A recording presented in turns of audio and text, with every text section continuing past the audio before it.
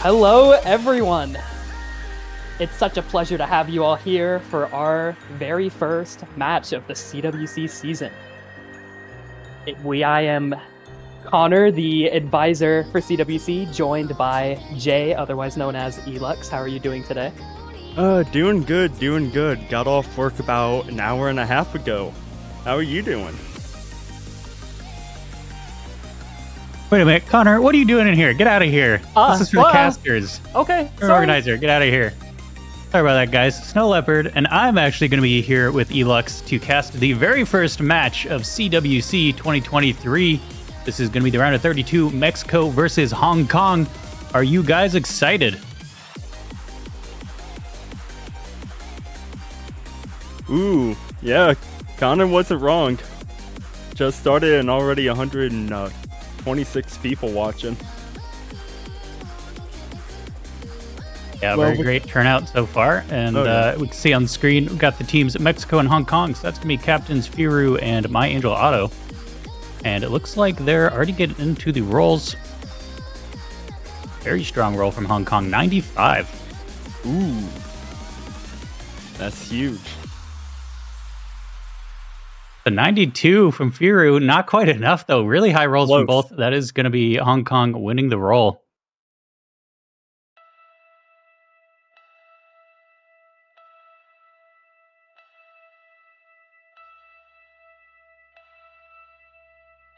Mexico, obviously the more favored team due to the Hong Kong roster shuffle and switch around, but it is round of 32. Anything can happen, and I expect this Hong Kong team to come out hitting. Yeah, a bit of a new roster for Hong Kong, so let's see how they're going to play this. They are going to go with picking first, though. So we're going to get a ban from Mexico to start us out.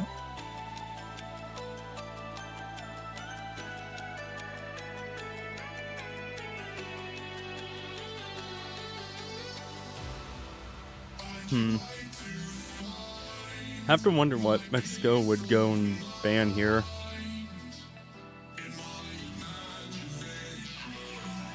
They have Yeah, a lot of pretty options, a decent lot of cool convert maps. lineup, so I don't see the convert being banned. They could be safe and just ban Nomad 1, get the consistency pick out of there. Yeah, that is true. They are in a bit of a stronger spot, though, so I feel like they would win on consistency, but at the same time, maybe that's, what Hong Kong would be banking on. It's one of the kind of easier maps, but it's going to be Nomad 3 banned out.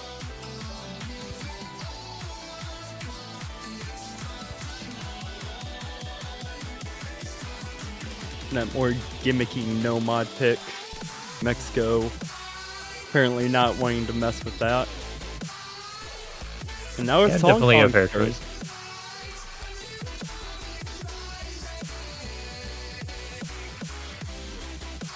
And yeah, if you guys have not kept up to date with the latest in map pooling for the CWC, you will notice that there's some converts missing from here. There's only one convert now in the pool, and that is Nomad 4.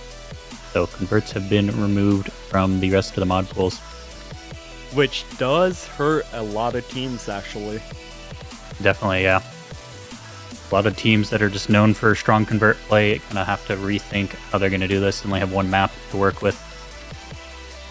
That ban is coming in for Hong Kong. It's going to be Hard Rock 2 Rubber Human by Millie, mapped by JBH.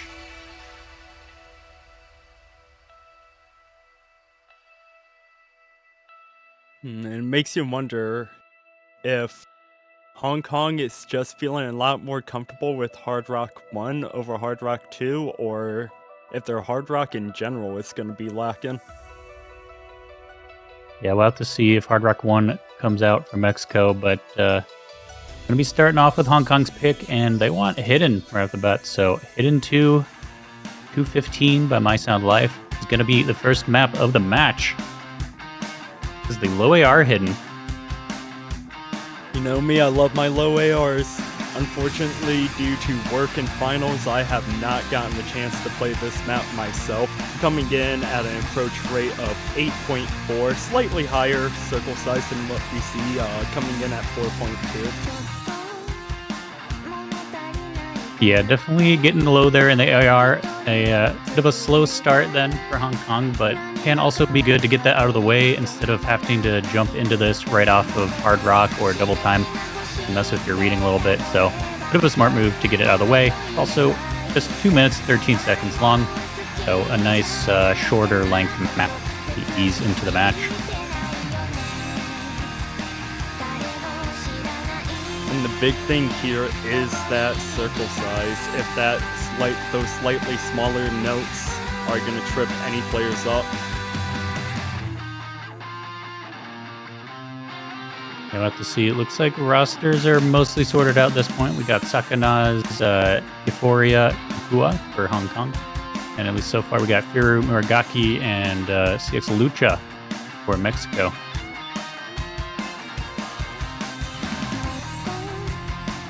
So, Snow, before they start up, predictions. What do you think this match is going to end with? I would be lying if I didn't say I expect Mexico to take the win.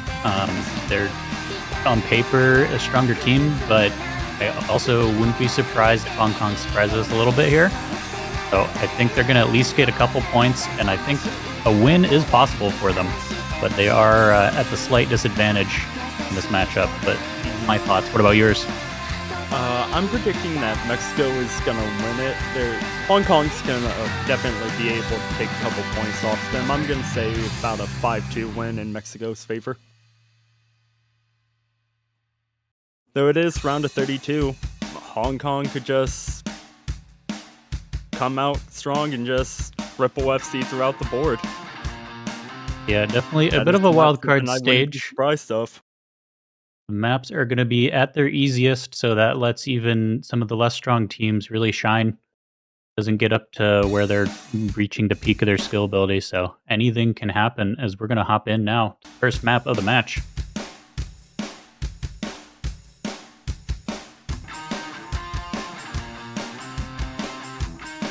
We have an early miss from Muragaki, and followed by another one. And Firu dropped as well. That's going to give the score advantage to Hong Kong right now off the bat. Yeah, an excellent start for Hong Kong. Definitely a good pick, Euphoria. Now going to be finding a drop, but that's okay. Still in the lead. And Euphoria found a couple there, followed by Sakanaz. So only one full combo left on both sides, Lucha and Fuya. Yeah, that stumble from Hong Kong is going to be enough to flip it over Euphoria. Really struggling now, just barely above 90% accuracy.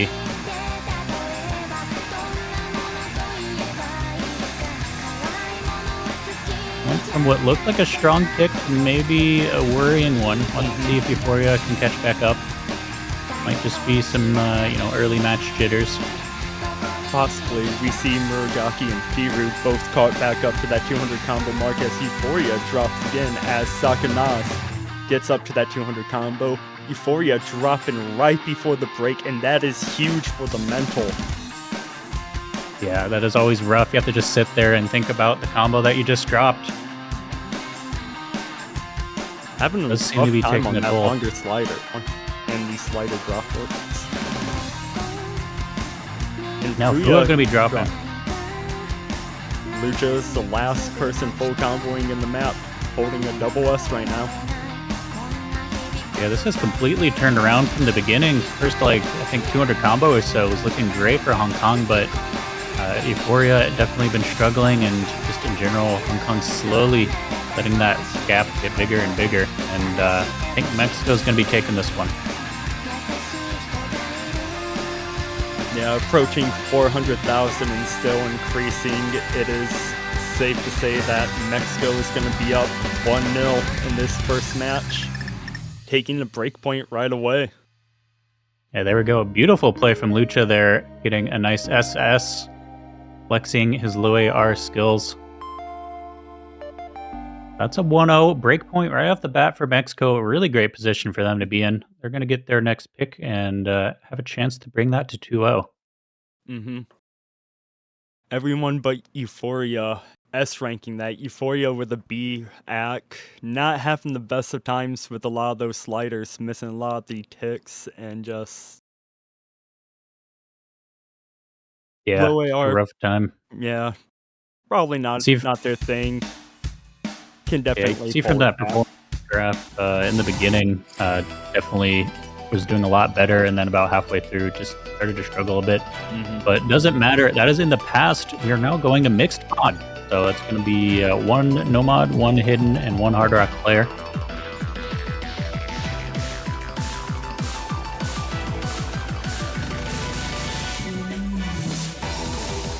It'll be interesting to see how the rosters swap out. See Lucha and Muragaki swapping out. See Cowboy is currently in the lobby, so right now for Mexico is Firu, Cowboy, and Colorado. Sakanaz, Euphoria, and Fuya for Hong Kong. And Cowboy asking the important question, is there any order for the mods? So that way our viewers can have a much better time watching this match. Yeah, but that takes away the suspense of trying to guess who's going to go on what mod, especially for the teams that have a wide skill set. You say that as if you're expecting a little bit of trolling. You never know. It's round of 32. The possibilities are endless. There we go. Tiger Eyes, the ref, agreeing with me, leaving it up to the players to choose how they want to order up. Looks like Hong Kong going to keep the same roster in. We already mentioned some of the roster changes for Mexico. We're going to hop into it. Cowboy, Hard Rock, Booyah, Sakanaz, Hard Rock, Booyah, Firu, Hidden, and Euphoria, Colorado, Nomad. Hey, Yep, you let's got go. it. There you go. See how much more fun that is when you have to guess? They actually did follow suit.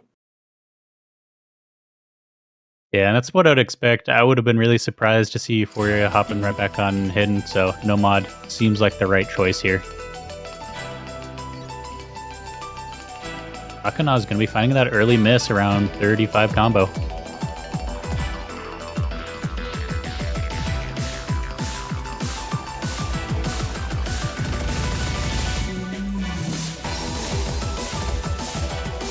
There was also Fua going down, so only one full combo left for Hong Kong this time. It's Euphoria holding it down, but score lead is over to Mexico so far. And Booyah dropping a lot of ass there as well when they dropped. Just now getting back to an S rank. Yeah, right now triple SS from Mexico, so they are holding very strong on this.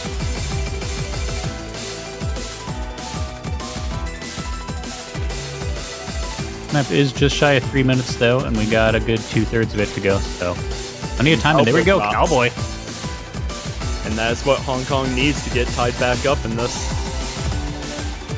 Yeah, it won't quite be enough to flip it over, but it was much further into the combo, so that will hurt Mexico more than Sakanaz's early miss.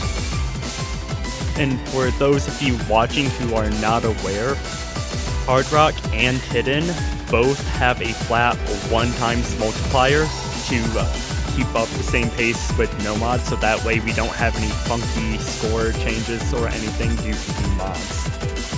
Yeah, that is a good thing to call out. That is a somewhat recent change to the score V2ing calculation. So yeah, all the mods are worth the same. Hard Rock players don't get to carry more weight than their other teammates now. Ooh, and a double no. drop by Fua. And again, Heartbreaking. we see it right at the break the map end. And Now Sakanaz drops. Sakanaz. And with about 25% of the map to go, it's looking like Mexico's about to run away with this one. As we see Euphoria drop for their first time.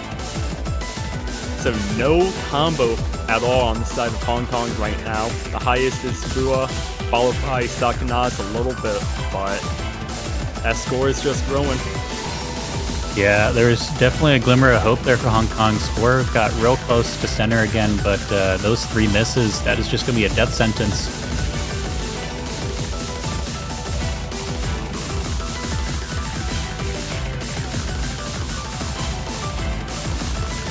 Mexico's making this 2-0 with Hong Kong's pick. Yeah, there we go. A single miss from all 3 players on Mexico. Or, yeah, 1 miss for the squad. Probably a better way of phrasing that. Meanwhile, no full combos for Hong Kong will unfortunately mean a 2-0. Eh. 4 missed, but you're right. He missed one point in the map, and Chain missed. Oh, yeah. That is true. Guaranteed if he didn't miss that first note, he wouldn't have missed those follow 3. Absolutely, yeah.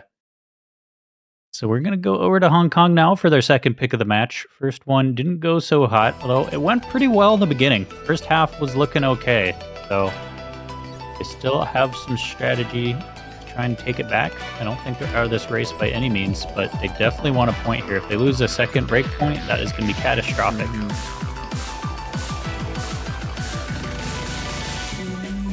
Ooh, and they're going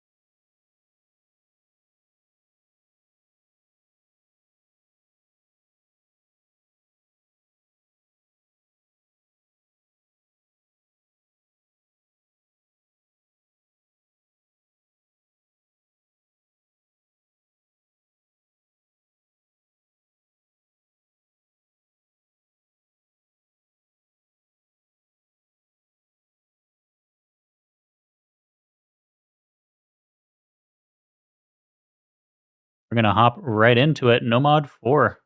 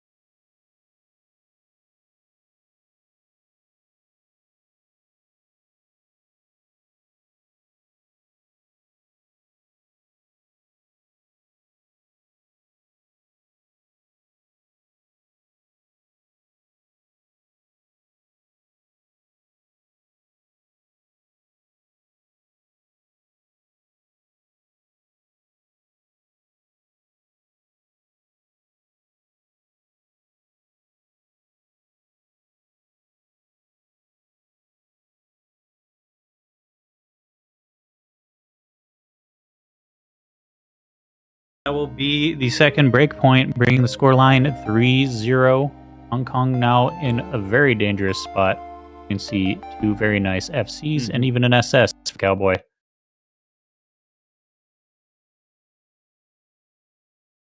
Yeah, 2 break points going in favor of Mexico, being up 3-0 with their pick, and I won't be surprised once after this map, once it's Hong Kong's pick, if they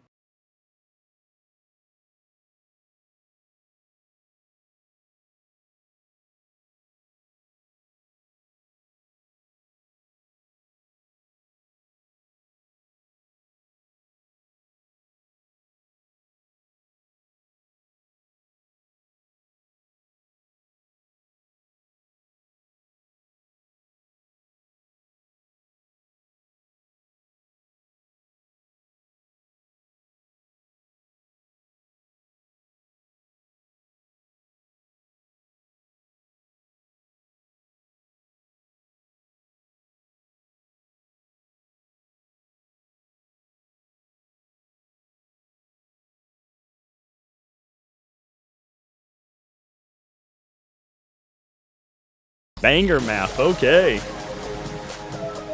All bangers this week.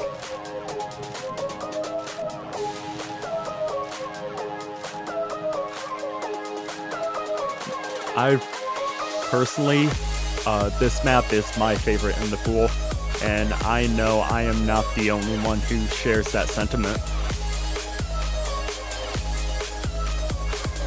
Fish map is amazing.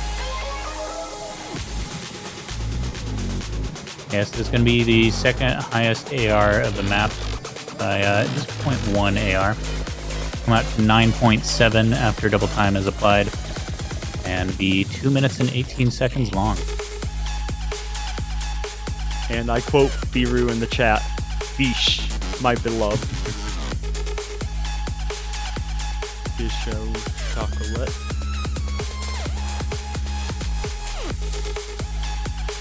We see Cowboy, Muragaki, and Biru for Mexico, Sakanaz, My Angel Auto, and Icon FC for Hong Kong. And with Icon FC asking if they can have Hidden or not, I do believe that he's going to opt to use Hidden. For those of you who are new, with Double Time and Hard Rock, you can choose to use Hidden or not. It does not affect score, it is purely player's preference on how they wish to read the map. So for no mod, you gotta do no mod. Hidden, you gotta strictly do Hidden. Yep. I think multiple people are likely going to be taking Hidden on this. And while we got a little bit of time left, if you guys haven't seen it yet, the banners are out. If you want a shiny profile banner for yourself, go and check it out on the store. Support your favorite team. That is true. They look pretty spiffy, might I add myself. With that short advertisement out of the way, we are back into the match. Fourth map, here we go, double time 3. No one choosing Hidden. All going strictly no mod DT. They just wanted to fake us out by asking about Hidden.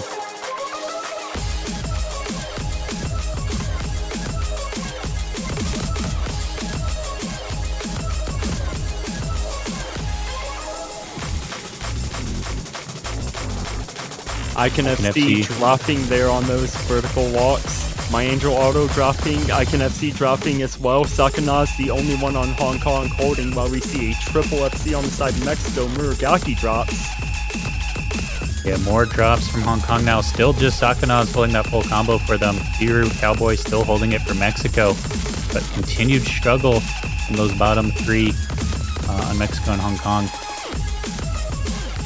More so Hong Kong, though, unfortunately.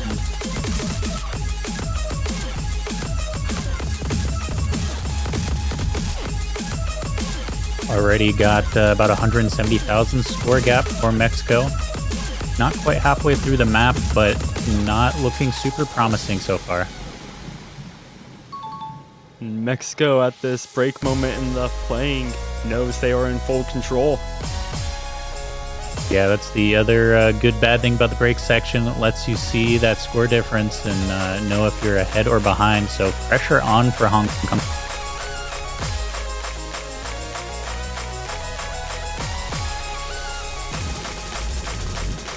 Back into those stacks as we get into the build-up. My Angel Auto dropping once again on those movement sections, followed by Icon FC. Yeah, Icon FC just almost made it through, but found a miss right at the end of it. And a Now there we go. On the side of Hong Kong, and unless we see triple miss on the side of Mexico to cancel it, it's over. Mexico is gonna take away this point, being up 4-0. Yeah, Mexico looking super strong on this pick. They have 2 SSs, Muragaki, almost 800 combo now.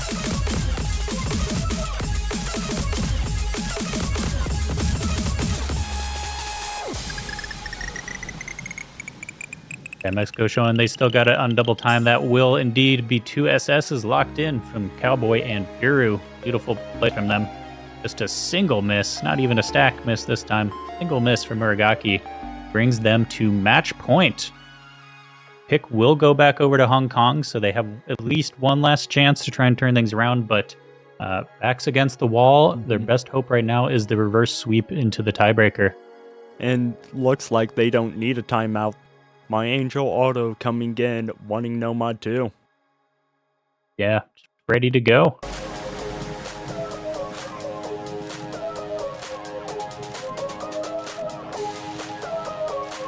That's going to be Ymir, or Immer. I don't know how you're supposed to pronounce it, but there it is on the screen.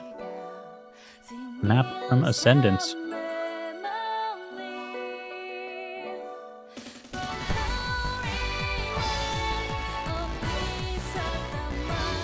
Will Mexico get the 3rd break point of the match, or will Hong Kong get on the board? See Cowboy, Muragaki, and Firu on the side of Mexico, Sakanaz, My Angel Auto, and Euphoria on the side of Hong Kong.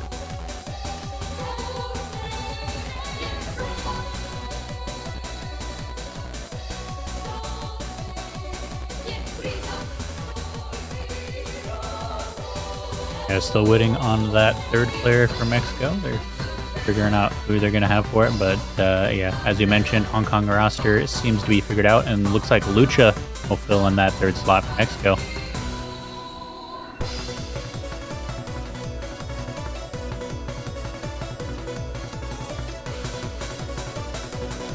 Another short one, just 1:57.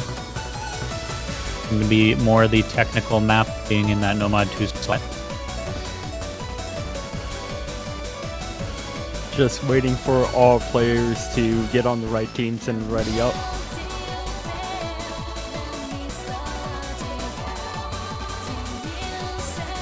Yeah, Euphoria, perhaps wanting to swap over to the red team. Wise man once said, if you're ever losing, just simply swap teams. You can never lose. Oh, of course. Surely your opponents won't see you swapping over teams, and if they do catch you, surely you can just befriend them. Absolutely. Fortunately, yeah, CWC does not work that way. These are country-based teams. And it looks like we're likely just waiting for one player to ready up. Possibly some connection issues. We'll have to see.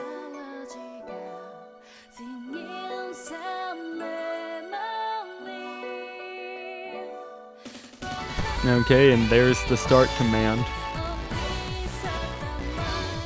Are we going to see Hong Kong get on the board? I hope so.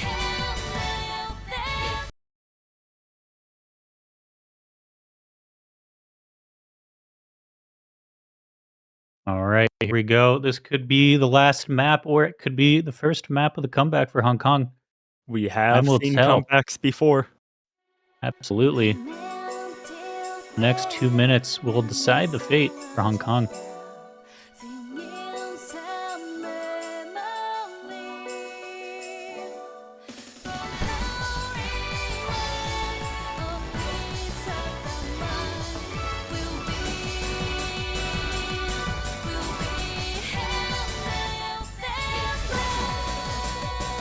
Euphoria is the first one to drop as soon as the map starts picking up in intensity.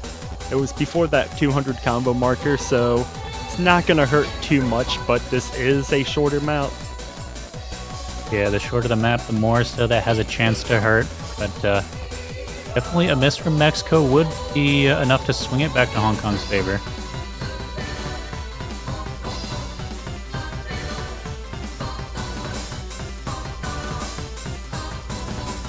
Approaching that halfway mark, just a minute of map left to go. Euphoria is back up to combo, so Hong Kong is ready to capitalize on a miss. But no, Sakanaz found a miss. I didn't see that. And that was unfortunate as soon as Hong Kong started leveraging out, and now My Angel auto drops, and Mexico still three-way double S-ing right now, and another miss by Sakanaz, and unfortunately for Hong Kong, Mexico is going to take away this point and win the match 5-0 at this rate. Yeah, there's very little Hong Kong can do at this point unless Mexico just has a complete meltdown. And they are looking super strong with their three-way SS. Taking the victory lap at this point.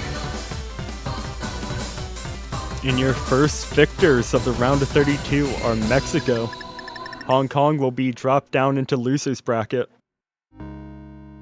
Yeah, definitely important to note. Not the end of the road for Hong Kong. They do drop to losers bracket, so a bit more treacherous waters ahead for them, but they are still in the tournament and will be around for at least the next weekend, if not further.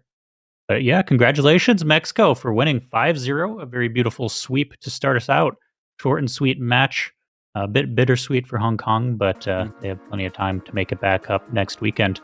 Oh, definitely. Just fine-tune a few things here or there. See where you struggled at. Can definitely improve for your next match. And with that, that is also going to be the end of the stream because our next match is not until 9 UTC. So that is in about 3.5 hours from now. I'm doing the math in my head right. Something about that. Yeah. Joys of CWC. Multiple different countries, multiple different time zones. Absolutely, yeah. We got 16 matches this weekend, so plenty more in store.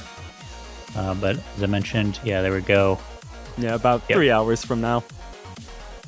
Yeah, definitely. This is going to be an interesting match. Definitely stay tuned for this. Come back for this one if you're in a time zone where it's sensible.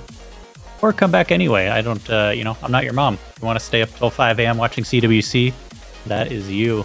I'm happy for you. But either way, definitely don't miss this out. Check it out live or check out the VOD, South Korea versus Thailand at 9 UTC. Yeah, unfortunately, I myself will not be there. I will be in bed. As will I. And I guess with that, we can say good night and see you later, everybody. Thanks for stopping by, and we'll see you later this weekend. Thank you. And enjoy your stay watching round of 32 if you choose to stay up.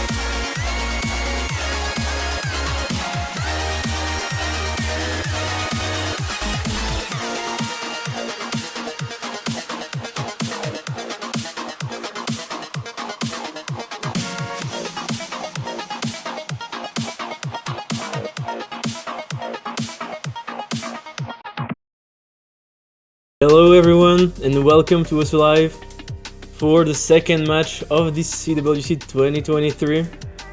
I'm Realmas and I'll be casting this match with Krijibo. Hello, hello. How you doing, Realmus? I'm doing fine. We're gonna be casting then South Korea against Thailand. So, on paper, as you can probably guess, this shouldn't really be a close match. I don't think it's an offense to say that to Thailand, but it's South Korea. Yeah, very, very fearsome opponent in South Korea. I mean, we all know, we all know these players. Yes, My Darkness captain, OYG, formerly known as QWHJ 1027, Draystar, Sumi, Rels, and Jisan, formerly known as Berea. All very well-known players, all, well-known for particular strengths. And, yeah, they pretty much need no introduction. Thailand, we have Race My Sword as the captain, a pretty solid player, quite consistent in previous tournaments as well, like the Indonesian Convert Cup.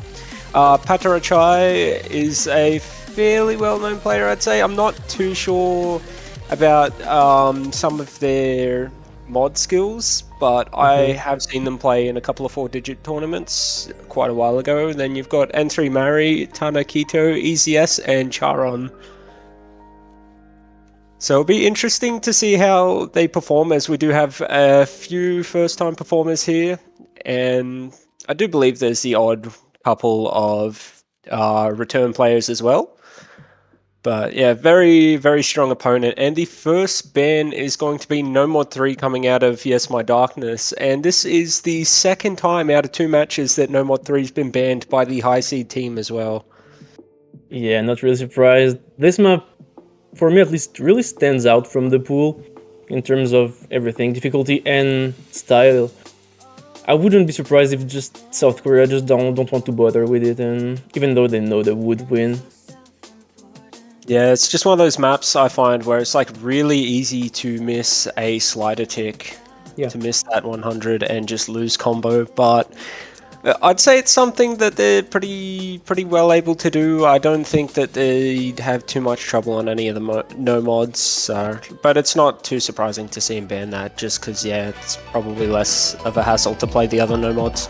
And looks like we had Hidden 1 ban from Thailand, and Mixed Mod 1 picked as well. So be interesting to see what their roster looks like for Mixed Mod 1, particularly in the Hard Rock bracket. I'm not quite sure who would be the one playing that one. I'm guessing it will be N3. I would be guessing it's actually N3 might be more hidden. Well, we'll see, but I know that if you looked at qualifier results from Thailand, there's one player that stood out a lot, and it was Isis. He performed out of his mind compared to everyone else, and I think it's fair to say that he's a bit of a D-ranker. So I think it'd probably be the one to play HR in this. I know that Sharon is also a decent HD player, so it might be what he's gonna play, but I think it might be interchangeable with N3. Yeah. And let's see. Yeah, that doesn't surprise me that they've got Sumi for Hard Rock. Really, with South Korea's roster, they're all pretty interchangeable on that. Like Jisan's really good at hidden, but also no mod and Hard Rock, and it sort of goes that way. You wouldn't see Sumi too much on hidden alone, but I know he'd have some capability on it as well. But it's hard to say. Now, we are getting into it. No misses in the early going, but that could change any time.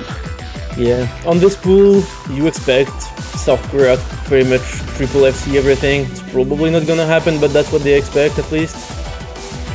Yeah, it is quite an easy pool this week. Like, it is definitely a pretty large drop in terms of difficulty compared to the qualifiers, I'd say. Yeah. So I think, like, looking at some of Mexico's scores from last match as well, I think we're going to see a lot of that this week. Maybe, like, just the occasional miss due to nerves or what have you. But most of it will be a lot of FCs, especially from the high seed teams. So far, though, Thailand holding on surprisingly well, especially even the modded players. kind of a nice surprise.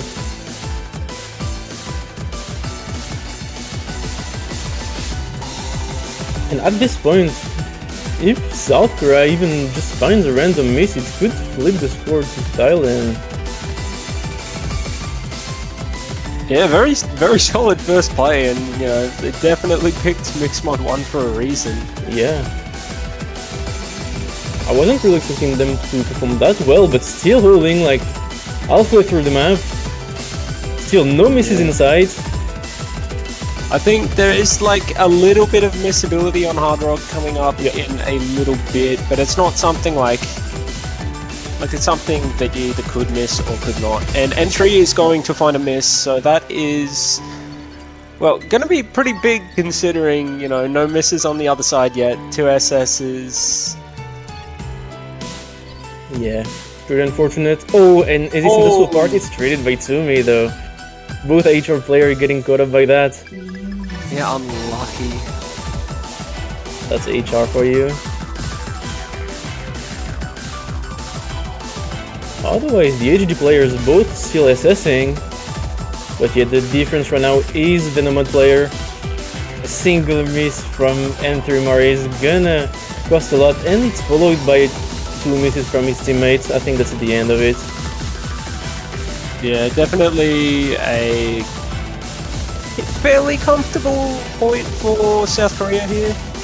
They did hold on, Thailand did hold on for quite a long time though. They definitely look quite formidable in that first 2/3, so it's just the last third they just had the odd miss here and there, but would have had the nerves going a little bit seeing that leaderboard.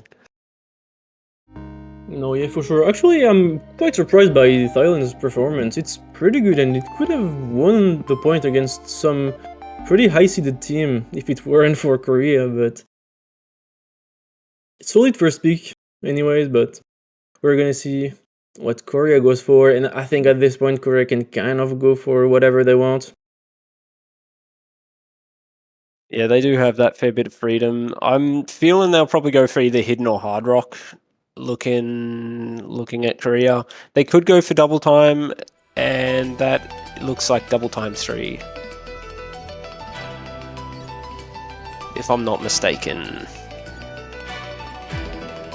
We'll see. I can't read Korean, so Yeah, neither can I. I'm just guessing. well, there's only 1-3 in the pool in DT3, so yeah, you were right. I mean, the And I 3 think- kind of gave it away a little. Yeah. Well, that's kind of a mean pick, though.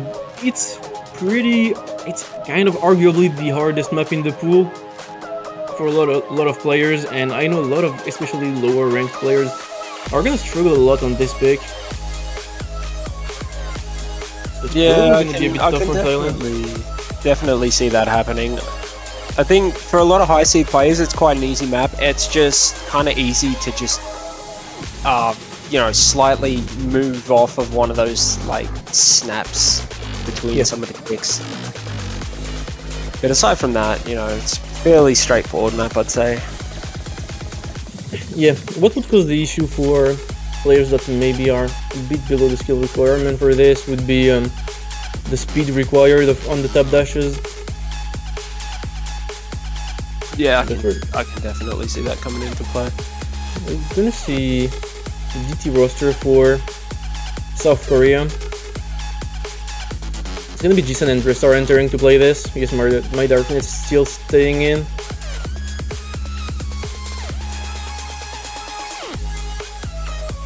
Oh yeah, no, Jisan was here already for the last pick.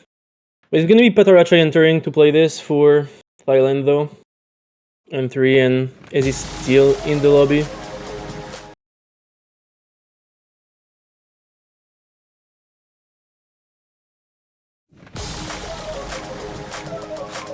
And yeah, I'm expecting this to be a bit tough for Thailand.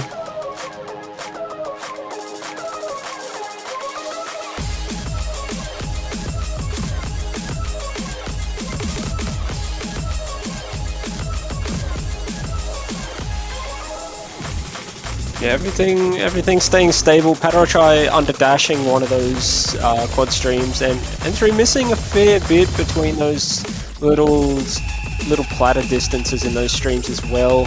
Gonna have a couple more misses, but everything looking good for South Korea, and ECS gonna find his first miss as well. So yeah, definitely a fairly easy looking pick for South Korea in this first quarter. Though, Draystar gonna find a miss, and Jisun too, yeah. Kind of surprising to see him miss 2 times on this. Yeah, it's sort of one of those things. Some of these snaps here are just very easy to just walk off or under dash. Yeah. Or just not move far enough to catch that first part of the snap.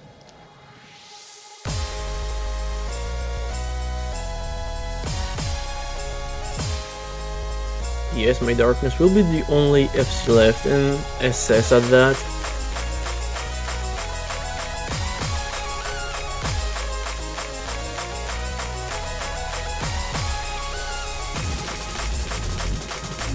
And once again, here on the build-up section, Otarachai missing. Yeah, so it's looking very convincing for South Korea right now, as they look to be about 200 to 250k ahead in terms of points, and that's not really something that you can recover with the map winding down at this point, especially like with those changes to score v2 favoring combo a little bit more than they used to. Definitely helpful for some of these higher combos with YMD and Draystar, both above 600. YMD still holding the double S. Yeah, good performance from him.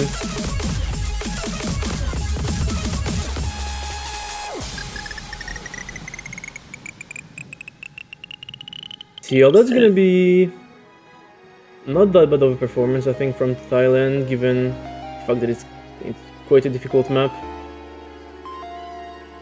L3 Yeah. with the nice combo, only 4 misses, is a nice score.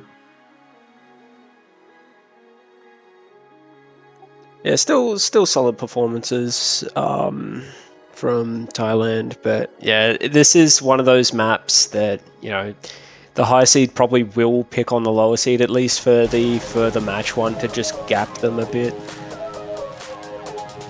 Yeah.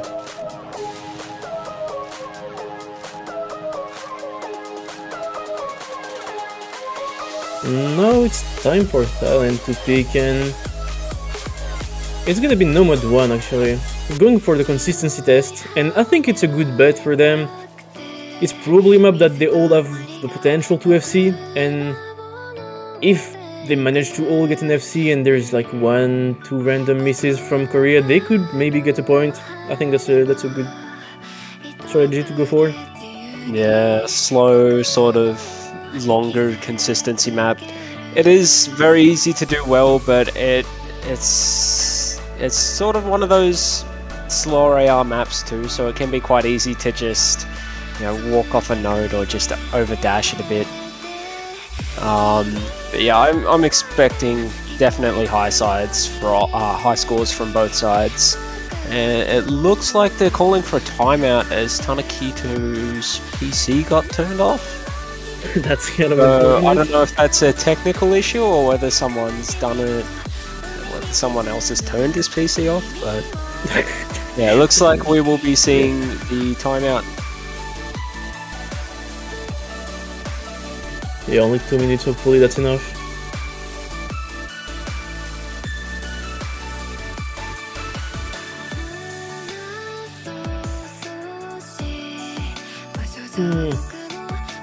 Other than that, yeah, I think, yeah, definitely the 3 players from Thailand should be able to at most get a couple misses on this.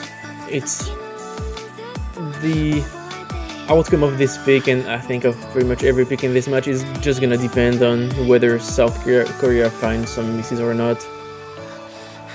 Yeah, it's definitely user-friendly for the most part, so if they were to take a point, this would be one of their better bets to do so.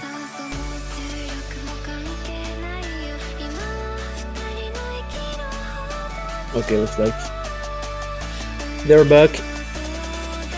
So it looks like we're going to see Rels for the first time in this match as well. I believe this is our first time seeing Tanakito as well. So. Yep, it is.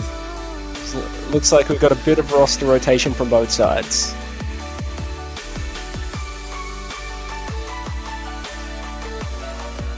It looks like we're about to start as well. So yeah, 3 minutes 42 seconds. The map has, I would say, the most difficult parts of the map are the wiggles. There's like, I think, 2 wiggles in the map, and they can kind of catch you off guard if you're not paying attention. Otherwise, the AR of the map is also fairly low, so it's kind of uncomfortable for players who are used to higher AR, but shouldn't be that bad. It's still 9.1. Yes, I suppose it depends on how high you go in terms of AR and how high you stay in terms of approach rate too. Like I know if you're constantly playing like 9.9 to like 10.6, Yeah. and that's like your bread and butter, and then you come down to like 9.1 and it looks so slow. But yeah, those couple wiggles, we might see some people trip up on it, especially if it catches them off guard, jump scares them a little. They might try to overcompensate and accidentally miss one of the notes in the wiggle. So far, so good though, and Sharon is gonna find the first miss after 200 combo. That's not a really nice spot to miss.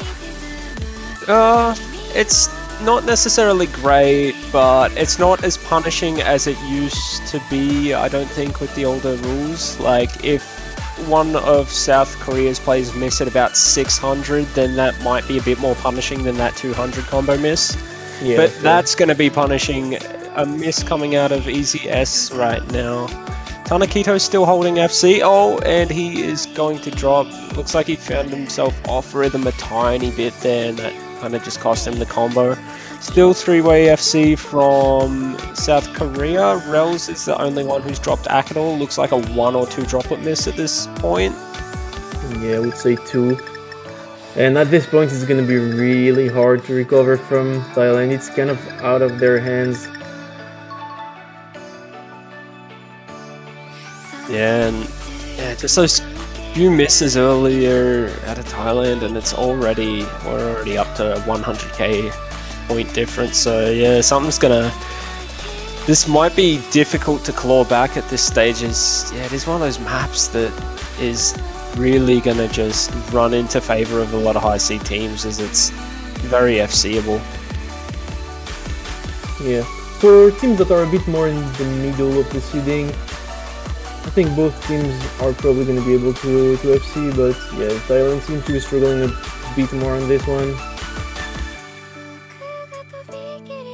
Yeah, a few unfortunate misplacements, but we do not believe in curse commentary here. No, that doesn't exist. Just a bit of bad luck.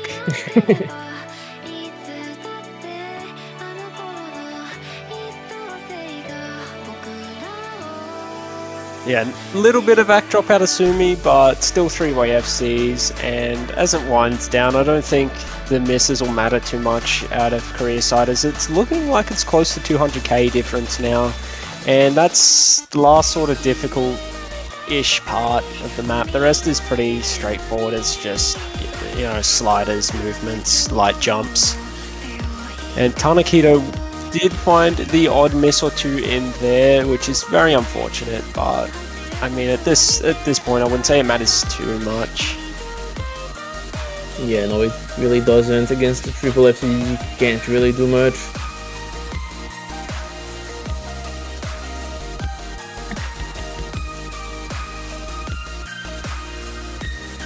And looks like it's gonna be a triple FC for Korea. Honestly, Yeah. that's kind of what you expect from them. Not really surprising. Well, yeah, early round, they're sort of just running away with it a fair Yeah. bit. But this is a team that's taken like multiple consecutive years of championship. I believe they took 3 years in a row since 2019. Yeah. Sorry, 4 years in a row. Yeah, 4. So if they were to win this year, they'd pull off a 5-year consecutive win streak, which would put them close to the dominance of Japan and Taiko. Yeah, kind of crazy to think about, actually. But this year, as many people say, might be the year this streak ends, with especially the USR roster looking so strong. But we'll see. I'm personally of the belief that South Korea are still the favorites, but it's definitely winnable for Yeah, it's USA. going to make some very interesting late rounds, seeing some of these teams and seeing like how a lot of these players have performed in some community tournaments as well as previous CWCs, AXS and whatnot. It's very we've got a huge and diverse pool of talent in terms of catch the beat, so it's always exciting to see. Yep. Otherwise, though, it's gonna be an HR2 pick for Korea. Yeah, I believe this got banned in the match against Mexico. I think Hong Kong banned it, if I'm not mistaken. And yeah, it is, I'd say, a fairly straightforward, fairly easy map. A bit more user-friendly than... actually, a bit more user-friendly for players who maybe aren't too well versed in Hard Rock, but if you're pretty well versed in Hard Rock, I think this one just has that odd memory note or two that might catch you off guard and sort of claim the combo, which is very punishing on this map, as the combo is only around, I think it's 590 to somewhere in the 600s. Yeah, I think it's around there. So yeah, definitely, if you miss even like 200, 300 combo, it's gonna cost you a lot of score. Oh yeah, you're looking at losing about 60 to 80k. And it's actually, yeah, you can definitely miss there because it's one of these maps which doesn't really have that much of a mechanical difficulty, but sometimes spacing gets a bit pushed by HR, and you can definitely miss if you're not careful about the spacing, if you didn't really practice the map well. So, gotta be careful about that. But yeah, it's pretty friendly otherwise. I think you'll be able to see nice scores from Thailand. And it's not AR10 yet, it's 9.8, which diminishes a bit the reading requirement for this, so... Yeah, it goes a bit easier on the eyes than the AR10. And I definitely see Korea doing really well on this, as, you know, we all know how very skilled a lot of these players are at Hard Rock. Sumi on Convert leaderboards, very skilled. Rels has some insanely good plays as well, and Jisan too is quite a strong Hard Rock player. Yeah, funnily enough though, no Yes My Darkness on this HR. Ooh, Sumi with an early miss trading with N3, so looks like they're going to be quite close. And yeah, looks like that first memory note caught them both off guard. So yeah, not surprising at all. I'd say that the memory note did claim the odd combo or two. Yeah, otherwise all the older players reaching 200 combo. Oh, and Raisman Sword missing here, that's huge.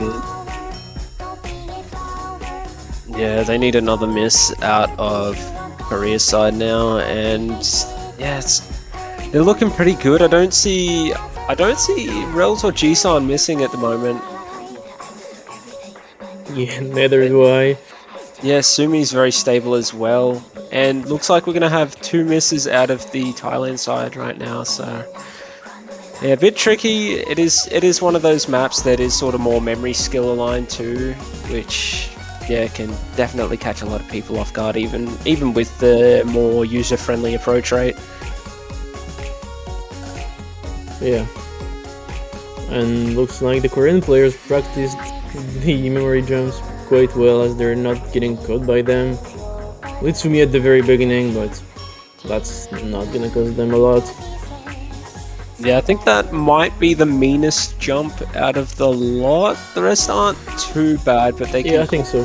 they can sort of catch you off guard. I love the cartoon sounds in the background of it.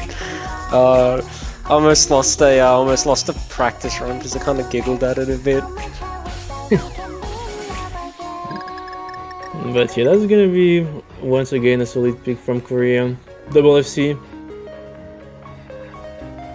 And one early miss from Sumi at not even 80 combo. Yeah. What's that? 89 combo, yeah. Or 88 rather. And yeah, less than 600 combo, so you can see how damaging that one miss is, as the one miss from Raise My Sword in the middle ended up costing about 56k. Yeah.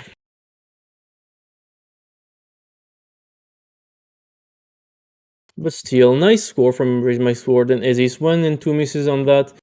He's solid.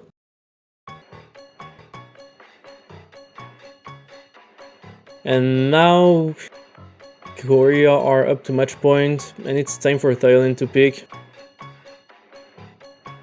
Yeah, I'm sort of half thinking they might go for that convert pick. Either that or maybe the other mix mod. Hidden 2, not too surprising either. I know they've got a couple of good hidden players, so we might see something here. Yeah, and if I'm not mistaken, on qualifiers, HD2 was their best score by quite a lot. So they should have a couple of pretty good low AR HD players, and this map is way more forgiving than the qualifiers one.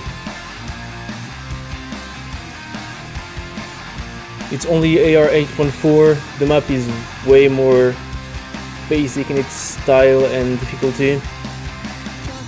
Yeah, much kind of patterns, especially to those who don't play hidden.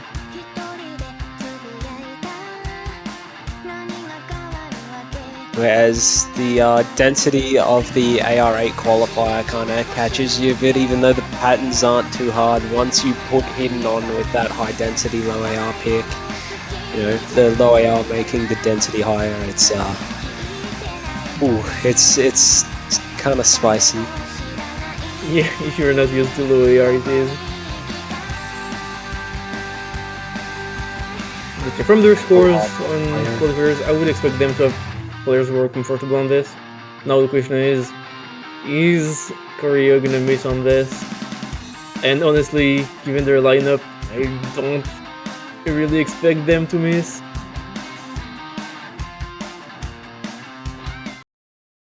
Yeah, quite strong hidden players. Looks like we're going to see Sumi come in, and yeah, like I said, Sumi is pretty hidden capable as well. So not surprising at all. Looks like they've got pretty much a full rotation of their roster in as well, if I'm not mistaken. Actually, we haven't seen OYG play. Yeah, that's true.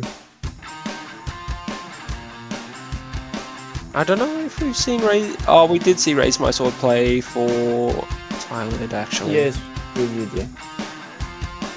Yeah, I don't know if we've missed anyone on Thailand side. I think we might have missed one, actually. I feel like... Yeah, I'm not 100% sure, though. Gonna check on that later, but so far so good for both teams. Oh, and that's gonna be a miss from Tanakito. Yeah, early miss is not a massive deal. I think if they stabilize now and Korea misses at some point, then this might be something they can take a point on. The real players to keep the eye on right now would be Draystar and YND, because they are really strong on tournament hidden. Yeah. So far, the Tanakito is recovering, and Isis and Shoran are doing well. Oh, that's a really unfortunate miss from Isis, and that's gonna cost them a lot. The map is short, it's only 2 minutes. Not a lot of combo, I think around 600. Yeah, very unlucky place to miss as well, because it's probably one of the more punishing spots in which you could miss. Yeah, but also at this point, Korea still has 3 FCs, so I don't really think it would have mattered where he missed.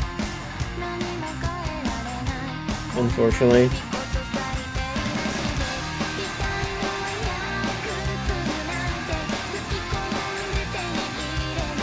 Yeah, in any case, Charon looking really good on this map, still holding the SS and doing quite well, so still getting a score that's quite up there, which is pretty nice to see.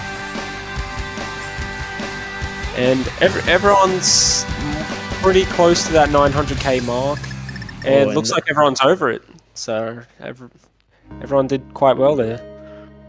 Yeah, just end Yeah, choked only- by Tsumi, but Yeah, well. only 20 combo off the end. Actually, this is a pretty solid team score from Thailand, yeah, as you mentioned. Only one miss. SS from Sharon is pretty impressive. This map is not easy to hack with the low AR and the sliders. So really respectable performance. I mean, even though Thailand didn't manage to get a point that was kind of expected, I think they can still be proud of their performance. It's not easy going against the second seed when you're 31. So Oh yeah. Especially, looking at like the top 5 in seeds, especially like the top 3 in seeds as well. Like, you have some crazy strong teams in that top 5, 6. I think even just top 10 in general. Like a yeah. lot of crazy good teams. So not easy to go up against. And our winner for this match going to be South Korea in a pretty expected style, I suppose, getting the clean sweep, as they are very strong in early rounds, and they sort of always have been. So, yeah. And I believe after this, we have a show match at 11 o'clock UTC. So, about an hour and a half from now, roughly.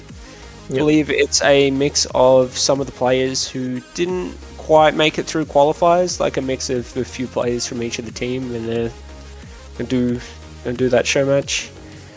So yeah, definitely don't go too far, because that hour will close very quickly. Yeah, be ready. This is only the beginning of the weekend. We should have some pretty interesting matches coming today. So stay tuned, and yeah, I think that's it for us. Yep, at least for now. And Yep. yeah, we'll see you in a bit over an hour. Thank you all for watching, and we'll see you soon. See you.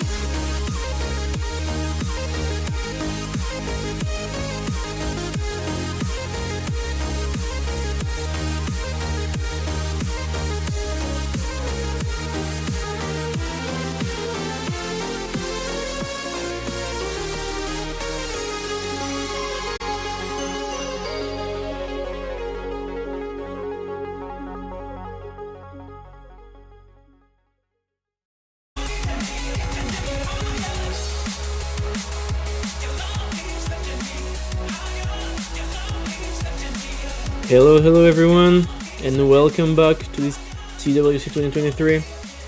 For this show match of round of 32, I'm gonna be real mass casting this, and second caster should come in soon to join me. But here we have the two teams. The theme for this show match is players from the teams that did not qualify, that did not pass the qualifier stage. So as you can see, you have players from Malaysia, Singapore, Turkey, Bulgaria, Switzerland, and I believe that's it, yeah. Some long-term players we've seen a lot in CWC, like for example Future Miku is a player that's been playing a lot of CWCs over the years. Some definitely very familiar names. So it's a bit sad to not see them play the actual tournament, but at least they get a chance to shine on this show match. So hopefully, should be a fun one for everyone.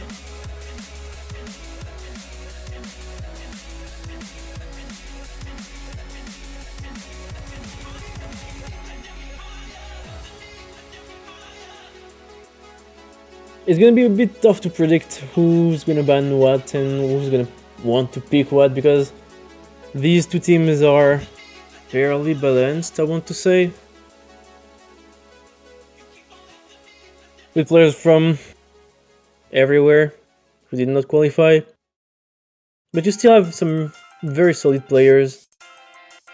For example, Isaac is a really good Bulgarian player who did not pass the qualifiers. And for a lot of these players, it's a matter of not having enough players in the country to make an actual really good solid roster. Doesn't mean that the country doesn't have very solid players.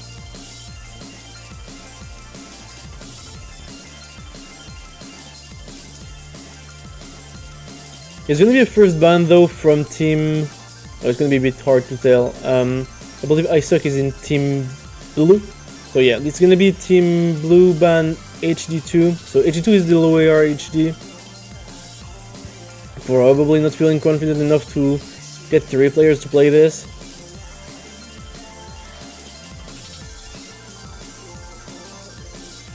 It should be the ban for team red. And looks like XF is the captain for the team. XF, also known as Nazuna Amemiya, if I'm right. Who just changed his username. The Singaporean player.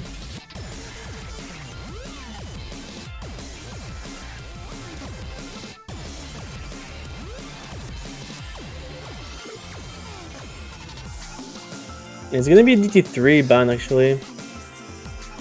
Again, not that surprising. A lot of these players are a bit lower ranked, so DT3 might be a bit tough to play. And looks like I'm joined by my co-caster. Hello, hello. Late join, but I'm here. Yeah, the match is still about to start. You're good. Awesome. So we just had the bans, did we? Yep. Yeah, we just had the bans, HD2 and DT3. Awesome. Okay. And with that, we should be getting the first pick from Team Red, I believe.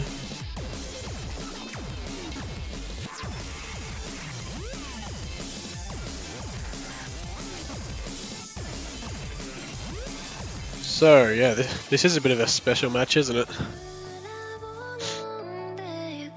I'm not sure if we've actually done this in previous World Cups, or at least Catch World Cups before. I know we've Have the people who haven't qualified. Yeah, well, we've been doing show matches for I don't know how long, but we've been doing show matches like last year at least. But I don't know if True. we've done a show match with the players that did not qualify.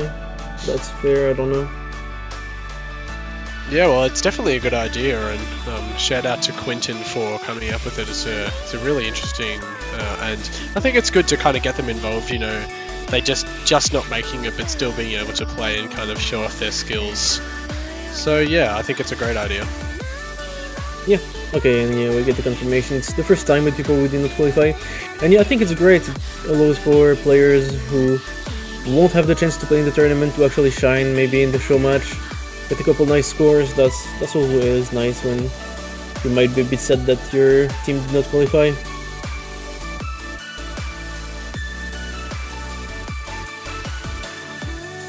But it's gonna be a Nomad 1 pick though.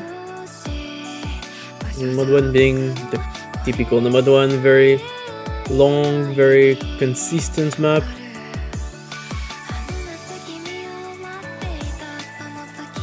As usual, I'm actually not too sure on the strength of each team, but I would assume that they are pretty fairly matched. Yeah, I would assume it's the case. Quinton made the team. You wouldn't have made one team way stronger than the other. Yep, definitely. I know XF is a pretty balanced player. He's a pretty good all-rounder. I've seen him in a few tournaments. So hopefully he does well. I'm not too sure on the other players. I've definitely seen them, but I'm not sure if I've seen them play too much. So it will be interesting to see how everybody goes in this unique show match that we have in our hands here. Yeah. I mean, it's also a chance to get to know the players from countries that we know maybe a bit less. It's a chance to get to know them better. I know that Isak, the Bulgarian player, is quite a solid player overall. Unfortunately, in his country, there's not that many players playing the game, so they could not qualify, but we'll see how it goes.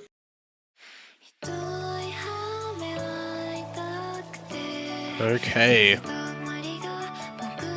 Getting stuck into this no mod 1 pick here. Very chill beginning, no players messing up as expected. Yeah, the map is quite just really chill all around. It doesn't really get crazy. It's quite consistent. Definitely can expect a couple FCs maybe here. Yeah, absolutely. Only 4.82 stars, so I reckon that is definitely a chance to happen. Yeah. It is around a 30. Oh, there is actually a first miss, first couple misses there from Anapple and Future Miku, as well as Azakriel now. So, and XF. All of the players on Team Red now. That's 4 FCs gone and 3 on the side of Team Red, which is not a good start, especially given that Mystery and Isak are still FCing them up. Yeah, looks like Red is actually struggling quite a bit on this one. Another complete team miss there in Future Miku with yet another one, and yeah, not looking too hot for them right now. Still 2 FCs going on the side of Team Blue in Isak and Mystery. And Apple also building up a very nice combo as well. And yet another miss on the side of Team Red through Azakriel this time, and another one. That is quite unfortunate. XF and Future Miku trying to build that combo up, but seems that they really can't have too much consistency. Although Mystery and Anapple actually taking 2 misses, they build up a pretty good lead for themselves, however. Yeah, that's gonna leave Isak being the only FC left in SS. So it's definitely doable for Team Red if they start to get some combo, which kind of seems to be the case with Future Miku and XF above 200. Yeah, Isak still out here with the full combo. SS as well, actually. Very impressive score from them.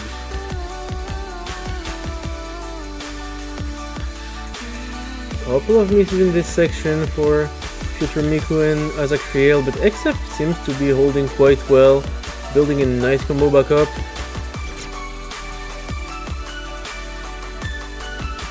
Yeah, that is a very good point actually, now at 440. Very, very well done. Very nice comeback, but sadly for him it is not going to be enough. And Isak is actually fighting a miss there, I just realized. That is unfortunate for them, but still a really good score. No FC's left on the board, so it should be even, but there's a big gap to come back from for Team Red.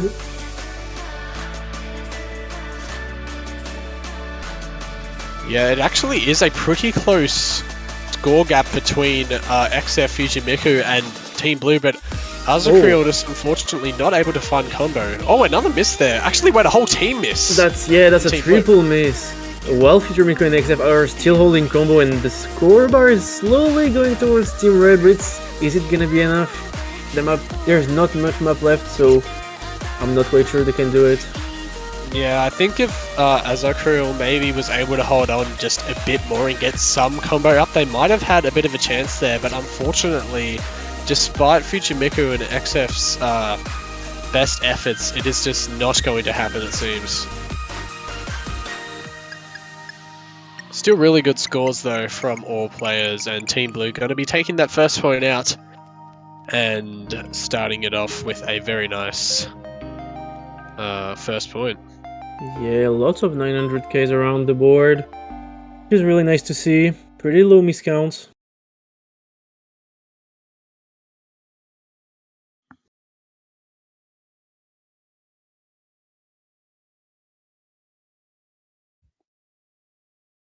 So yeah, that's Maybe the just first, some nerves.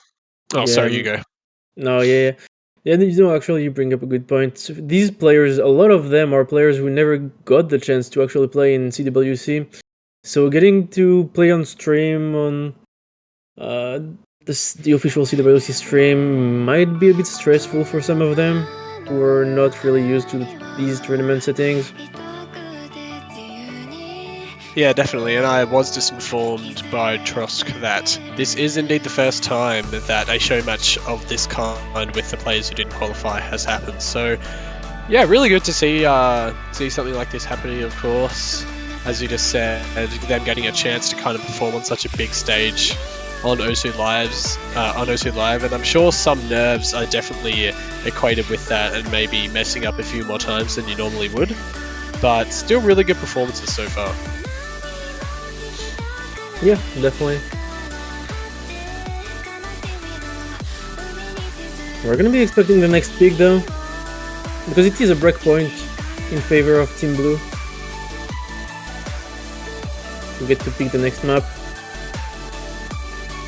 Oh, I see. Zokriel is actually 3k ranked, so actually a pretty impressive performance considering the circumstances there. When, I mean, like, I guess 3k would probably be like, you know, you kind of FC 4 stars for your top plays, but doing that on this kind of stage is very impressive. So, you know, Yeah, that's no true. underperformance there at all, I reckon. Yeah, a lot of these players are pretty low rank actually. So just getting solid scores from them is all the more impressive. Absolutely. But yeah, it's gonna be HR2. HR2 is the kind of memory HR. Slightly high CS.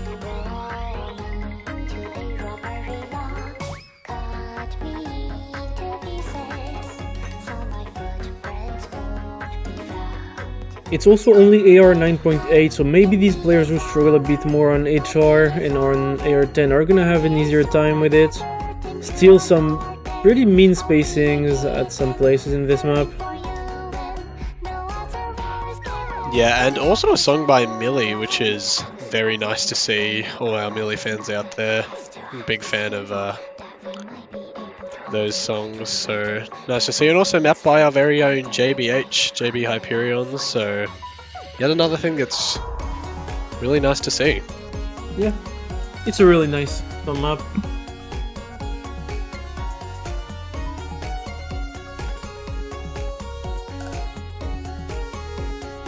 But we're gonna see some new players come in the lobby to play this. MC2BP is actually gonna be playing this, as well as DTNL Ricky and Lorem Ipsum, who did not play the map previously.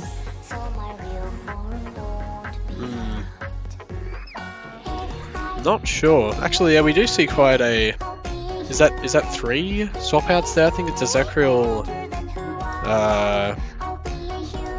going out for MC2BP.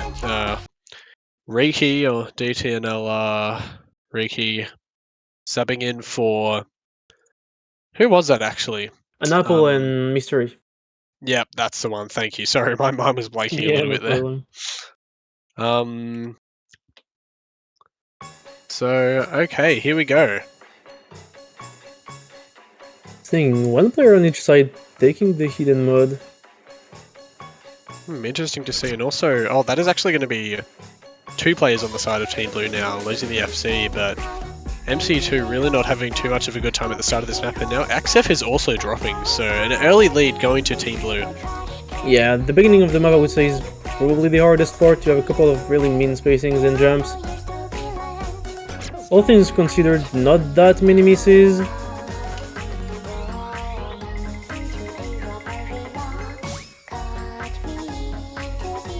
Still 2 FCs on both sides from Uchimiku and Lorem Ipsum. Players seem to be able to combo this quite well. With MC2BP having some trouble finding any combo, it's gonna be hard for Team Red to come back from this. Team Blue is just getting away with it with really nice combos actually, everyone above 200. Yeah, XF and Fujimiku actually holding it up pretty well, also with those 2 misses from Riki and Lorem Ipsum.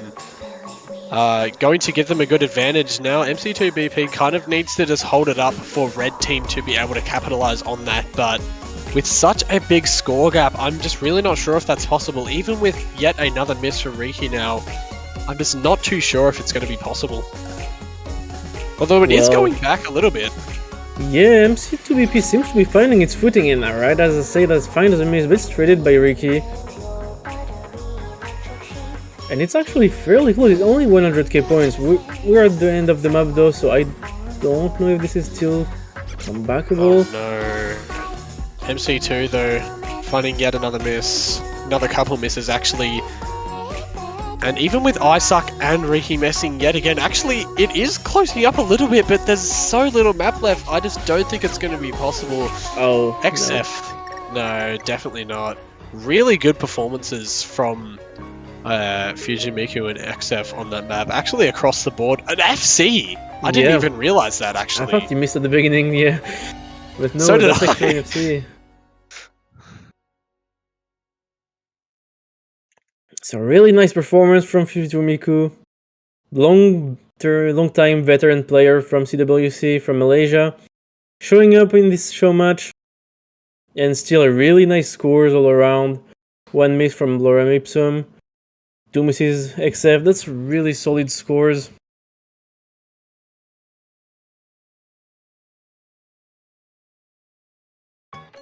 Yeah, just that unfortunate third player not quite being able to capitalize and kind of, yeah, just Red Team not quite able to do that.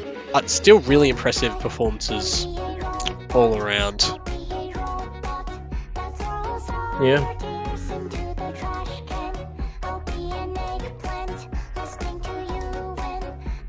So that's 2-0 for Team Blue. And now it's up to them to pick again. No, actually, it's Team Red's pick because it was a breakpoint, the first point.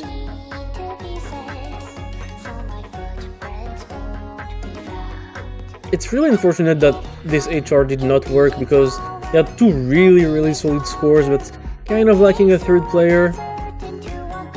Yeah, it really did seem like that. If they just had that other player that could maybe play Hard Rock at a little bit of a higher level, I reckon they really could have capitalized on that and got their first point. But it's all good, they still have at least 3 chances to get a point on the board, and I'm sure it will happen. Hopefully I don't commentator curse that. I also hope they will. We'll see how it goes on this mixed mode. Yeah, As a mixed reminder, yeah, go Oh, ahead. sorry. No, you go. I just wanted to, as a reminder, on mixed mode, each team needs to have 1 HD player and 1 HR player and 1 Nomad player. So we're gonna have to see a bit of the flexibility of each team on this one.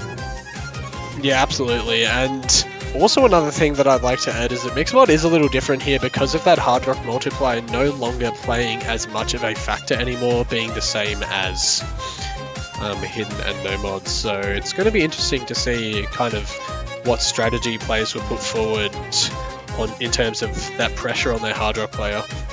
Yeah, actually that's a good point, and it's going to be really interesting to see how it goes in the actual tournament. Because previously, HR players used to have a lot of pressure to perform because their score was worth quite a lot more than the other players in the lobby. Now HR doesn't matter that much.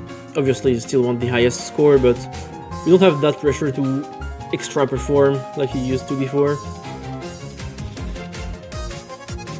Yeah, definitely. It's going to be very interesting to see some of those high-level teams' strategy on Mixmod. But let's see what these teams have thought up. Azar Creole coming back in for the same team that started it all off with XEV and Fujimiku. And Riki, Anapple and Isaac going to be on the side of Team Blue for this one.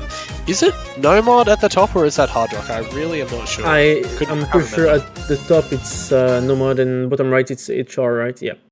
Yep. Okay, thank you for that call. I wasn't sure. Oh, an MTU song as well, which is very nice to see. Yep. Absolute banger. It's a nice map too. First map from Yoshi Green in the CWC pool, which is a nice addition. Oh, nice.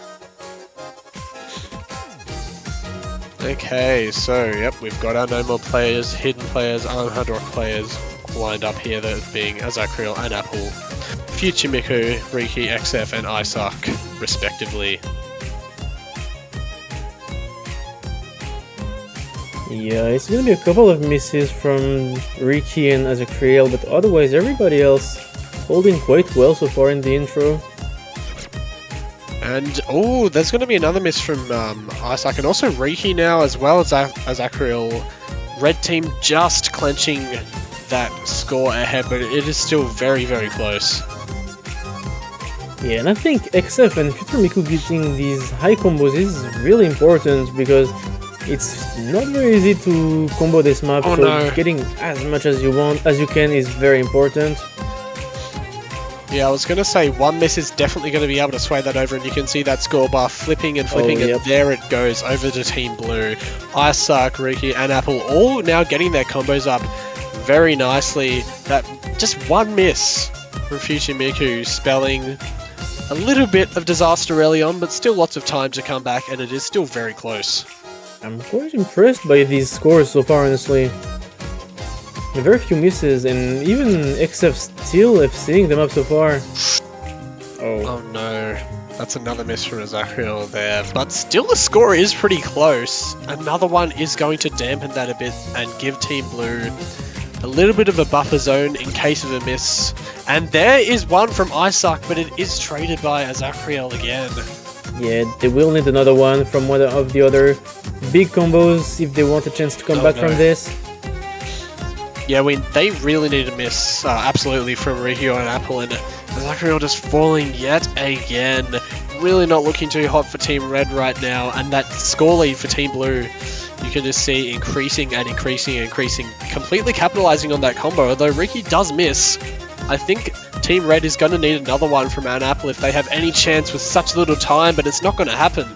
No, it's not gonna happen. Can we point out though how XF just FC'd them up with HR? That is incredibly impressive. That is very impressive.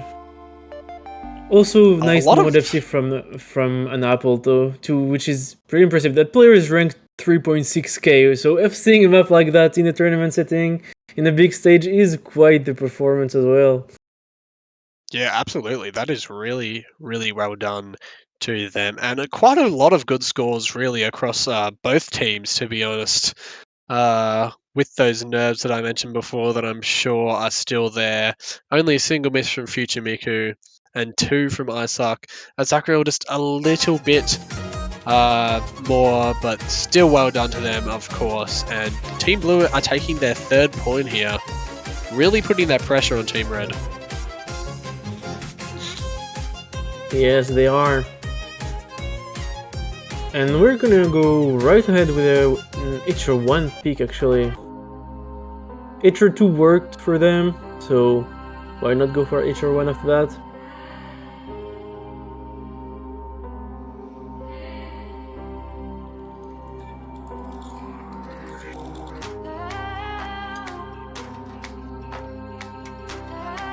This map is quite a bit more tricky than the other HR though. Require more precise movements, as well as the reading requirement is kind of higher. It's AR10, whereas the other one was 9.8. And the overall, yeah, more technical movements. So it's gonna be probably a bit tough for the 3rd player from Team Red if they still have that 3rd player issue. Yep, for sure. Okay, and here we have a map, actually by WW, I think? Yep. I think that is Yeah. 5 Ws. Yeah. You got it. I guess. Can we call him Connor? I'm not sure. I'm not sure what he likes to be referred to. I guess we'll just go 5W for now. Yeah, let's go with that. But yeah, very exciting to see. It's a pretty fun map and pretty original map. It's kind of a style you don't see really often on specifics. It kind of reminds me of some Convert HR picks with how the movements are. Really a lot of small tap dashes and control required.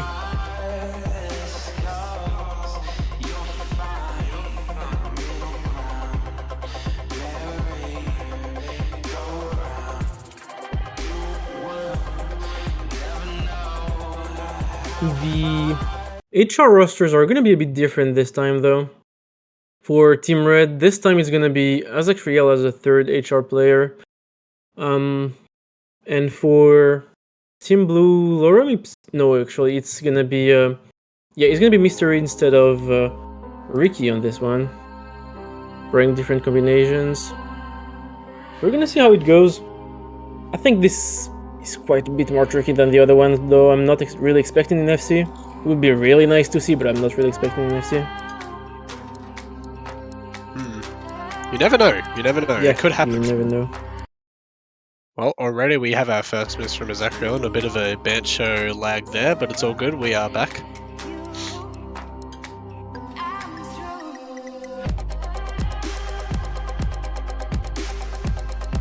Yeah, pretty fast paced map here. Although the song doesn't really match how fast paced it is, you could say.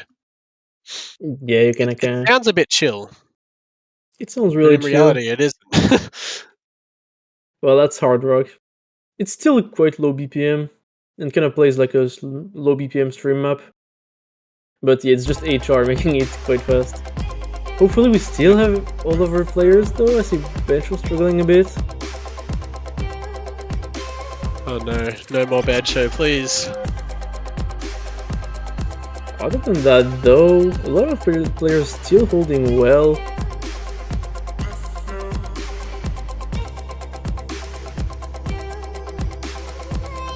I think we lost Laura. Oh no, XF. Oh, is that? Do you reckon that's maybe a disconnection instead of a lag?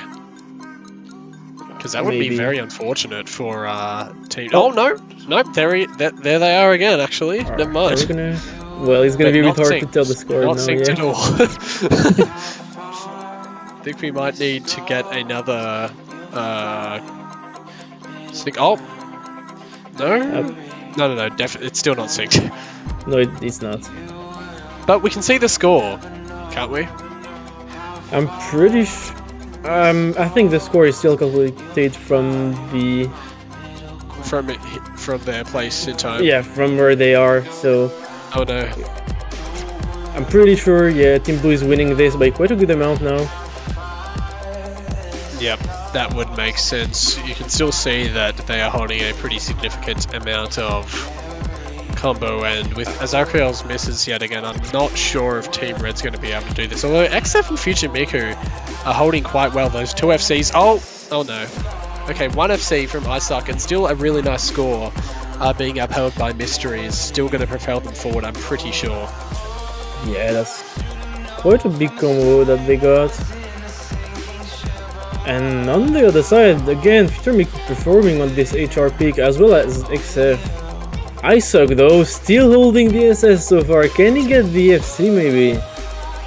We did say at the start that it, never counted out. It could happen, and right now it might. Oh no, the SS is gone, but the FC is still there. Honestly, if he can get the FC, that would be really nice. FC with one droplet miss would be absolutely crazy, and there it is. Yeah, and actually, we might see two FCs because I believe Laura Mipsum is still FCing them up. Oh no, that's Just gonna be a miss increasing that finally. score. Oh no, that is unfortunate. Look at that scoreboard, it's going up and up and up. Yeah.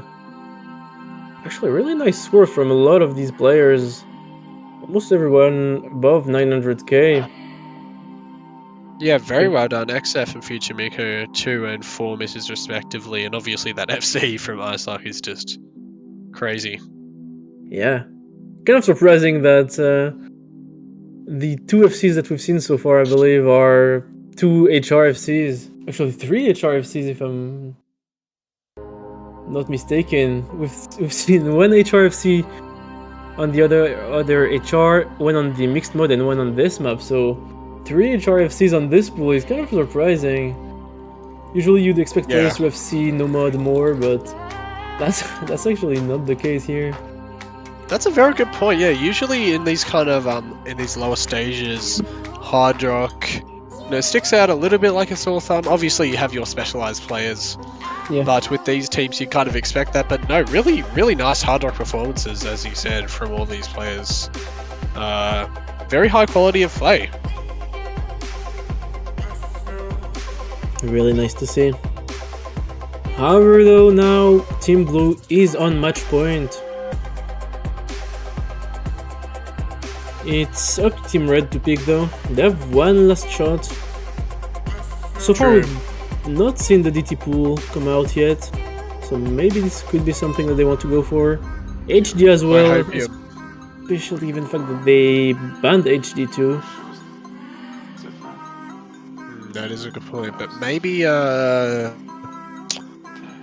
hopefully, we do still have that hopium from the start, they can at least get 1 point. Hopefully that does happen. Yeah. No sweep for the show match, and maybe we'll see Gorkum come in as well, because we haven't seen much of them yet either. I think we've seen everyone on the side of Team Blue, but Gorkum_XD is still not there. Yeah, I believe that's the only player that hasn't played yet in this show match. Yeah. So maybe for this possible final point, they can come in.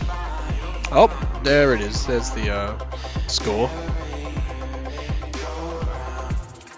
Wait, hold on. What is happening?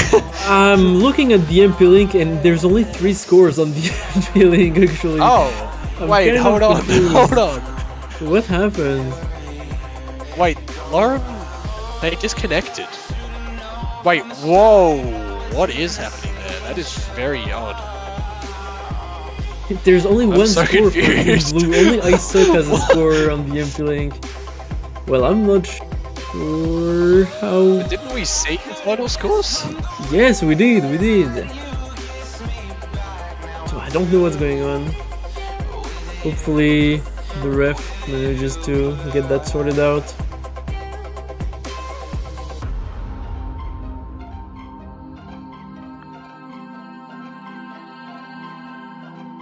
I guess we'll keep the scores because I suppose we did see the end of the point. So even if there was disconnections, I mean, we know the result of the point. It was a pretty nice win from Team Blue there. So yeah, I think everything is going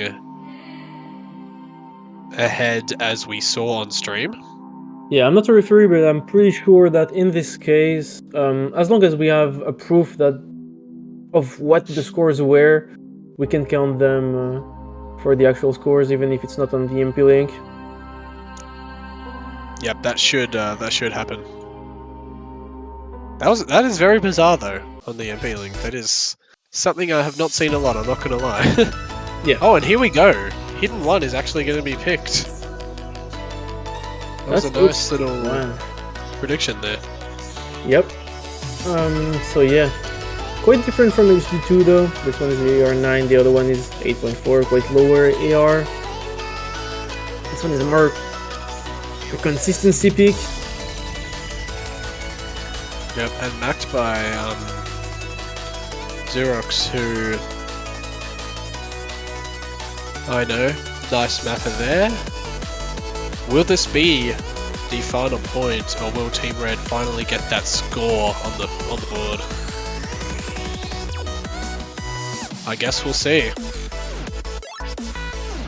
Yeah, I really hope Team Red can manage to get at least 1 point. Me too. I believe. I have the hope. But yeah, Team Blue though has been playing very well. Yeah, I'd say that they definitely have a more complete roster than Team Red. Yeah, a lot of the issues for Team Red is... mods. Yeah, for the mods and yeah, third player, a lot of the time kind of having some trouble on the maps.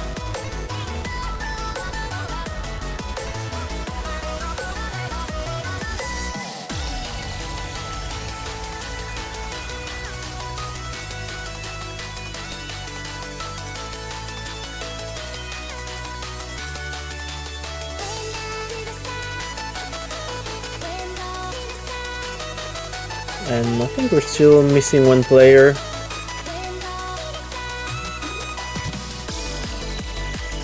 It's a nice song as well, actually, now that I'm listening to it. Yeah, it's a nice song. It's also a nice, nice map. I like it. It's a nice consistency pick.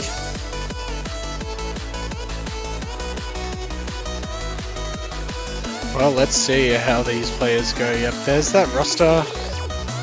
Possibly not going to be able to see Gork and XD at all for this, but who knows? Maybe a Team Red gets this point. There could be an appearance.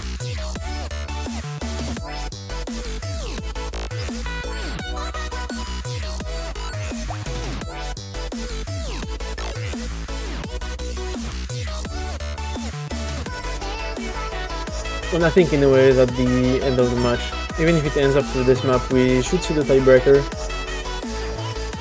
Yep. So they'll at least get to play that, I think, even if we don't see them on stream. Usually how it goes Yeah, for absolutely. tiebreakers at the end. It's for fun. Well, considering that it's a show match, I'm sure that will happen. Yeah.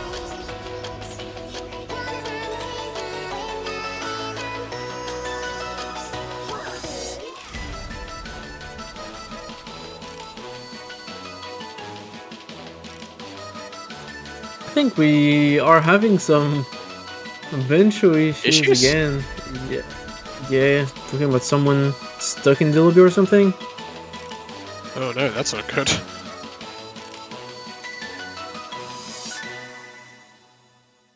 Yeah, they have to kick Yuter Miku because he can't leave. Should be able to play now though.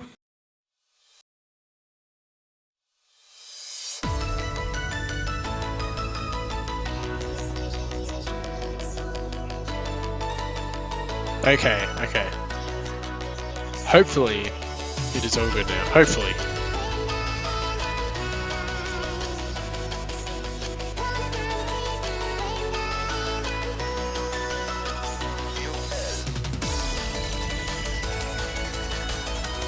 Bancho is a very funny player. I think we're not good.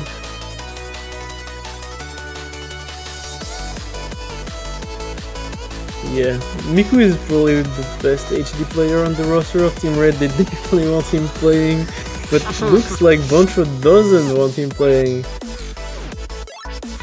Bancho the evil mastermind. Oh no. Okay. Oh boy. Okay, here we go. Let's go.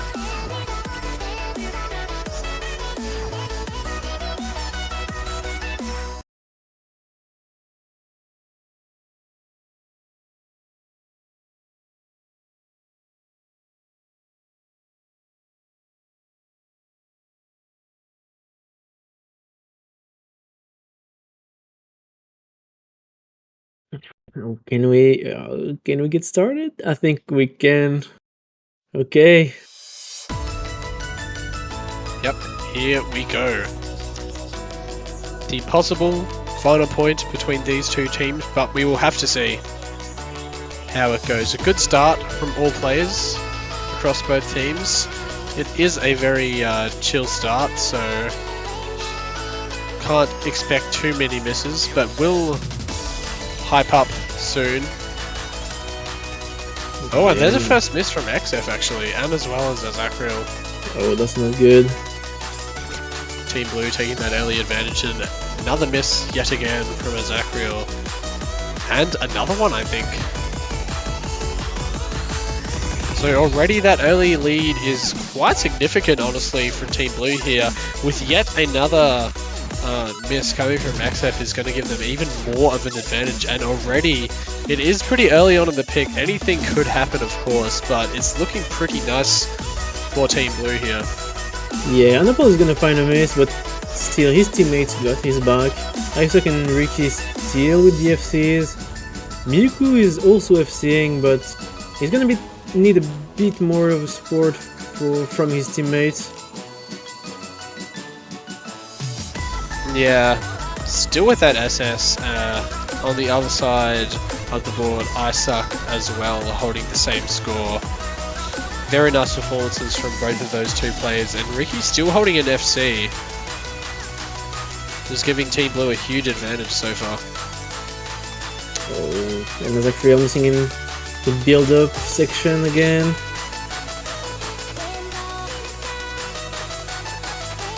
I think the KI that comes right after this build-up is probably the hardest section of the map. We're gonna see a bit more of a technical section. Let's see if this can get some misses out of Oh the no. FCs. Oh. Oh, there's a miss from Isaac! Losing the SS and the FC all at the same time.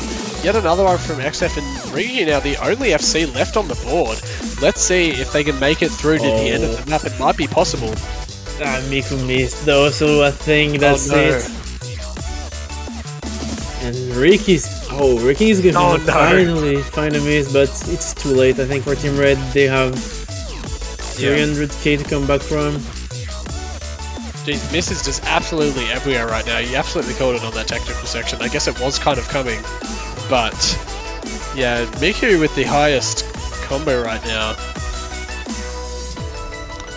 Sitting in a nice 200, but unfortunately it's not going to be enough. That score is far, far, far too ahead for Team Blue, and in these kind of closing out moments in this map, it is going to be a pretty convincing win for this map, and also kind of across all of the maps today, really. Yeah. I mean, honestly, I think Team Blue just played this very, very well. Yep. I agree.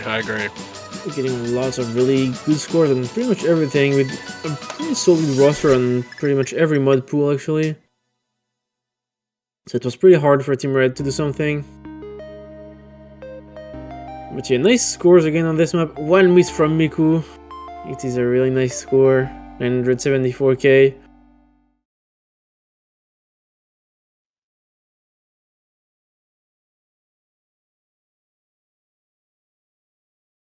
But yeah, GG's to all players. We're still gonna be hanging around for a bit because we're gonna see the tiebreaker being played. Yep. Nice one miss there from Miku, and also very good scores from Ricky and Isaac with only 5 and 3 respectively.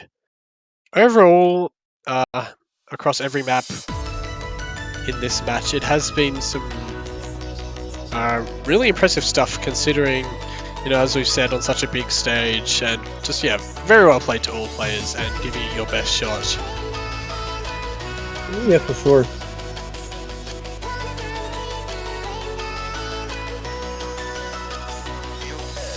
Oh, and we're gonna see Gorkem playing this for the tiebreaker. Oh, nice. Very nice to see. Everyone's here. Yeah, I'm pretty sure everyone is in the lobby playing this. We're just gonna see 3 players from each team though. True, we won't actually be able... Oh, no! No. No? There they are. Gorkem is up there.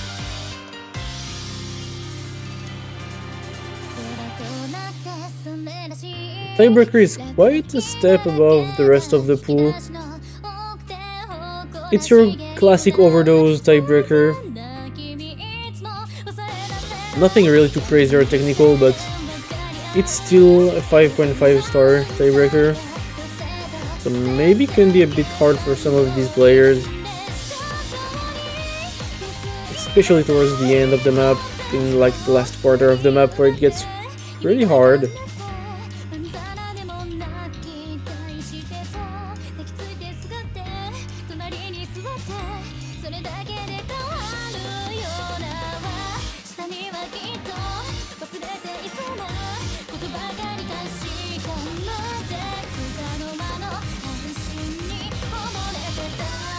Yeah, I want to see a nice score from maybe players that have been performing really well today, such as Isaac or Ricky.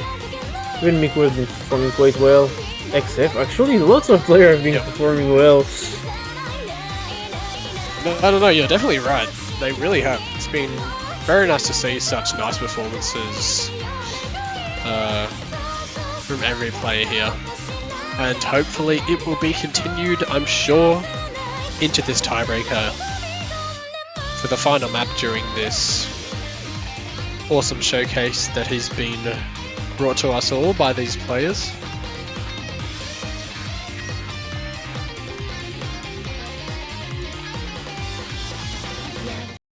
So let's see. Oh, actually, HR from Isaac on the tiebreaker. Tiebreakers wow, are that is, free mode, but that's not something you see often.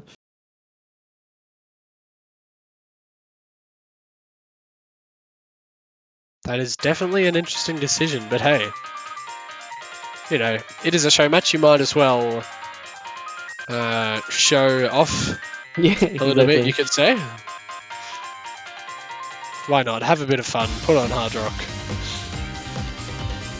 Already misses from everyone, I think, except XF here. Yeah, maybe actually, yeah, Fumiku is still holding DFC. But it's a very long map. 520. It's a tiebreaker.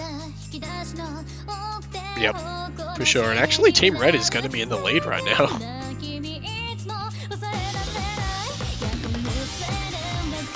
Yeah, they are. Team Blue maybe not helped by Isaac picking Hard Rock, but hey, it's not a competitive setting anymore in any sense. We're just showing off the tiebreaker for a bit of fun, so yeah, XF still though, you do have to comment on some nice combos, and XF is definitely one of them. Yeah.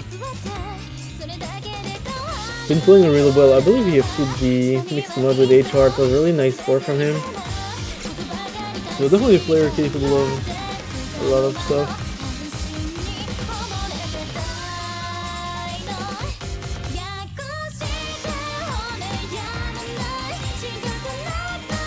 This is a banger song, by the way, I have to say.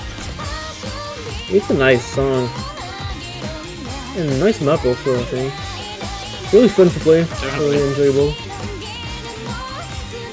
Shout out to the map pullers and pickers for this one for sure. And custom mappers, yeah. Yeah, that is a good point. Can't leave them out either. And I believe XF is still exceeding them up so far.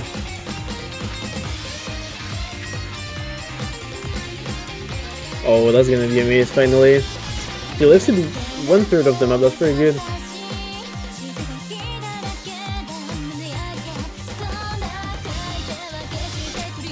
Okay. Yeah, well done to XF. Definitely the highest score on the board for sure here. Miku also doing a nice job on that hidden mod there. Yeah. And what's funny is that Isaac is not that far behind with the HR that doesn't give multiplier. Oh, that actually is a good point. I didn't realize that. Isaac still doing a pretty good job, even on Hard Rock.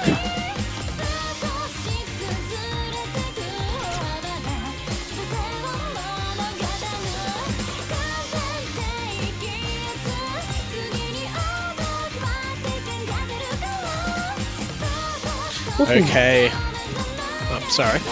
Yeah, I also want to point out Gorkian was actually not doing all that bad considering he's almost a rank 5k player. On enough of those like that, 5 win 5 stars, and as I've said, tournament setting, all that, it's pretty nice that he's almost holding the S rank so far. Yeah, very well done.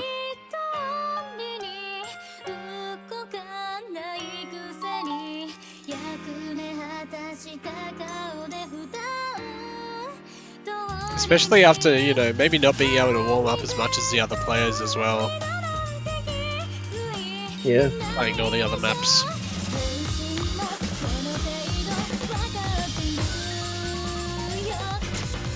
Okay, so two Yeah. misses there from Gorka and Future as well as XF. No one really holding too much of a combo here so far. The two hidden players, Anapple and Miku, both doing very well too. Really, everyone across both teams are doing very well. Yeah, and this is kind of the difficult section of the map. As I said, towards the end it gets quite harder, as you can see. Pretty crazy. Yeah, I can definitely see that. It has definitely ramped up a bit in difficulty, and a lot of the players still doing a really nice job. XF holding that 300 combo actually. Ricky and Apple also putting up some good combos. And Red Team is in the lead as well, so for the final pick, they're actually going to be able to close it out with a win. Yeah.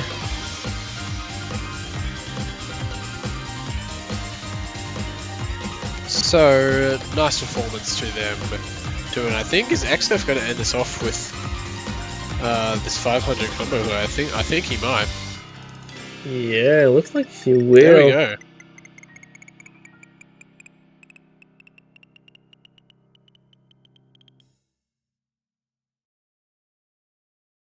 And that's gonna be it. Some nice scores again on Tiebreaker. Like, props to iSuck for playing this with HR and still getting the S rank and a good combo. Yeah, absolutely. That is quite impressive. And no player is actually going anywhere under 750k, so well done to all, and thank you for providing us with a nice entertaining show match and coming back after not qualifying. Well done to all of you, and hopefully we'll be able to see you next year with your teams and qualifying for the tournament. Yeah, I hope maybe this show match motivates them a bit to keep trying hard to maybe qualify next year. Maybe we'll motivate some other players from the countries that did not qualify to actually grind the game and make it to the big stage. Would be really nice to see. But yeah, definitely. And actually, I was going to say, probably hopefully sparking some sort of thing in each of these countries to kind of, get a stronger roster, practice harder, and be back better and stronger for next year. Another thing I'd like to point out that I actually didn't realize is the match was, that final point was super close. Red Team actually ending up losing that one by 3k points, which I didn't 3K. realize. on Tiebreaker with 8 people playing is almost nothing. So, great point to end that out there, and it is going to be it for this show match. The next match coming up is going to be between Japan and Norway, which you definitely don't want to miss, so stay tuned for that. That is going to be here in about 5 minutes, so we'll take a very short break and see you soon. Yep. See you soon. Thanks for joining the stream.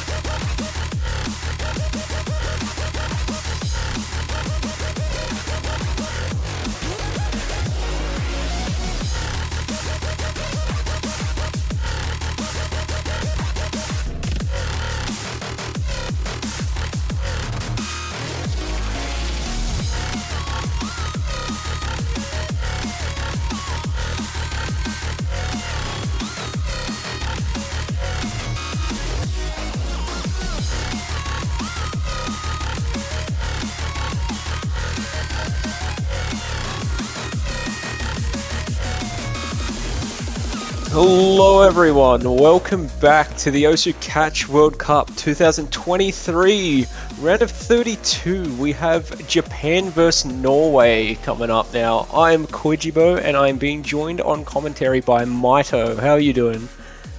I am doing pretty well, thank you, my friend. I'm pretty excited for this match, actually. Back to the regular matches for this round of 32, and hopefully it's going to be a good one between Japan and Norway here. Yeah, what are your thoughts on the match? What do you think? What do you think will happen? This could be quite interesting. I know like a fair few players playing in here. Like I've gone up against Molkus in 1v1 tournaments, and I don't know, he's a pretty strong all-round player these days. I know Cameragod and Snowwind are also very strong players. Snowwind for Japan and Camera for Norway, as I know I played with both of them in this year's AXS, and yeah, Camera's really good all round, and Snowwind pops off on a lot of stuff. Pretty strong DT player as well. I know Miles a pretty decent hidden player, and Sysef's also pretty good. I've seen a lot of Sysef's more no mod centered stuff, but I'd imagine he can play mods pretty decent. I think there are a lot of familiar names in both teams, so like a lot of seasoned rosters, and I'd say this might be one of our closer matches.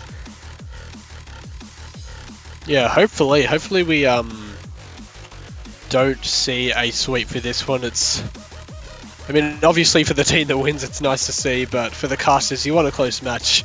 You want something that really gives the audience a bit of a rouse, you know. So hopefully it'll be a good one, and I reckon it will be. No, definitely. So it looks like the ban from Japan was Hidden 1, and their pick being DT2. So that's not too surprising. I know Molkus is pretty decent at DT, and like I said, Snowwind's pretty decent as well. I know there are a fair few decent players on their team who can sort of do those other mods as well. And Norway's ban was Hard Rock 2, so yeah, maybe not feeling it so much. I know they do have the odd couple strong Hard Rock players, but maybe they're just not 100% set on, like, you know, third players for Hard Rock. Not sure.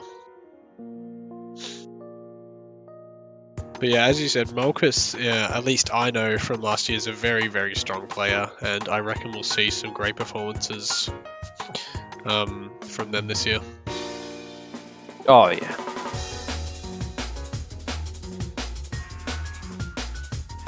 But I'm expecting quite a lot of really nice plays across both teams.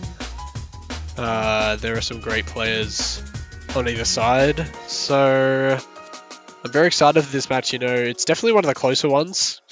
As you said, it's 15th versus 18th, so not a whole lot separating these teams, to be honest. It could definitely be a bit of an upset, at least in terms of seedings. Yeah, at that point, I wouldn't even call it an upset at that point, just because their seedings are so close. Like, sure, it still is high seed versus low seed, but it's only 3 positions of difference, really. So, like, that's just 1 or 2 maps better for one team.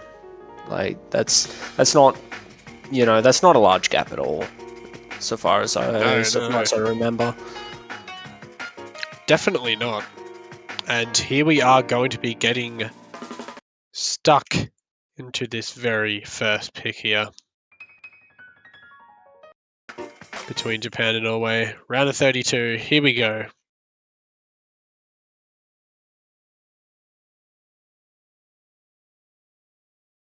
DT2, I'm pretty sure it is. It sure is. And a bit of a funny banter mode at the start, as always. You know, you can't have a tournament without a bit of funny banter action. Yeah, bancho moment. And already I think we've seen a miss from Vanilla there, as well as Cameragod. Yeah, early miss. I find this one is a bit more finicky than the other 2 DT maps. Like, the patterns aren't overly hard, but it's just like the approach rate, you sometimes just dash off of things pretty easy, especially here. Just your stop and start movements in those doubles kind of just catch you off a bit. But everyone hitting that all right, except for Rindo from the looks of it. Rindo going to drop. So yeah, maybe just dashing too far on one of them, not stopping quite quick enough for the one of those doubles. Camera God going to drop now as well. So yeah, I was going to say the lead going over to Norway, but then immediately switching back to Japan with that miss from Camera God. Yeah, not too good, but not too bad at the moment. They're going to need... Oh, that is bad, though. It looks like a double break for Norway. Benita and Vanilla both missing in the same spot. Oh, Benita and another Marcus one. trading, too. The big thing right now is Hiroshiki is still FCing. And Oh he's no, the going to miss, curse! but Rindo holds combo. It's alright. It's not a curse at this point. I mean... They held combos for so much longer, and it really... They still have about 80k, and at this point, Yep. that's just There's their another point. miss from Camera God too, So, and yeah, that is Japan's closing this out. Yeah, that is a pretty sensible pick. Gonna take it by about 80k points, more or less. Yeah, 79,953 being the difference.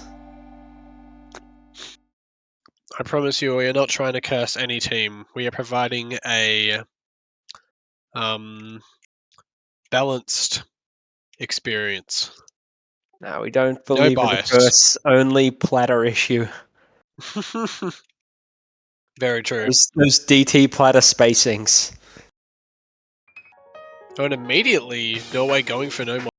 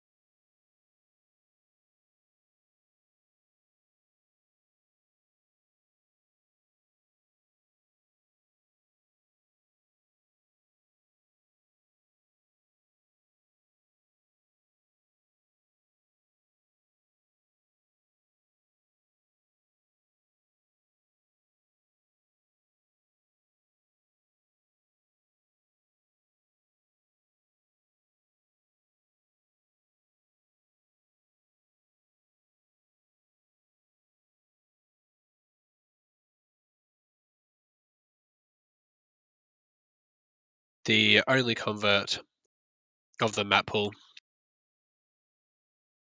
Let's see how everyone does. And I think we have a swap out here from Norway, do we? Yes.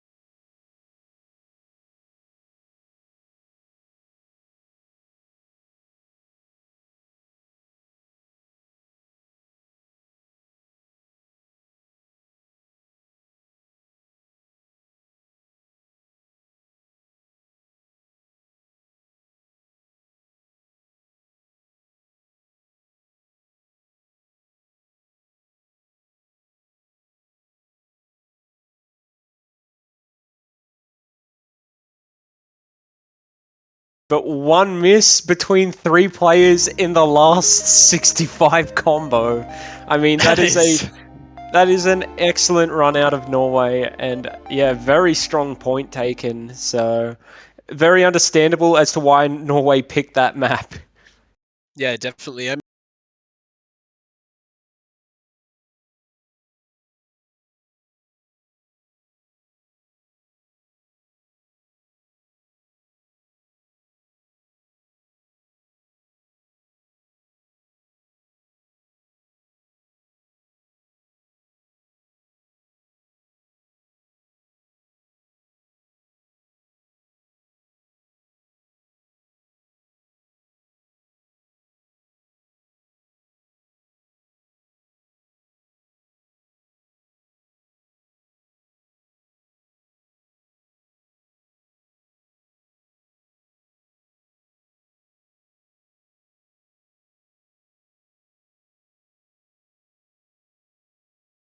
Like that again, and we are going to see Barracuda DT3, and this might be a really smart pick for Japan considering how well they did on the last DT, taking it by about, what was it, 79,000 points? Let me just check that one. Yep, that is correct.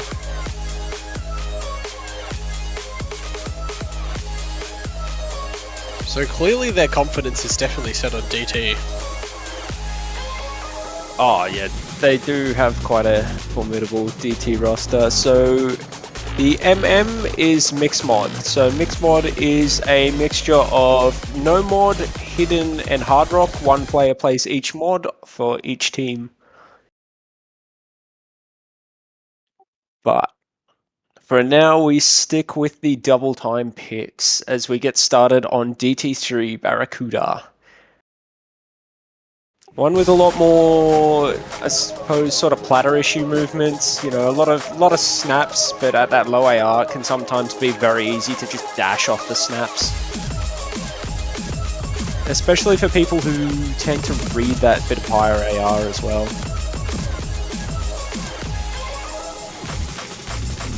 Yep, and no early misses so far. Hiroshiki opting for that hidden as well. So, oh, there's a first miss. Oh, two. And Sicef as well. Going to give a little bit of a lead to Norway there. Luckily, oh no, but Rindo misses as well, and they have no more full combos. That lead is going to absolutely skyrocket for Norway now, as they are absolutely holding those seeds between Azadith and Camera God, and two more misses from the side of Japan. Ooh, looks like they're fighting the nerves a bit in the start. Yeah, massive jump up as, you know, 3-minute song becomes a 2-minute song. You know, that score just goes so much faster now. Azadith gonna find a miss, but Camera God and Sicef doing quite well. Camera God still maintaining that FC, and that is probably the most important part of Norway's lead right now, I'd say, making that 100k. Is that extra miss probably would have, you know, made the gap much closer if Camera God had have missed earlier.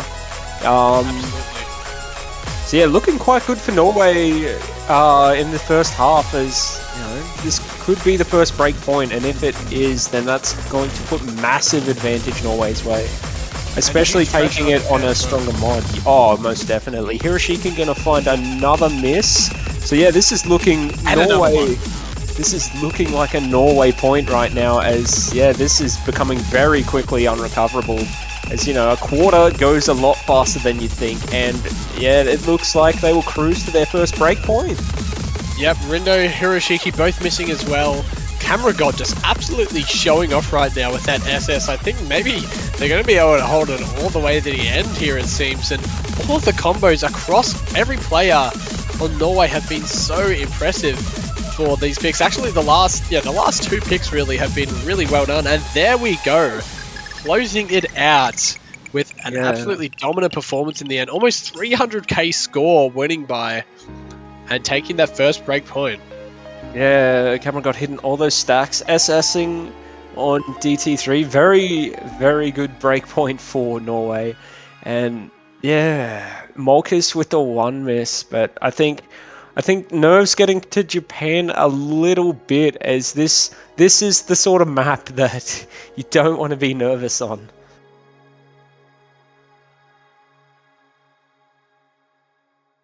Yeah, I'd say this is more of a confidence pick, so it's kind of surprising to see the breakpoint, but there's still heaps of time for Japan to fight back with a breakpoint of their own.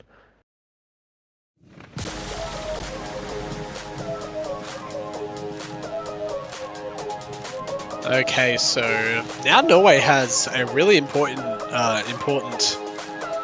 map to choose. Having that break point, and now needs to capitalize on it in order to just put the absolute maximum pressure on Japan, really. Considering there are only 5 points to be won in this one, having that break point early on is super important. So let's see what will happen.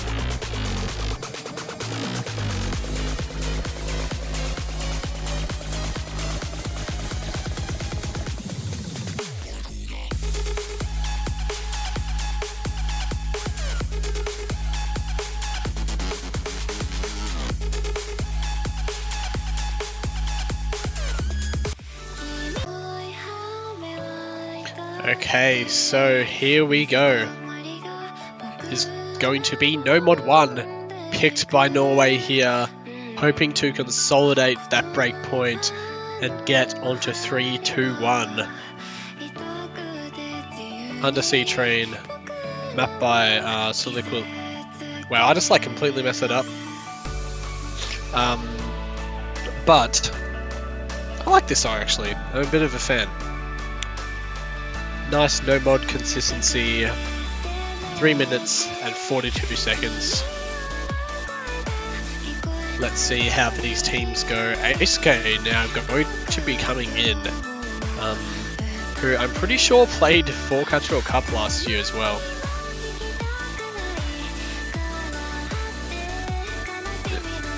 Yeah, we're going to see Benita come in for Norway as well. So Cameragod going to take a slight rest, as we will see Mile as well.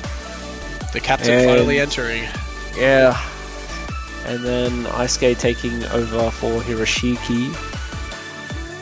And yeah, this will be... I feel like this will be a pretty close one, because, you know, No Mod 1 is generally pretty easy map. So, well, Cameragod is back. And yeah, Cameragod being that all-round player definitely makes sense that they keep him in. Yep, for sure, for sure. Very strong performance last couple of maps as well.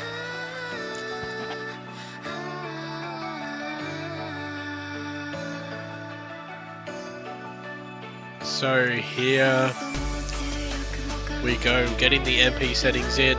MP start 5 is now in the chat. Let's go. Awesome back and forth before we start.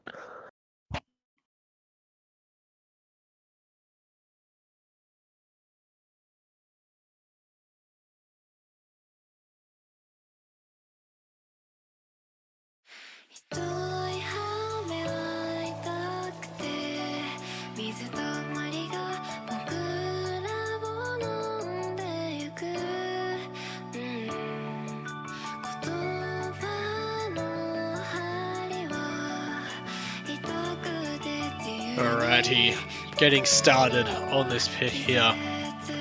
No Mod 1, a very grindy map, just has to be consistent across the entire thing. That is really what most No Mod 1s are all about. And oh no! That is very unfortunate for Team Japan here.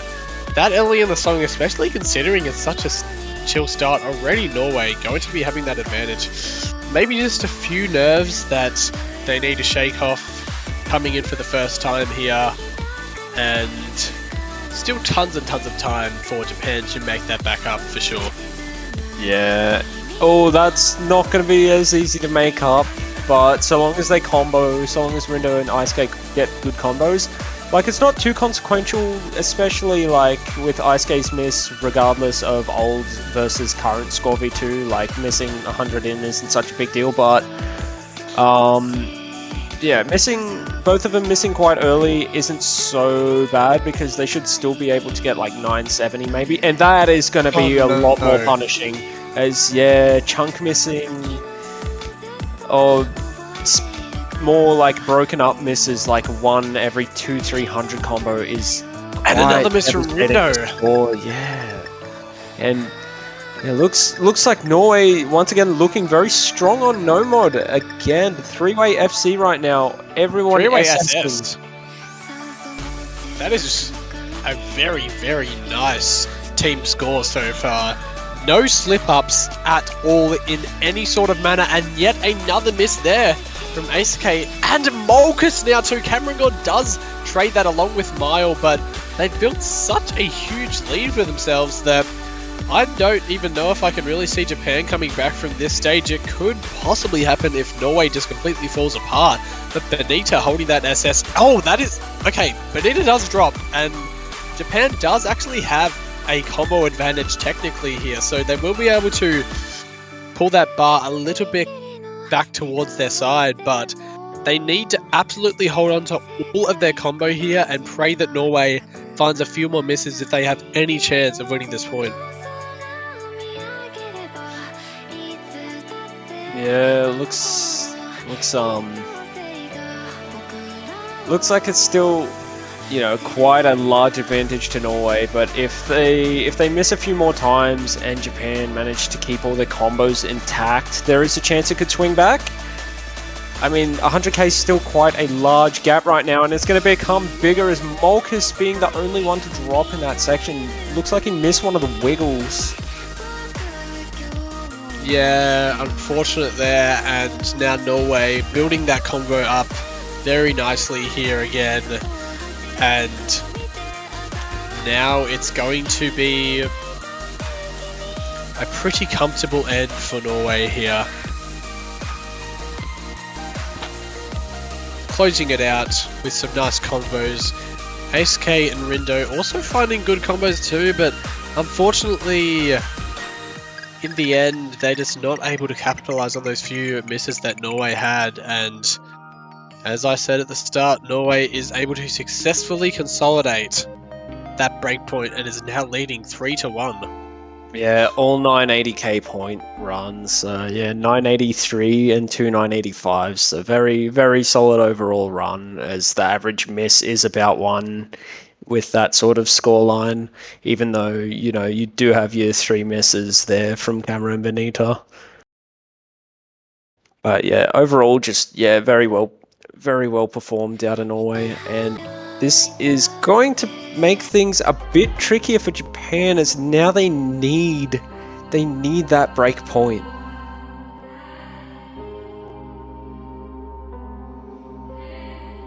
Yeah, they really need to pick this map very considerately here.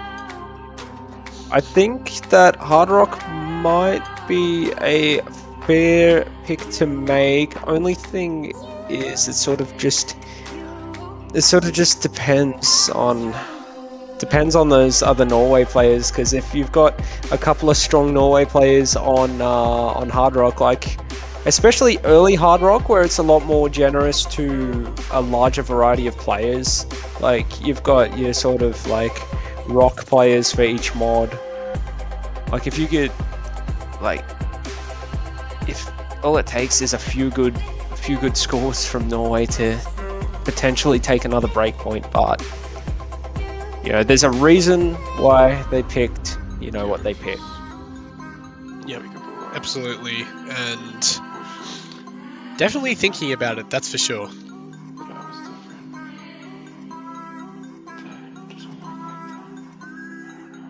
Yeah, like I said, I don't think either way, like, I don't think even if Norway, like, I don't think if Norway wins that this would be an upset victory, just because of how closely they're seated.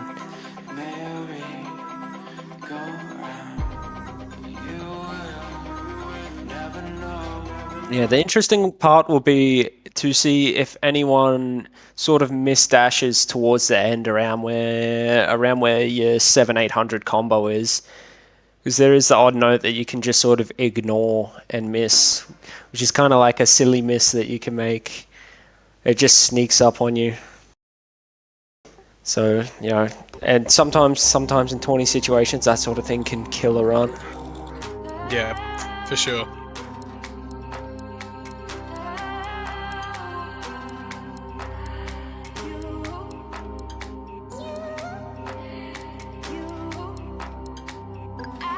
Okay, so pretty chill start to this map, but now getting into it with a few of the faster nodes coming in. It's a very streamy map, not a whole lot of breaks in between nodes. And that's gonna be a Snowwind gonna first find miss. an early miss. Yeah, that's almost a bit Yet surprising. another early lead but- for Norway. Yeah, I was gonna say, the thing is about Hidden being used as a reading tool for Hard Rock is I find it actually kind of makes judgment sometimes a bit weird for movements when it comes to moving on Hidden Hard Rock. Like, I think Hard Rock standalone is always just gonna be a better sort of way to read it.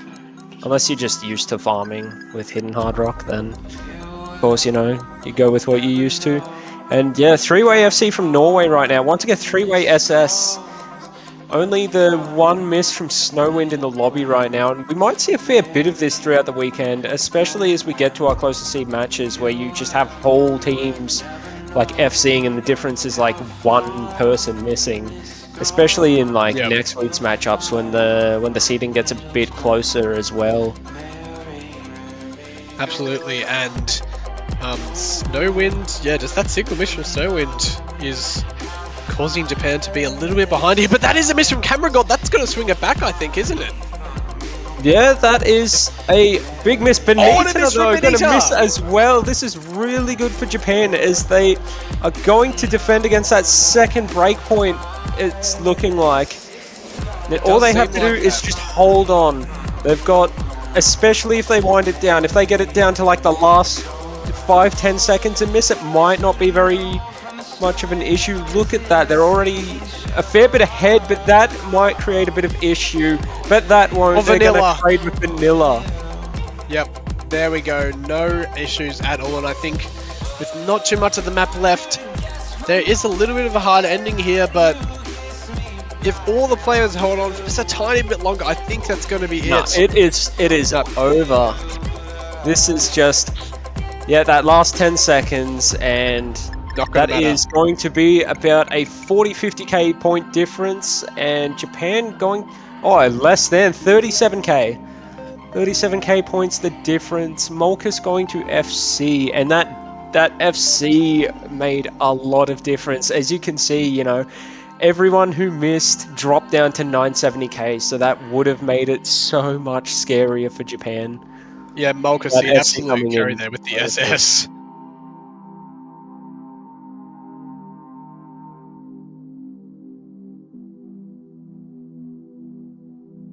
So that is another interesting point too, is the winner of this match next week, they will face South Korea. So, you know, they fight hard here, and then it's going to be even harder next week.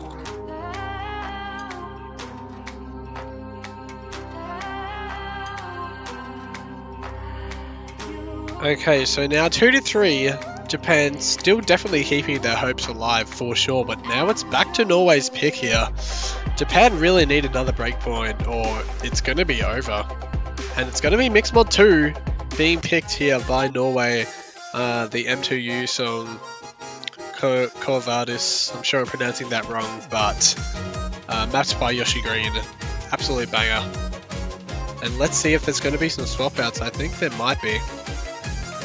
Oh, I don't know. I think Norway's roster will stay.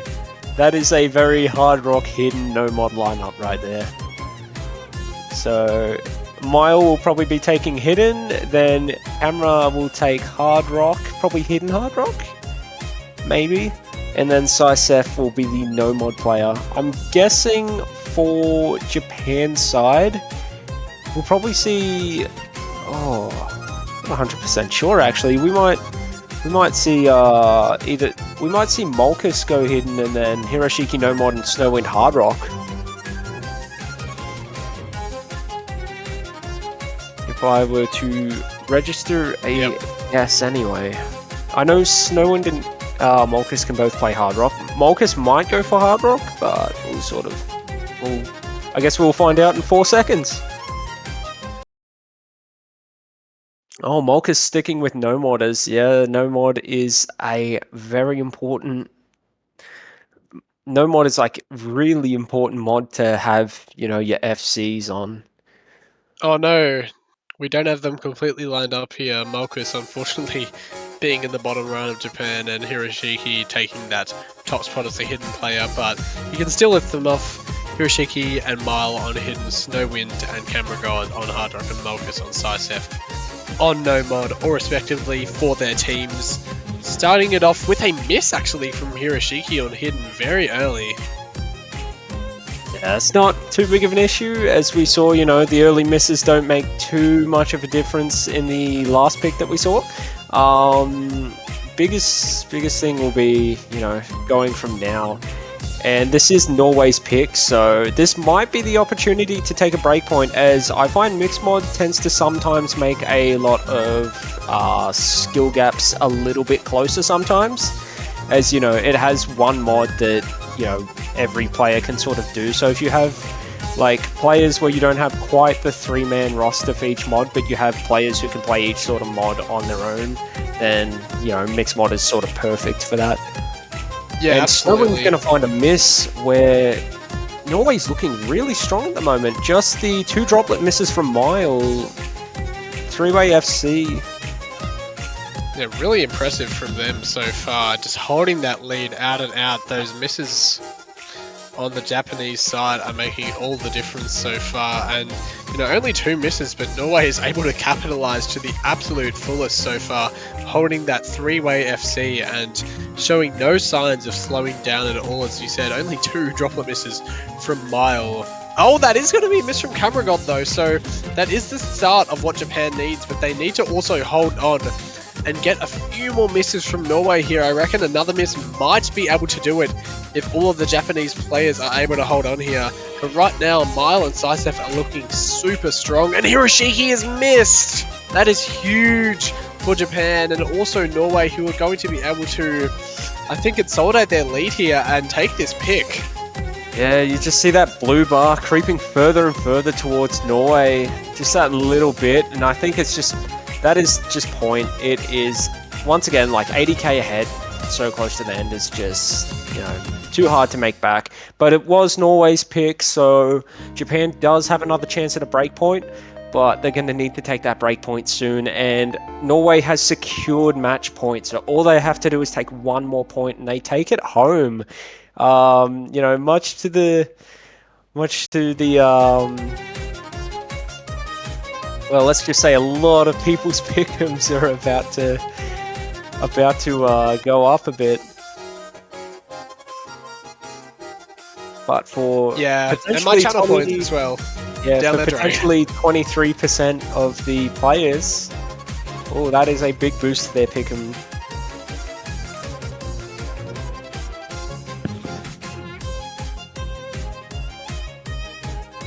Yep, I guess betting half the channel points on this one probably wasn't the most wise decision, to be honest, but hey, you have to have faith in someone, and right now it's looking like I might have possibly put faith in the wrong team, but you never know.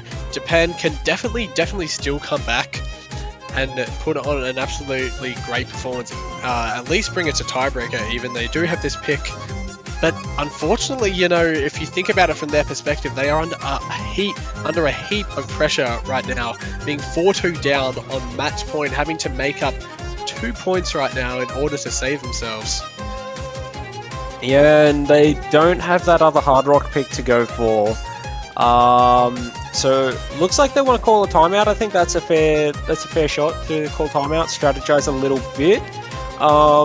They do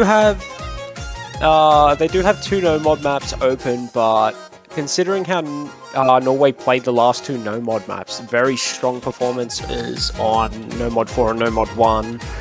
I think that, something like no-mod 2, where it's like probably the most FCable of the no-mod maps, might not be the best pick.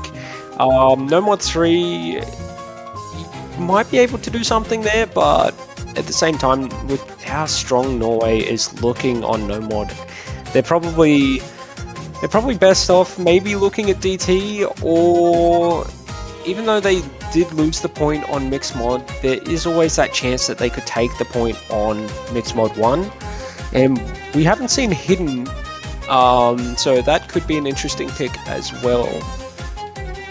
Yep. And then you've got the 50-50 win rate, Norway taking DT3 and Japan taking DT2, so there's sort of a coin flip, I'd say, on DT1 maybe. I'd say there's a bit less quirk to DT1 than... I'd say DT1's probably a bit closer to DT3.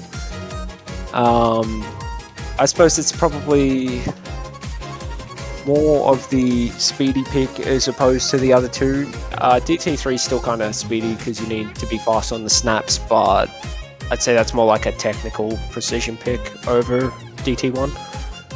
Yep. That is definitely some good insight there. I think, definitely a good decision from Japan here to take that timeout, under so much stress, maybe just taking a little bit of time to kind of calm their nerves and sort out what their pick is going to be here in order to get it back up to face Norway in the tiebreaker.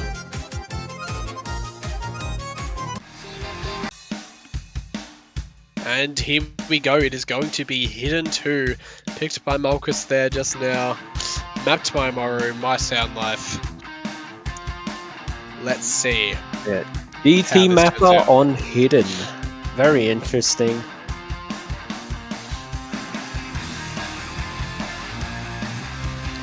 Although, come to think of it, I think this might actually be the first time I've seen a Moru map made for a hidden pool. Usually I see them made and I see them in the DT pool, and they're always fun. You know, a lot of banger maps in previous tournaments, like Pretty Little Psycho from AOT and Suzuki from the Catch International.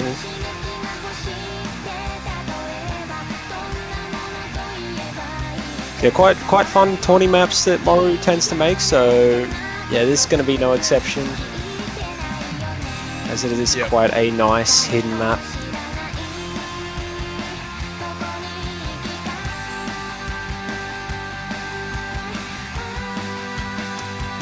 Okay, so after that nice break there for Japan, hopefully kind of settling those nerves from the absolute pressure that they're under right now, will they be able to kind of bring it back on this Hidden 2 pick? I mean, seeing a tiebreaker would be extremely hype, so let's hope that it can happen. Yeah, well, we will find out now. I was about to say in 5 seconds, but that 5 seconds had already passed. And yeah, this might be another 50-50, as we have players from both teams who are quite good at hidden. Like, you've got Mile and Camera God, and I think Benita is pretty good as well at hidden. I haven't actually seen that many of Benita's plays, which is quite surprising, you know, considering, you know, been in catch a long time, but you know, sometimes you sort of just miss the odd thing or two. Then you know, obviously having Mulkus, Snowwind, and Hero on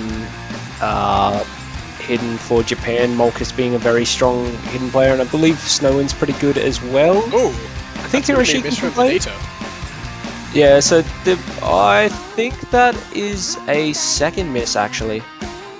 Oh, I see. So already a nice early lead here for Japan, and if you look at the time for this map, it's only 2:13. It's definitely not the longest point, so if Japan can kind of just stay chilled, stay their nerves, and ride through the storm. But Mulkus is actually going to find a miss here, so that advantage is slowly going to be creeping back towards the side of Norway now, and I think Japan might be able to retain that lead though. Not by much, however, it's going to be very close. As Yeah, the we are scoreboard- entering the halfway point. Yeah, the scoreboard was shrinking quite a bit earlier, but it has slowed down a bit. But Mulkus is still, you know, not very high in terms of combo, only has about the 100. But those earlier two misses from Benita, because they're a little bit spaced, it did put her a little bit behind in score, but she does have a bit of a better combo advantage now. So you might see that actually close up a bit towards the end of the map, provided Yeah, no for one sure. else sort of misses. And if you look at the bar right now, and actually the scores, it is super close. It's only about 10k score or something. Any miss from Japan is immediately going to flip that back over to Norway. But as we're closing the point out, is it going to happen? Any miss is going to do it, or Mr. Norway is going to swing it back the other side. Will it happen? I'm not sure. This is getting quite tense, as they are very close. They are very close. So that looks Oh, like boy. the end. That looks like the end. think No it's one's gonna be gonna it. drop Yep. and Japan takes the point by 13,485 points. Just the one miss and the three miss. So yeah, that little bit of spacing between the three miss making all the difference. As you know, combo game was good, but oh, that was close. 3-4, and Norway's still on match point. They have the pick now. I'm guessing that they're actually more likely to go to Nomod, as they've had quite strong performances there, and it's probably the pick they're less likely to get breakpointed on. But you never know. Just because they did well on the first two doesn't mean that they're going to stay consistent. Yep, But absolutely. everyone there very strong on hidden, so that was definitely a coin flip, and it did work out in Japan's favor. But oh, that was close. Just only by 13k score. That is a really, really tight margin. Just being able to close it out there, and here we are at one of the most tense picks of this entire match. Obviously, that one was, I guess the last 2 points have been really, really intense, and now that Norway has a chance to kind of pick a map that they're comfortable on and close this out, will they be able to do it, or can Japan bring it to tiebreaker? Oh, Mixed Mod won. So No we waiting might- at all, really. Yeah, we could see something here. I think Norway definitely has the advantage on this Mixed Mod pick, but I think Mixed Mod or DT would be the more likely way to break point Norway out of all the mods. Yeah, it's very interesting to see the suggestion that even a one miss on that hidden pick would, you know, sort of like one missing.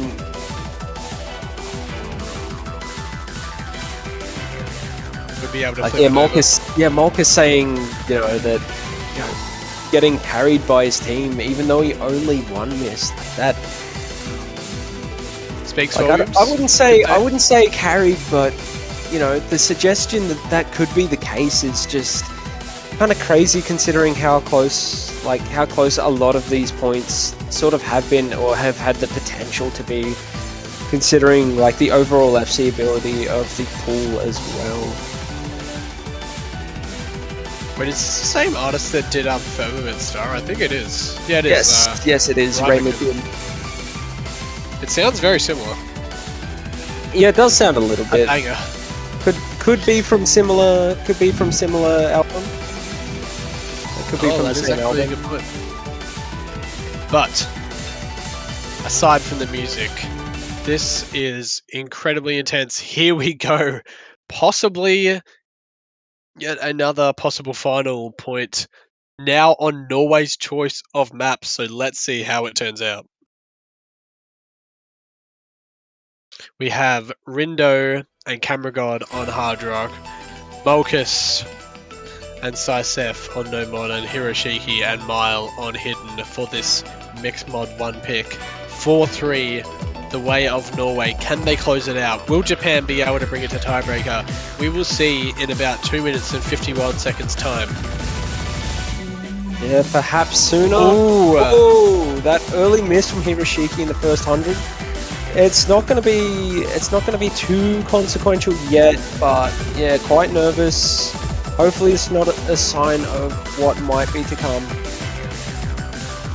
Yep, hopefully not, but it looks like Norway seems very confident, obviously, for this pick that they have chosen. They're still holding all of those FCs out of the game. Hiroshiki is able to consolidate that miss, build up that combo yet again, but even one miss like we saw in that previous pick can decide everything. It is a bit of a longer map here, but you never know what might happen. Still lots of time for Japan to be able to reclaim that score lead. It's only about 20k score or so not too much of a deficit.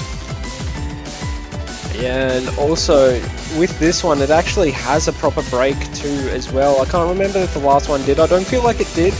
But yeah, having those proper breaks can sometimes be a bit worrying, because sometimes you just look at the leaderboard out of that's a habit miss and from Miles gonna miss. I think that's going to bring it back to Japan's side. Yeah, it definitely will. Look at that Yeah. bar, it's shrinking and shrinking, and it's about to flip, and there it goes. Japan is now back in the lead, but Hiroshiki misses on the break. I cannot believe that they're going to be able to see the score. That was so close. That was so close. They just had it. There's still chance, but and seeing that as well, seeing that you've just broken going into a break can sometimes be like so concerning. You get that thing in your brain like, oh no, I have to perform now, and if they don't miss, it's game over. Yeah, and it honestly could be right now. If Norway just keeps holding on, it is going to be game over. Mile now getting that combo back up. will it be enough? They are just keeping that lead just in their favour. Any miss on Norway's running side out. right now. It's starting to get too late now. It's I think honestly 40k it might difference. be. It is too late. It is Norway's point. Norway take that last point on Mixed Mod. They're going to be able to do it. The upset, in terms of the seedings at least, is there on an absolute nail-biter of a pick. 2 points in a row there, so close, only decided by 2 misses there, or 3 I should say. Absolutely incredible match, and Norway is taking it, and there go my channel points down the Yeah, drain. it's sort of- Absolutely it's- amazing performance. Yeah, sort of like the opposite of what happened with Hidden 2 there, as you know, Norway was the one who sort of had that 2 miss break, whereas this time Japan has that 2 miss break. So yeah, very unfortunate, but such a close matchup and a real good match to watch and cast as well. 5-3 to Norway.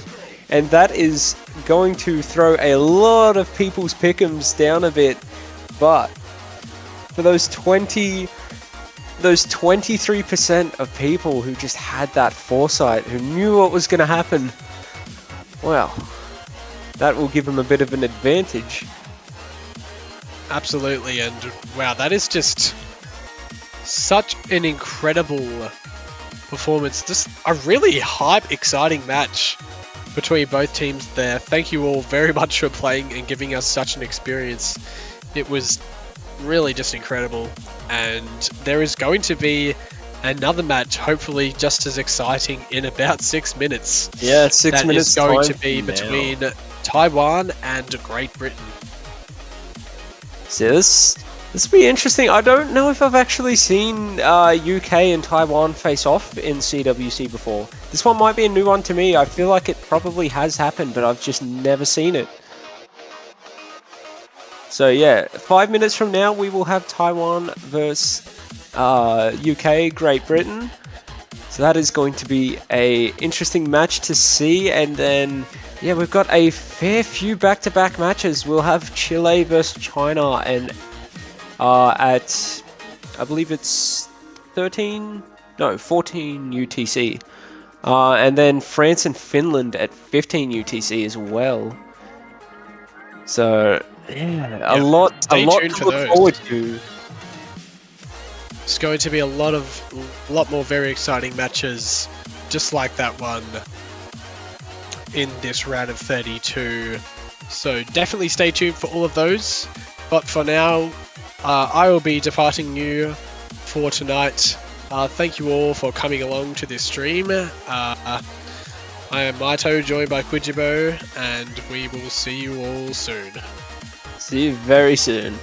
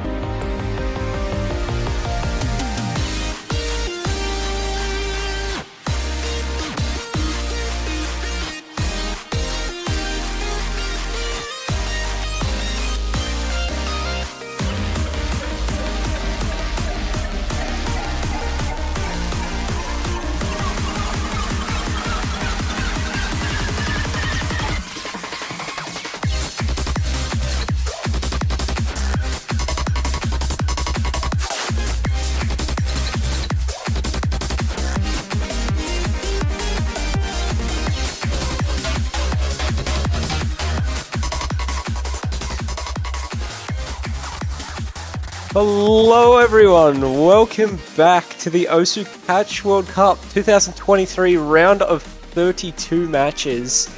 Now, just 5 minutes ago we had an excellent match with Norway and Japan, very close, Norway taking a technical upset 5-3. And now we have the United Kingdom versus Taiwan. I am Kujibo and I am being joined by debuting caster Ash Ketchum, formerly known as Huge Man. How are you doing? I'm doing great. What a match we just had, Norway versus Japan. Wow, what a close one. Such an exciting match, and I hope that this match between Taiwan versus United Kingdom can prove to be as exciting. Super exciting. Oh yeah, I'm guessing there was a lot of Nordic hype around that. Oh yes. Definitely. Oh yes. Definitely. And yeah, quite a strong Taiwan team. You definitely have your pretty solid players. You've got Bipu, who's always been a good all-round tournament player, speaking from experience. You've got Dodo Abi. I believe he is... don't think he's the current number one in Taiwan, but he is former number one in Taiwan. Very strong player, especially on your speed picks like your Hard Rock and whatnot. Nazarene on Osu, I don't know too much about. I know Happiness Fish and ZX, they do have a bit of tournament experience. I feel like I think I've gone up against both of them before. And then from UK, you've got Withered Lotus, who is a fairly good player, also seasoned tournament player, I'd say. Tomato, I don't know too much about, but I know he does have a fair bit of experience in tourney. I know Statskun is a pretty good low AR player, and a DC is also a pretty good player as well, seeing some of their plays from the Catch Suiji tournament. And Matt H, everyone knows Matt H, one of the UK's best players. And also we have Zogoth, who I don't know too well as well. We'll see. Yeah, we'll see how a lot of these players go in this matchup. Maybe you might have a bit of insight that I don't. So on the UK side, DC is a newcomer on their side, and he will definitely, I think, in my opinion, be very beneficial to them as sort of their third mechanically strong player. They've always had Withered Lotus and Matt H, obviously, who are very strong players, but now DC is joining them as that sort of no-mod hard rock third. They also have Statskun, like you mentioned, who was a really good low AR player, but also low AR hidden. He did really well in qualifiers on the low AR hidden. And Tomato and Zogoth, both 2 3-digit players, and I think they also have played in the Catch World Cup before. At least Tomato has. Maybe Zogoth was in the 3-digit World Cup before. But yeah, on Taiwan side, like you said, Happiness Fish, ZX, Bipu, and Dodo Abi are very strong players, and on paper that roster is very strong. Oh yeah, most definitely. Yeah, I do remember seeing Tomato in previous tournaments, in previous CWCs. It is sometimes, a year is so much time sometimes, and other times it's just, it feels like it's just gone. But very excited to see how these teams go today. Indeed. I think on an early round pool, it definitely could be closer than people would expect. Obviously, Taiwan is seed 10, whereas United Kingdom is seed 23. But on such an early round pool, I think there is a possibility of things going either way. So yeah. Well, yeah, we did just witness that a little bit. I think to a bit less of an extent, as Norway was a pretty strong roster. And, I feel like Norway's a bit of an underrated roster, so we might see that a bit with the UK in this case as well. I think they're definitely capable of performing on an early round map pool at least, for sure. So it looks like Nazarene rolls 88 points, so UK with the first ban. I didn't see what they rolled, but 88's a pretty hard roll to beat. And it looks like Withered Lotus going to ban No Mod 3. It's an interesting ban. It seems like the higher seeded teams are usually the ones that ban that against the lower seed, but this time United Kingdom being considerably lower seeded than Taiwan actually banning that, so they must not feel very confident on that. Either that or, being like a very well-known team with Taiwan, a lot of other teams sort of know what they, as a team, are pretty good with. So sometimes you can sort of pick around a player's like a team skill set. So we might even just be seeing that, or maybe it is just that case that they're not confident, so they don't want something that might be used against them to be available. That's true.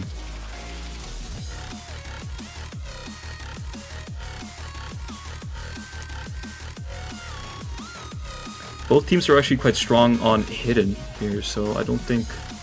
I was about to say that Taiwan could ban hidden too, because of people like StatsGood, but Taiwan definitely has a good hidden roster as well. Oh yeah, most definitely. As you know, they've got Bipu. I think Dodo can play a bit of hidden as well. And I think ZX can also do it, and I think Happiness is also pretty good at that sort of stuff as well, if I'm not mistaken. Hard Rock 1 ban out of Happiness Fish. See, that one is almost a little bit surprising to me, as Taiwan you'd think would actually be going for picks with Hard Rock. Yeah, Hard Rock 1 as a ban is surprising to me as well. Maybe it's, it's quite a long map, and maybe there's a possibility of both teams doing well on it, so they don't, want to have the possibility of nerves getting in the way and something like that. I don't know, but it's an interesting ban for sure. I would have favored Taiwan on that, but now it is their pick. Yeah, I found it interesting to see Tiebreaker get flashed for a second. Looks like they've picked Tiebreaker. There it is. The first pick is Tiebreaker. First pick is Tiebreaker. So Hidden 2 going to be the real first pick. That is interesting. Like I said before, I think both rosters can do pretty well on Hidden here. And, Sorry. Yeah. No, I was going to say, maybe this is some sort of tactic to just gain the first point and gain momentum. Dominating this. Yeah, perhaps. I mean, we saw in the last match, both teams good at hidden, and it just wound up being a coin flip, just having that one hidden map open, and they picked the hidden, and it was one average miss that made a difference. Yeah, exactly. I think this could be close. Yeah, it is. It does seem like one of those 50-50 picks. And I do believe Zolgoth actually may have played last year in CWC.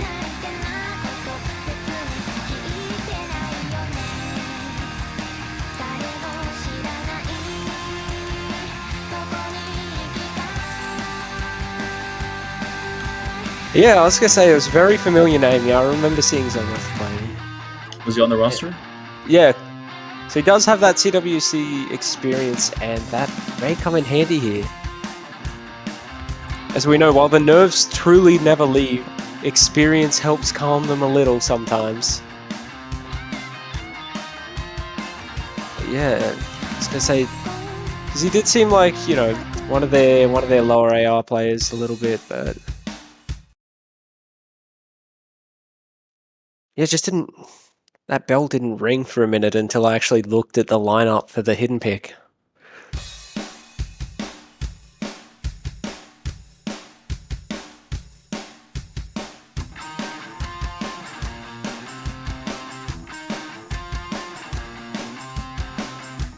Matt H with an early miss there. Another one. Yeah, that one is actually a bit more surprising to me, because I was going to say, I've always known Matt H as a speed player, like your Hard Rock, and especially your double time player. Nazarin also going to miss early, so Matt H going to have that little combo advantage that flicks it to the UK early on. StatsGood going to miss as well.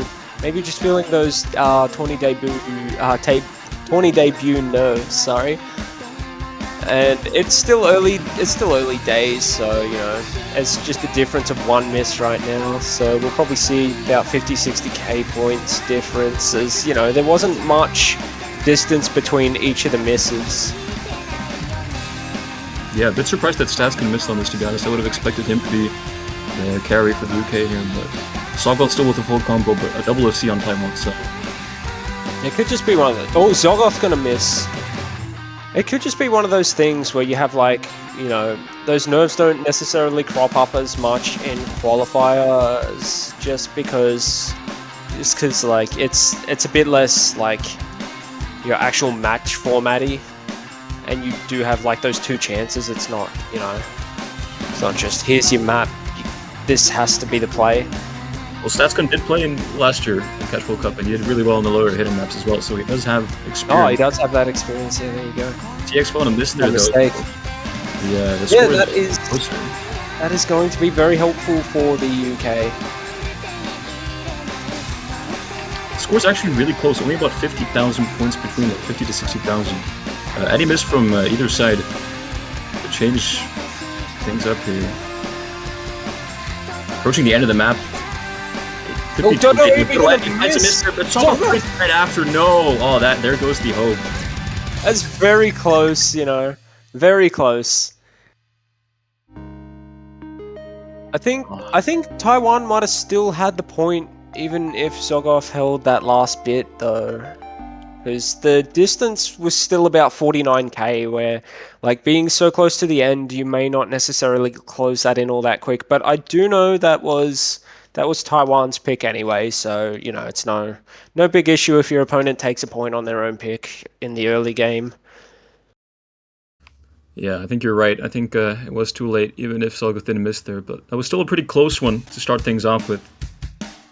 And that should maybe give United Kingdom a bit of hope, as they pick Nomad 1. Yeah, I mean, yeah, quite close, definitely. Like, the difference is still about one miss, maybe 1.5 misses with your 49k difference.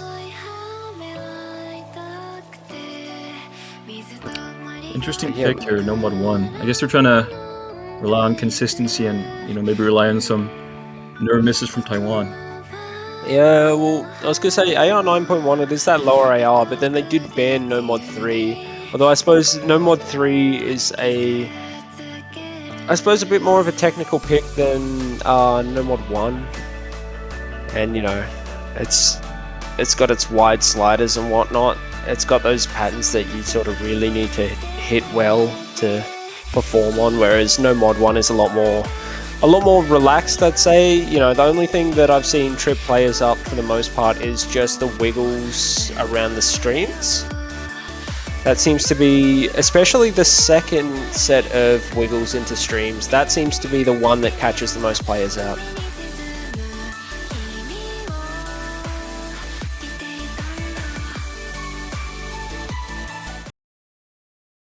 And we will be getting into our second pick of the match, Nomad 1.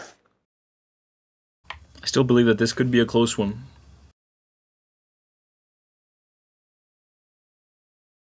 Oh, definitely. Only time will tell. A DC making his Catch World Cup debut here, playing his first ever map in an official Catch World Cup match now. Yeah, he's and a DC just having finished up playing Suigi as well, only about a week or two ago. So yeah, fresh out of a tournament, so maybe learning, you know, a fair bit of tournament play. I mean, obviously, you know, a for-fun tournament versus the Catch World Cup is a bit different in terms of like pressure and scale, but you know, that bit of tournament experience definitely couldn't have hurt. I mean, it's not just tournament experience, they won the tournament, his team, so he's coming off here from a win. Well, there you go, that is really good definitely a momentum. confidence boost. For sure, for sure.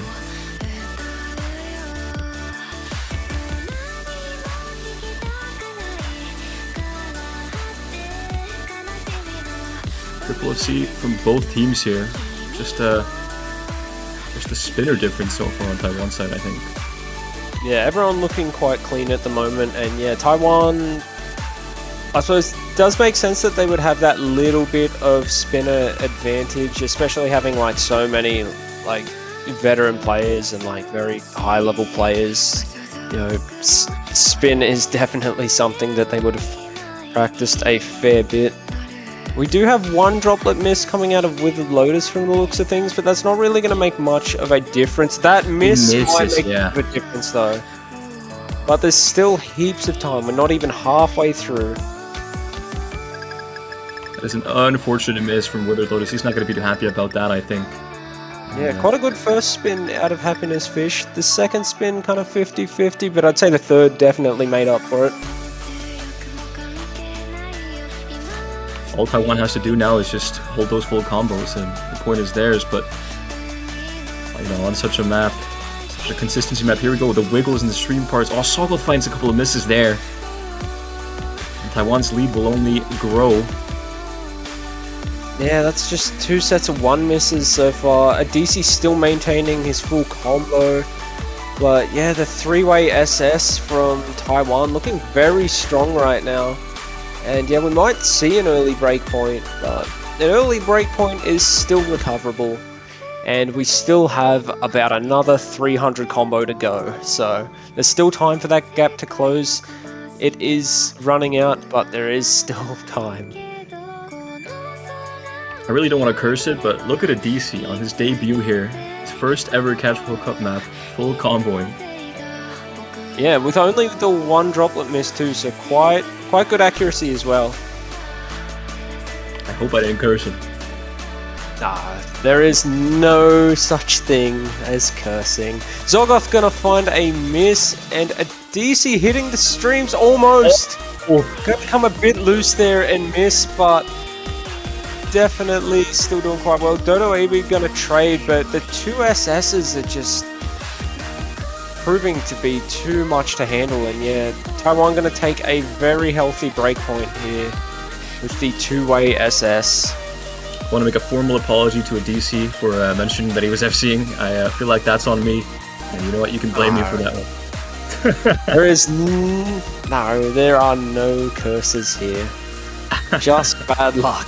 This is my first time casting as well, and I've already gotten 1 curse. Let's go. Yeah, Taiwan going to take a second point, and yeah, getting over the 3 mil mark. So yeah, just a 1 miss out of Dodoabe. Slight droplet miss towards the end out of Happiness Fish, but yeah, 2 AFC, and yeah, very strong performance. Yeah, it's hard to beat that. I think the United Kingdom did the right thing by picking this, but when Taiwan performs like that, 2 FCs and 1 miss, it's just hard to go against that. So fair play. Yeah, it's just that thing, you know. You've got like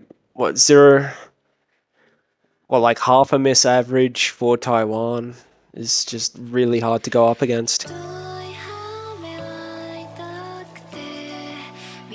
And that is the first break point, and now it is Taiwan's turn to pick. They surely have the momentum here, so they can pick pretty confidently. Yeah, I feel like if I were Taiwan, they probably might actually go for No Mod 4 here, if I were to predict. Because I know Taiwan has very strong convert players, and considering how well they just performed on No Mod, the convert pick might actually be a massive pick from them. Yeah, I think you're right. Taiwan is very strong on converts, and them picking that would not be surprising.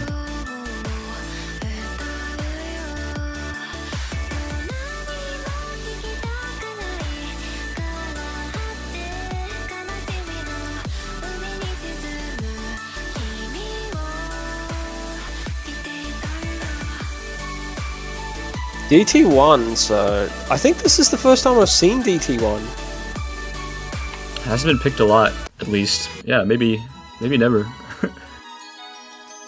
But it kind of makes sense. It's quite a mechanically challenging map, and Taiwan, on paper, is better at mechanic skill.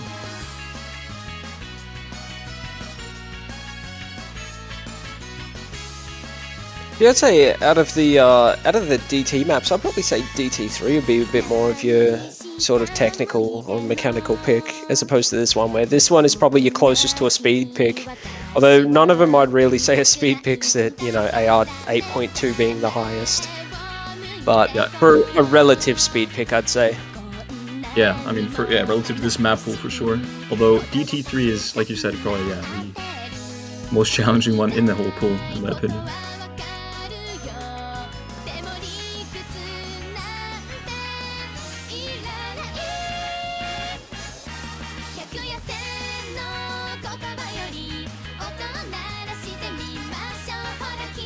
Yeah. I actually think Taiwan has been having the same roster for all the picks so far.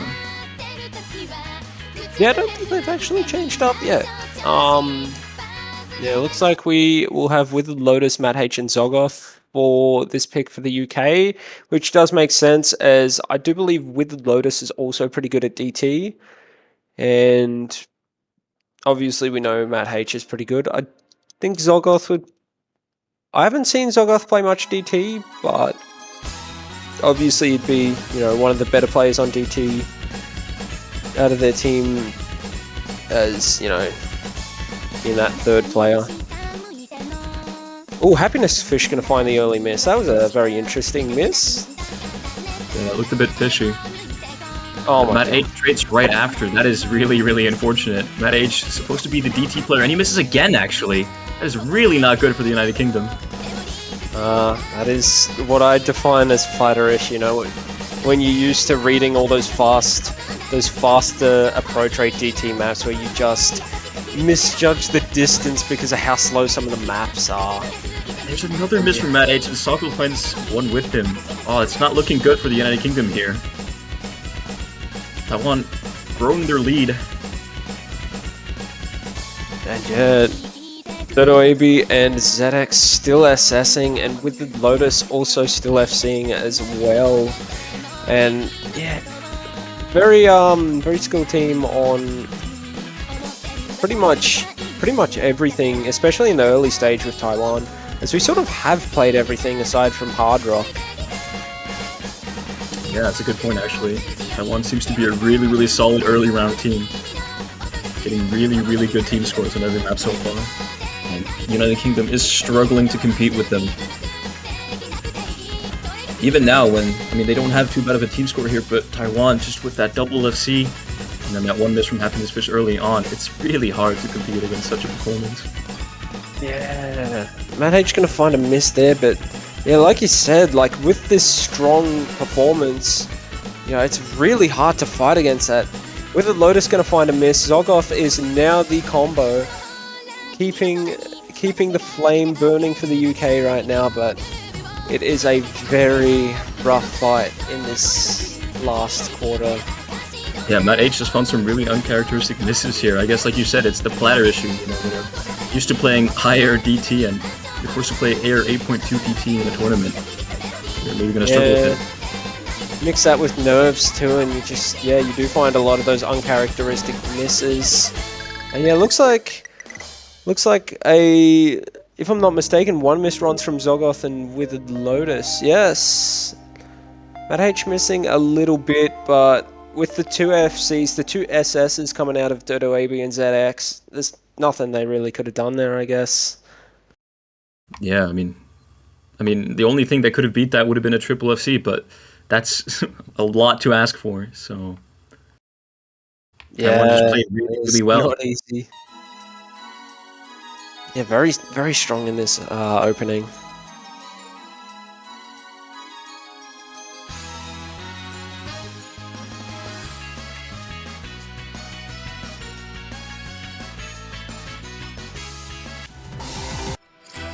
So it looks like we'll see Mixmod 1 next. It's an interesting pick. If I had to guess, I would put maybe Matt H on Hard Rock, Statskun on Hidden, and Sokoth on Nomad for the United Kingdom.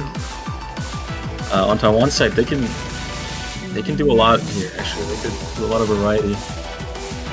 Maybe Dodo Ebby on Hard Rock, or ZX. Yeah, I'm thinking we'll probably see Dodo on Hard Rock, and then maybe ZX Hidden and Nazarene on Nomad.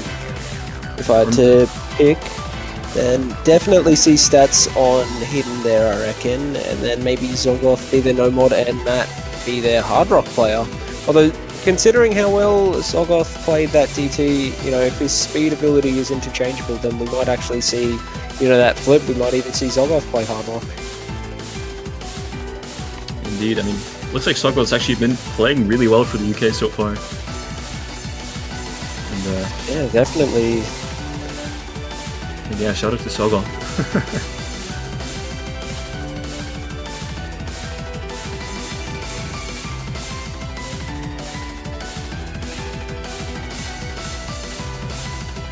apologies. My Discord has a habit of randomly crashing for no reason and then immediately restarting. So. Welcome back, at the very least. Thank you.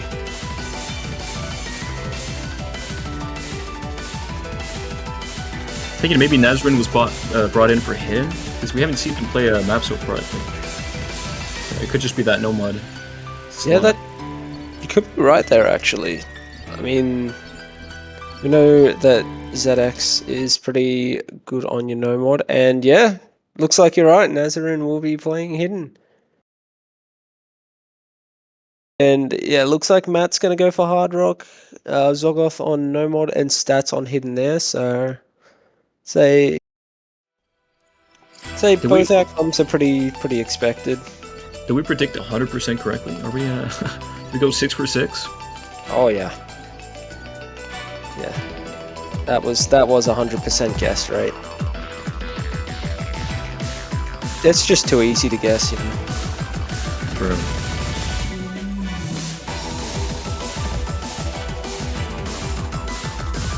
Yeah. Now at the start of the map. Ooh, Matt H finds an early miss there. Under dashing that slider head and missing, I think, the triple as well, the middle of the triple, but it is early days. It's early days. The nerves are there, but it's alright. As you know, Taiwan do have the 3-way SS right now, but you know, first 300 combo, it's very early, and I find some of the misses actually come quite later, around 700-800 combo. So we might see some misses there that might be a fair bit more impactful.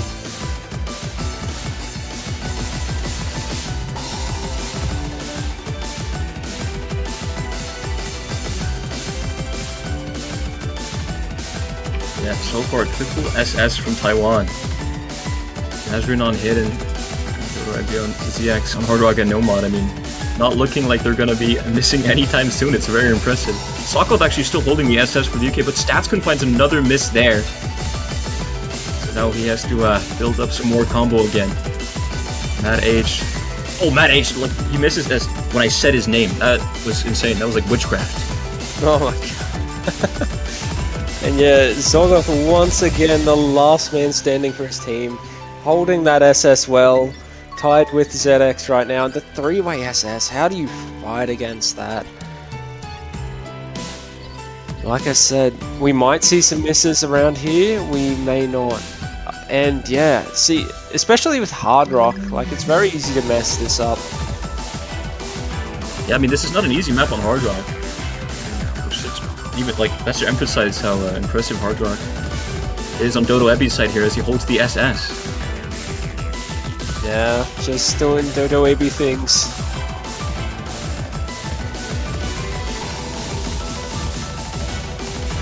And yeah, very convincing Taiwan point there.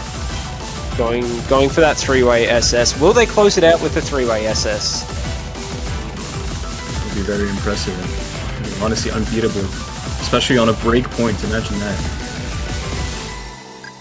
Oh, Saga finds a Mr. Right at the end, dropping his FC. That is so unfortunate. Oh, very unfortunate, but still got over that mil mark, so, you know, it's still close enough. And there you go, triple SS from Taiwan. I mean, is it possible to beat that? Yeah, that is just insane. You know, that is absurd.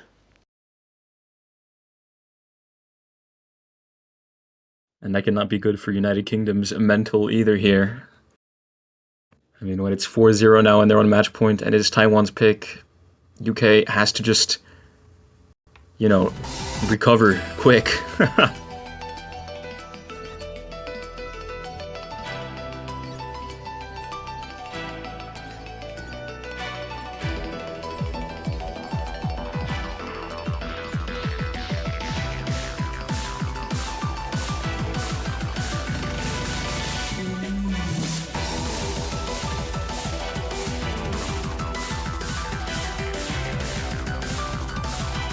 Yeah, guess we've seen a bit of everything except for Hard Rock. Hard Rock's the one mod bracket that we haven't seen a pick from yet. So I wonder if they all go for every mod bracket. or I wonder if they'll go for just another DT or another no mod or something. They've looked pretty strong on pretty much everything. I think the closest one was, I believe, Hidden, if I'm not mistaken, and going for Mixed Mod 2. So yeah, with such a strong performance, it makes sense. Will they SS the entire Mixed Mod pool though? Imagine That that. is the real question. Imagine if they can pull that off. Yeah, it makes a lot of sense to pick Mixmod 2 after triple SSing Mixbot 1.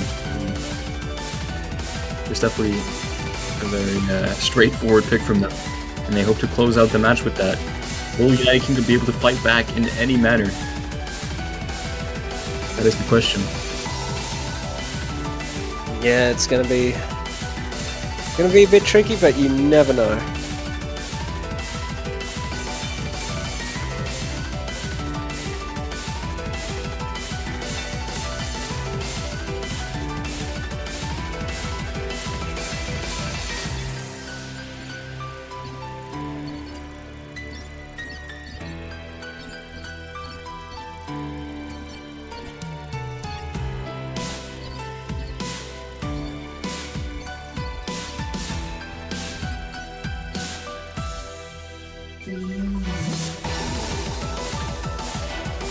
So I think we might have a slight ref issue at the moment. Yeah, it looks like our ref got momentarily disconnected. It looks like they're back. Unlucky. So the pick is Mixmod 2.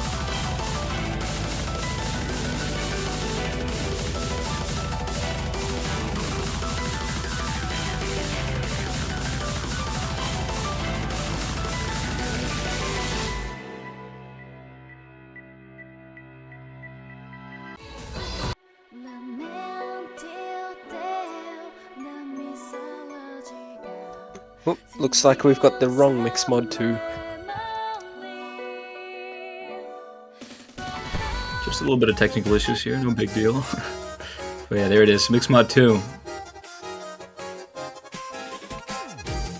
Yeah, so it looks like Withered Lotus might be coming in for Matt H, so coming in to take over the Hard Rock, and then I'm guessing they'll stick with Zoggoth on No Mod as he was really strong in terms of performance there, so... Yeah, Soko's been playing really well this match. Going toe-to-toe in the past couple maps, so... Yeah, that consistency definitely, you know, doing at least a bit, hopefully, for morale. Indeed, and it makes sense that Withered Lotus is coming here to replace Matt H. It seems like Matt H has been, you know, having an off day, to say the least. I hope that he can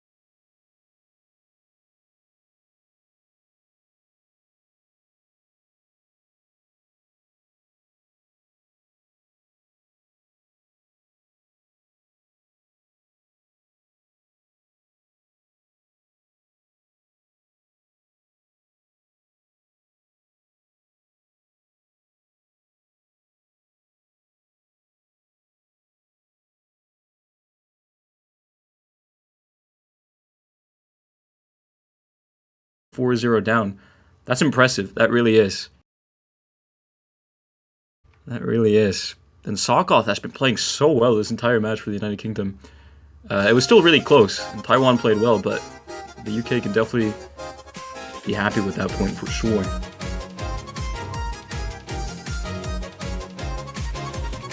And I mean, I'm not going to say anything, but I am going to say that reverse sweep could happen now. That's all I'm saying. Yeah, that potential's always open. I mean, that boosted consistency. And it paying off now. So maybe that FC in maybe that strong play from Zolgoth earlier, maybe that boosted morale. Maybe they were like, we're still in this. Maybe we can throw down. And looks like we've got Hard Rock 2. Interesting pick, honestly, versus Taiwan. But Withered Lotus obviously just SS'd Mixmod 2 with Hard Rock, so maybe he as an individual is feeling really confident on Hard Rock right now. And maybe they have 2 other players that can help support him. Yeah, we get to see every mod in this match. Nice.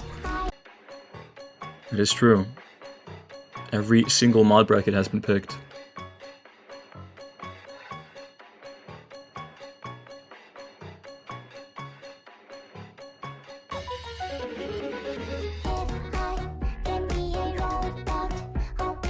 Yeah, the lower AR, the 9.8 memory map. And yeah, so you don't usually see the melee maps in the Hard Rock pool. You generally see them in the hidden pool normally. So Yeah, we've hidden got pool. a interesting change. Quite. This map is going to be very punishing to misses though, as it is about 50k per miss that you lose, depending on where you lose it as well. If you lose it right in the middle, that's gonna punish you majorly. I think it's something like 53, 54k. Yeah, that is not what you want in an ideal world. Interesting to note here that the UK has picked Hard Rock 2, and the mapper of Hard Rock 2, JB Hyperion, is also from the United Kingdom and has played for the United Kingdom at the Catch World Cup before. So maybe they're hoping for a little bit of a mapper buff here. Yeah, the map buff may be real. And it looks like we have our Hard Rock lineups. Matt H with Lotus and Zolgoth for UK, and Happiness Fish, ZX, and Dodo Ebi for Taiwan.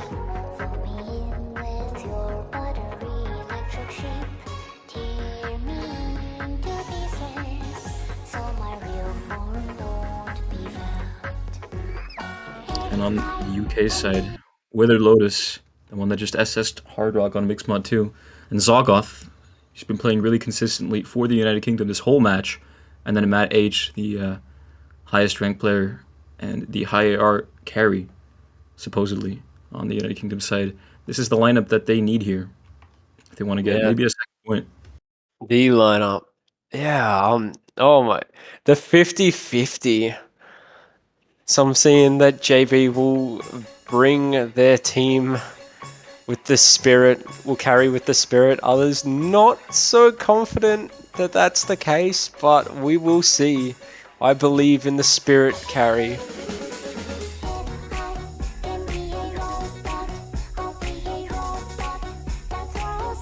Ooh, Zolgoth finds an early miss there.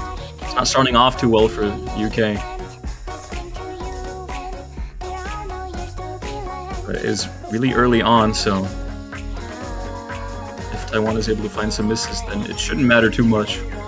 Yeah, that 80 combo miss is not a surprising one. I think just about every match has had at least one person, when this has been picked, miss on that 80 note. As you know, it is just that memory note. It's not the most harsh memory note, but you know, it will definitely catch you out if you're not almost on the mark, at least. Like if you're off the mark a bit, it'll catch you. And yeah, we almost see getting caught out a bit on these memory notes as well again. Taiwan looking very strong on this, you know, not wiggling too much. You know, not trying to not overcompensating very much, sort of just having those snaps well. Yeah, I mean, on paper, Taiwan is always going to be a really solid Hard Rock team. So, I mean, on early round pools, you may even predict that. Oh, ZX gonna miss! There you go. There's a miss. So this actually brings a lot of hope to the UK here. Sokoth on an early miss. They could actually, they could get the lead here. That is a dangerous miss. We are now closing. We've got 39 combo to go. Is it gonna flip? Yes! It is going to over right at the end of the map. Wait, what? And that spin, and that is going to be the closest match I have seen so far. 6,000 points difference, 6,100, not even. Wait, the UK gets another point here. 6,038 points different. And yeah, it looks like some people have lost their pick'ems. Yeah, I can imagine a lot of people have lost their pick'ems. Yeah, solid run to the UK. Wow, I mean, fair play. Fair play to the UK here. Holding strong. Withered Lotus with yet another SS on Hard Rock. Very impressive. Then Matt H with the FC as well. Sokoth, just those 2 early misses, I think. And they take the point here. Wow, very impressive. Yeah, that's the difference. The difference of the combos there. You know, 30 combo... No, what is it? 34 combo, the difference between Zogoth and ZX, and yeah, that making that 6,000 point gap. Matt H giving me a little bit of a shout out there in chat saying Loak FC. Thank you, Matt. Thank you. Yes. I think he's referencing the Mixed Mod 1 FC I got in Suji, where I got 97.94% with an FC. Oh, yeah, Loak FCs are always fun. Especially when you do those 8-star FCs that are worth less than 700 PP. Oh yes, the low accuracy meta. Yeah, low accuracy meta, just one and done. But yeah, this is very impressive from the UK here, getting 2 points back, being 4-0 down. And now it is Taiwan's pick. They pick Hidden 1.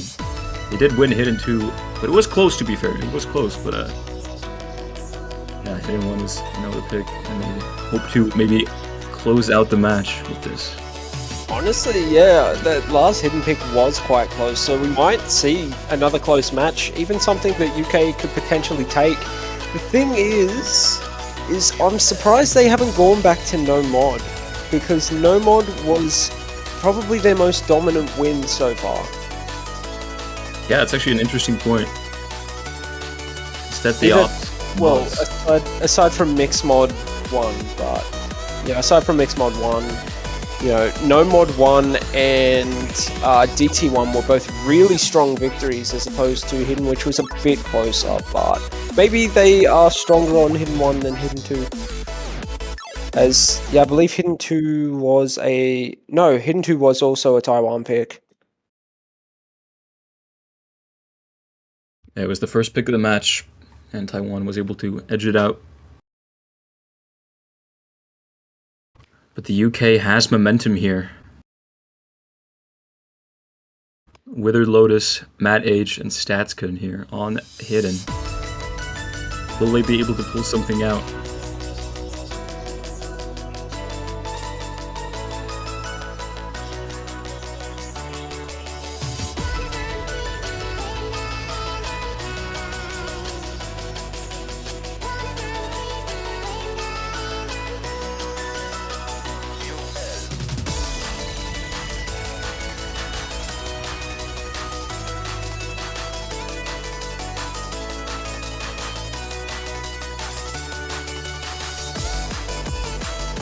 Oh, an early miss there from Matt H.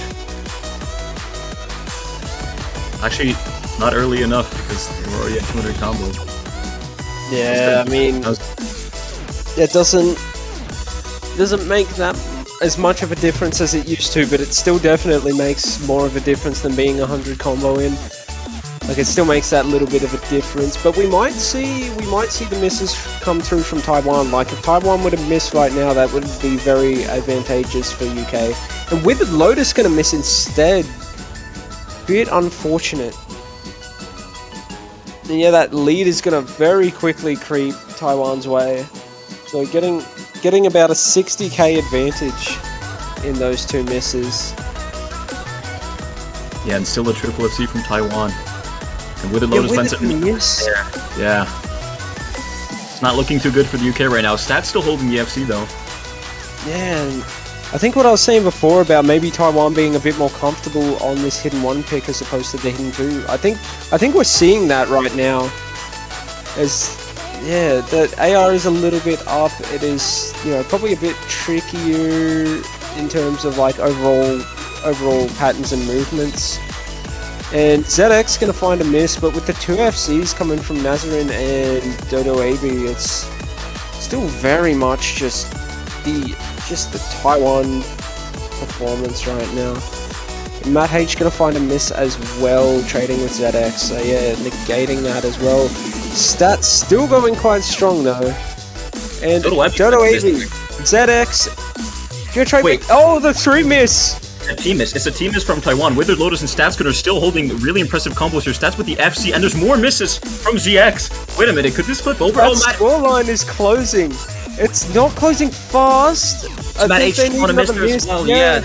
Oh, and there's a triple miss. No. Oh no, the combos. And yeah, that score just goes straight back up to Taiwan, just jumping on that little advantage and just taking a mile. Well, that could have been something. That could have been something for the UK. Withered now finding more misses here on the slow part. Obviously quite unhappy with the misses that he found there. That really could have been something. That was the chance, but unfortunately, they found misses when they really shouldn't have for their sake. Yeah, it's kind of scary how quickly those scores were able to flick over by such a substantial margin too. Like you had the 3 miss one way and then the 3 miss the other way, and it just went. It went right left, yeah. But that looks like it's gonna be it. Taiwan is gonna be taking that match point, and it's gonna make it 5-2. I have to say, well played to the United Kingdom for getting those 2 points and playing well throughout the whole match, honestly. Yeah, UK putting up a very solid fight. Stats getting nearly a 900 combo there, so topping the lobby in combo and almost in score. Very close to Nazarin, who just had a bit higher score with the lower miss count. But yeah, very, very solid performance. And yeah, Taiwan, pretty smart pick in the end for them. And they will close it out 5-2. Yeah, good game, well played to both teams. Taiwan played really well the whole match, and the UK put up a hell of a fight, so... Oh yeah, and we got to see some really solid plays come out from those UK players, you know, showing that they're still a threat. Indeed, and I mean, who knows, maybe they could put up that sort of a fight in the loser bracket as well. Maybe it's not over for them, but Taiwan moves on, goes to the round of 16 in the winners bracket. So, congratulations to Taiwan. Yeah, very, very solid performance to them. Now, I believe in about 11 minutes from now, we will have yet another match for you guys. Chile versus China.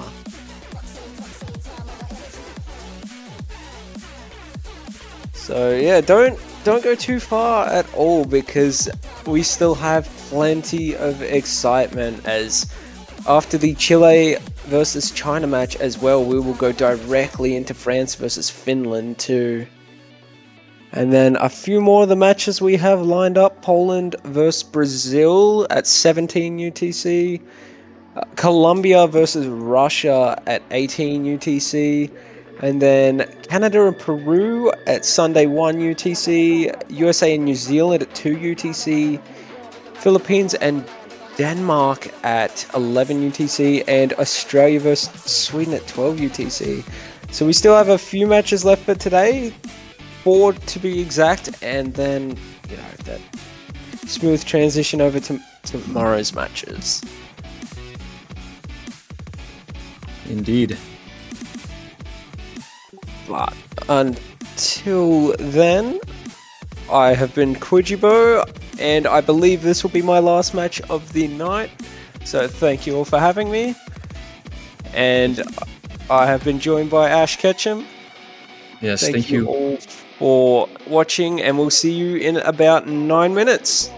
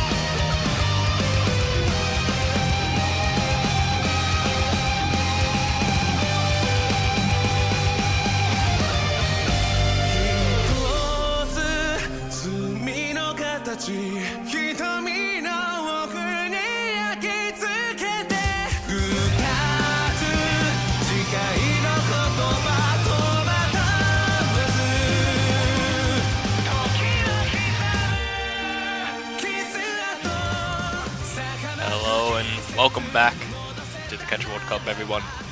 I am Segre. I'm going to be joined with Ash Ketchum. He was on the previous cast, and he is back here again. How are you feeling?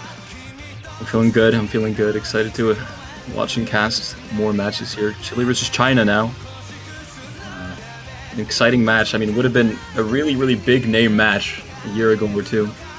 But unfortunately, China has seeded a little bit lower this year. Just a little bit, minus like 25 or 28 seeds, something like that. But hey, doesn't mean that they can't put out a decent roster or a good match. They still have a pretty strong roster overall, in my opinion. They have 6 3-digits who are all above about 500. So I think they have potential to even get a few points here, maybe even make a complete upset depending on how Chile performs. Because Chile sometimes have a little bit of moments where they don't play the best, or they just don't take things completely seriously. Who knows? We'll have to see how it goes into this match. Yeah, definitely. And I mean, on an early round pool, like the round of 32 pool, with a team of 6 3-digits that supposedly should be able to play every single map, you never know what could happen for sure. Yeah, the big thing though is that Chile does have some really strong early round players, specifically Eldenel. That guy is a beast when it comes to these maps. So, looking forward to see specifically how Eldenel will do today. You see him already typing in the chat, so we know he's here at least. Oh yeah, he's here and he's ready to play. Actually, yeah, kind of funny. Cafu Chile on China's roster with Chile in his name. Oh my god, Chile versus Chile. Guys, just predict Chile to win, and you won't lose. Trust. Win-win. CBC Fairy Bread typing in the chat, your ban Chile, but who is he talking to? The team or the player? Cafu Chile getting his ban ready. No, but Nomad 1 is the ban from Chile, the country. Understandable, I guess. It's a consistency pick, and I mean, they don't want to get caught off guard. Out of all the things that is probably most comfortable to a team of newcomers to the World Cup scene, which is pretty much all of China right now, is going to be that Nomad 1 pick. It's going to be the thing that most people are used to if they're just playing normally. Exactly.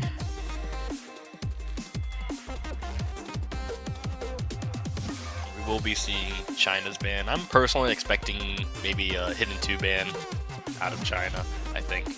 Or Hidden 1, yeah. Something along the Hidden lines, because Chile's Hidden roster is just really disgusting when it comes to these types of maps. It's a really, really stacked roster indeed on Hidden for them. And, I mean, when you have a team like China with just 6 newcomers to the Catch World Cup, yeah, I mean, Hidden as a tournament skill is not seen that often anyway, so... Yeah, it's one of those skills that you kind of build up less unless you're a tournament player, and if you're just 6 new people, not a high chance you're going to have that developed to the highest degree. So we're going to be seeing China's first pick here momentarily. It's going to be Hard Rock 2. I think this is probably a decent pick to catch Chile off guard if they aren't expecting it, maybe.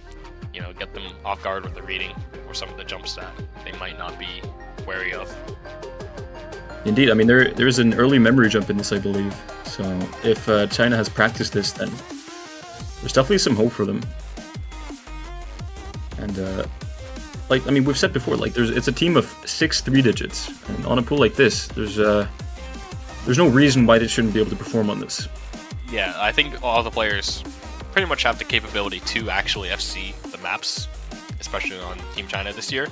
It's just actually getting into the lobby, doing it, keeping the nerves down, all that stuff. Exactly. Exactly, and we see Shina Minotsu on Chile's side. That's interesting. I think they need to swap for Cafu Chile. Yeah, for Cafu Chile on Chile. We're going to be seeing, I think, Eldenel, Don't Play CTV, and Stark for the side of Chile for this one. It seems like they're just sorting out who's getting in what slot. But that's a pretty interesting roster for me on something like this. Usually you'd see Arisiel, Pekarat on the Hard Rocks. I guess, at this difficulty, it's just pretty much anyone can do it. Yeah, especially for Chile. I mean, Yeah, exactly. Yeah. Eldenel is probably their most consistent player, I'd say, along with Pekarat. So having him in for Hard Rock still works as long as he can play the map. Osun, I think they probably want him to get more experience this year because he is the newcomer on Team Chile. Osun being don't play CTB. Definitely not a name to be overlooked, though. I mean, Oh, his yeah. name is don't play CTB, but he plays CTB. He plays a lot, and he plays good. I will say he plays good. One of the scariest names on the roster, in my opinion. His Nomad endgame capabilities are just out of this world, Yeah. honestly. He's definitely up there. He's able to compete with, I'd say, like top 20 Nomad skill in like global, which is honestly really good considering he's lower ranked than that.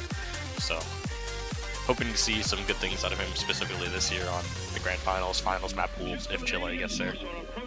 We see Team China's roster be Shiina Natsu, Yui, and Times.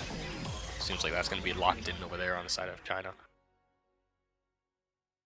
I feel like Times is definitely a name I've seen before, and I feel like they've played in tournaments before and not done too badly. Just not the Casual Cup, but I think they may even play a bit of double time, or maybe I'm misremembering. Take a little bit of a peek. Yeah, they do play DT. They actually have my maps as their top plays pretty much, so I respect them. You know. There you go, the Sekre DT farm. Oh man, but you know, it's hopefully we get to see some good scores on this one. I do think that if China's picking this first, they're definitely ready for this. So Yeah, they for sure practiced. oh yeah, they're ready for this map in specific if you're picking it first. I know that's usually a pretty good strategy is you pick the gimmicky map first, the one that can catch people off guard, and maybe you just are ready for it, the other team's just not ready for it. Best use of a first pick in my opinion. And I mean, in the best case scenario, if you are able to catch them off guard and win, then you've definitely got momentum on your side, and you're in there with confidence, and the other team maybe not so much. Oh yeah, for sure. The big thing though is that this map is slightly lower than Air 10, so even though it is going to be tighter on the reading, it's not going to be as tight as it would be for some players. Yeah.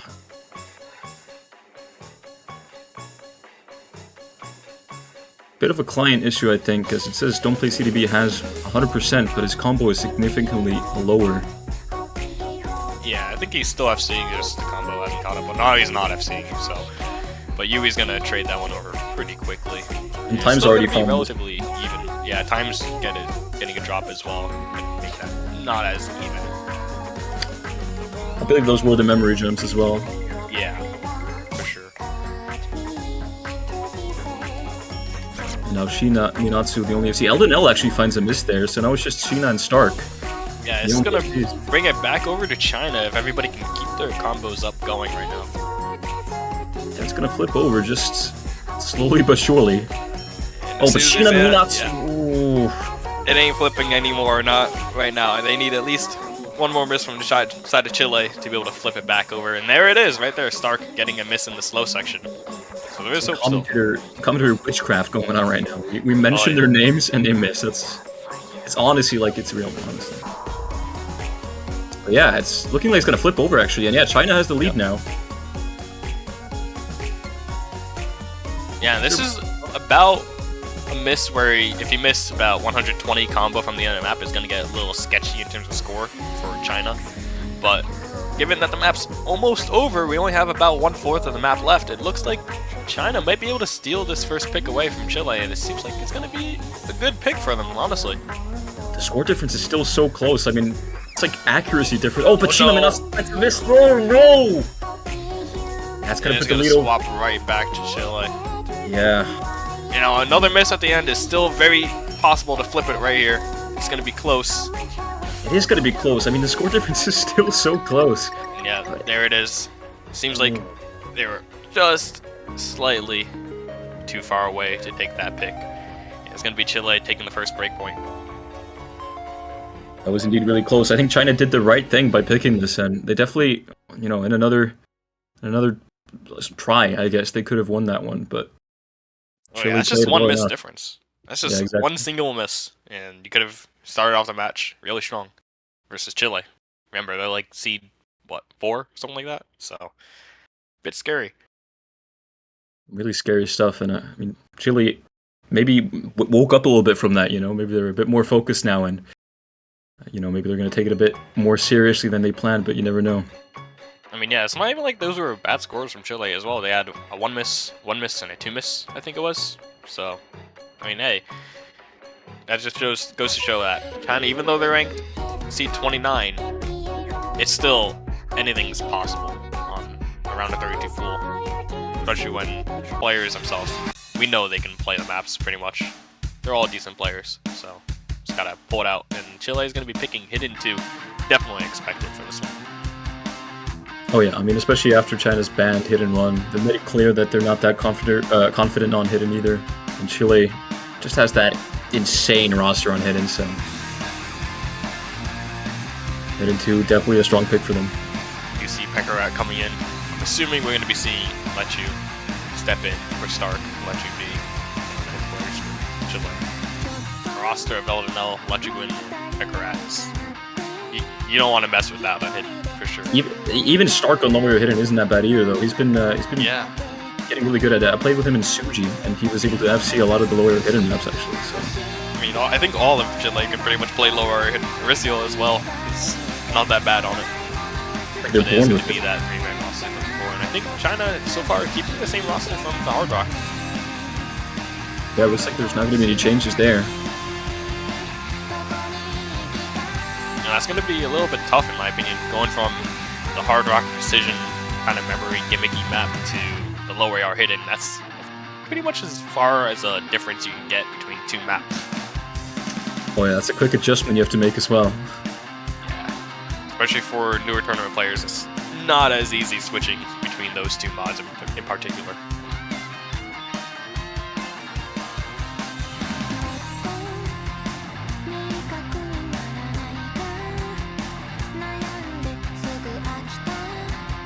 This is obviously the Moru custom map of this pool. I do want to say that I'm a big fan of Moru in his mapping, so I'm glad to see that he has a map here in this pool. Oh yeah, his maps have been pretty decent so far, except this one's 215 with the length of 213. Oh yeah, that's... Come on, Minus come on. 1 point in my book. Also. Well, you can do better than that. Spinner. You actually had a 2-second spin just to 50 health. Seems like China's having some Bancho issues, so they are changing a bit of the roster. It seems they're going to be bringing in Pawflood on the side of China. Pawflood is that's a name I've never seen before, I'll be honest, but I did obviously do research on the roster, and they are a 3-digit player, and they don't have that bad scores, to be honest, so it's going to be interesting to see how they perform here on Hidden 2.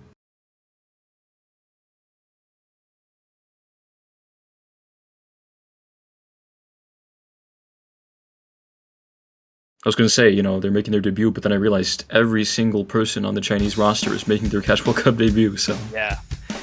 It's crazy going from one of the best rosters in history and then kind of starting completely fresh. Who knows, maybe in a few years, they're going to bringing it all the way back to the podium again. It's definitely possible. Oh yeah, I mean, this is like a generational change, you know. We are going to be seeing that first miss on the right side from Pawflood. Everybody else holding FCs. Some SSs on the side of Chile. Another miss there from Pawflood.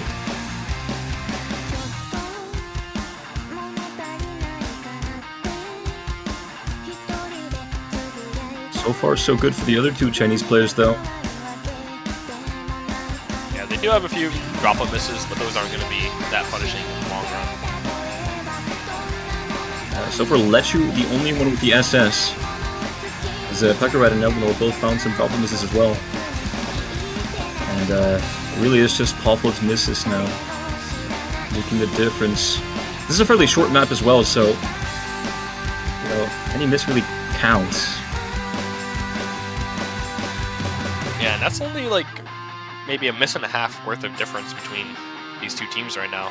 Pawflood did have 2 misses. Oh, yeah, it's going to be 2.5 misses at that point with the UA missing right there. And then another one from Pawflood. You just see Chile. 3 FCs so far, and the map's almost done at this point. We got about 1/3 left of the map.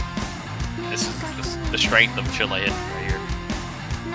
Yeah, Hidden roster just honestly, on paper, looks unbeatable. Definitely one of the best hidden rosters in the whole tournament.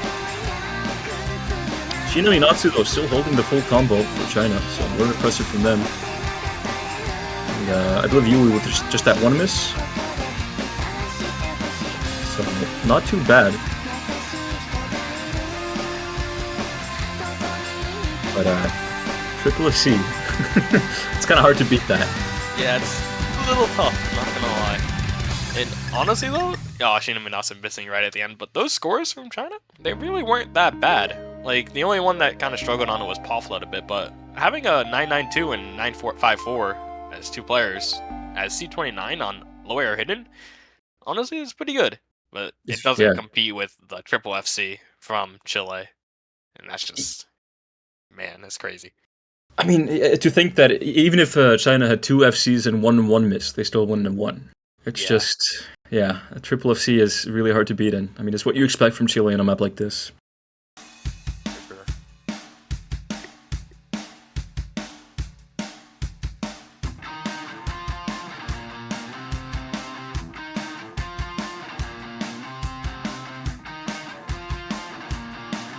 Now the real question is, what do you think China could go for here with this second pick of theirs? It's going to be tough to figure out what to go for. I mean, maybe you could go for a Nomad 4 if you're feeling like you have decent Convert players on your team. Maybe you could go with, I don't know, maybe DT1? Yeah, I was gonna say DT1. Mixbot 2 is an interesting one here. Yeah, that's a surprising one. I was gonna say DT1 could have been like a pick where they could have competed maybe. But Mixbot 2 against Chile, that's a bold pick to say the least.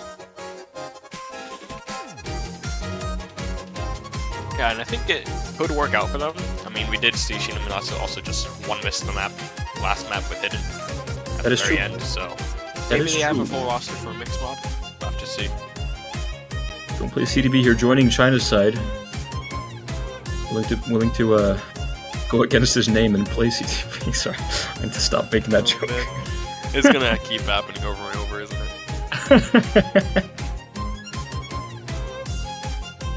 Yeah, Shino Minatsu actually not in the lobby, it seems. Or maybe they are. Maybe they're just making room. Maybe they're coming back in. Who knows?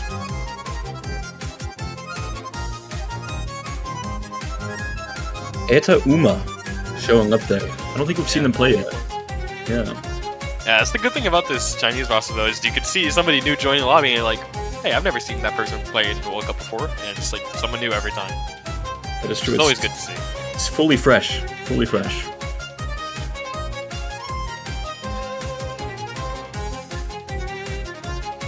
There's Cafu Chile, actually, the captain himself.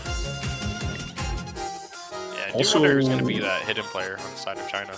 Yeah, I wonder that as well. Maybe Yui, because they also only got 1 miss on Hidden 2. Possible, yeah.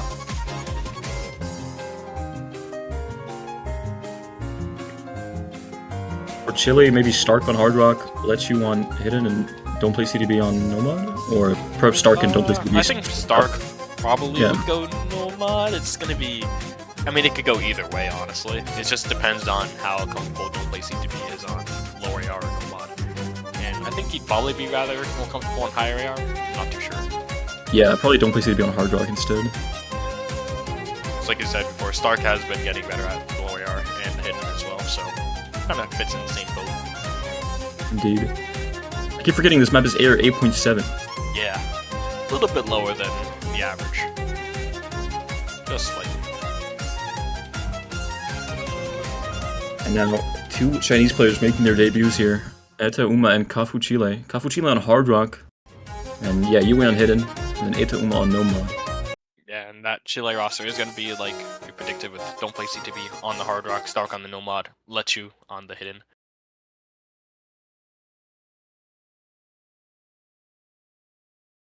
I'm quite excited to see how Cafu Chile does here. Oh yeah, he's definitely, in my opinion, their best player that they have on the roster this year, being about ranked 100, slightly higher than all the other 5 players. So we'll have to see how they can perform. I believe this is one of their first maps they're coming in for, right? This is the first map I think they're playing, yeah. And I mean, going against their name here, technically playing against Chile. Yeah, how unfortunate that is, honestly, to have your first World Cup match against the team that your name is. Man. I don't know Everybody, if yeah. they're all starting off pretty well here with 3 full combos, passing the 200 mark. All things are chilling right here. All things are chilling. Oh, true. I'll stop. I mean, we could go further, but I think we should stop. Oh man, we're gonna have droplet misses on each of the hidden players, and pretty much dead even still, and everybody's still holding FCs. It's about halfway in the map at this point. Yeah, double SS from both sides as well, and both hidden players with the exact same accuracy. It's completely even. Just completely even as it stands right now.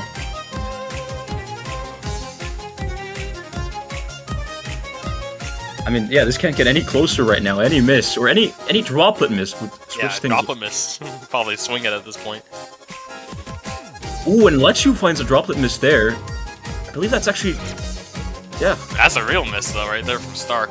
That's not a good sign. You only missed 1 note, so it's not that bad. If somebody on Team China misses more than 1 note, it's going to swing back. But for right now, China's holding the Triple FC. They're holding the Triple FC, and it's like 3/4 already done of the map. I mean, they're playing really well here, it has to be said. Oh yeah, this is not C29 right here. This is definitely not C29. I guess at the end of the day, China will always be China. I mean, this is really impressive here. Oh man, Just that it's one getting miss. close to the end. It really is. This could be a point for China here, as long as they just keep holding. I mean, there's a double they need SS. 2 misses at this point to even lose the point. That's true, because it's so late, and it's just 1 droplet miss from Yui. Are they really a Triple FC? Come on. Let's go!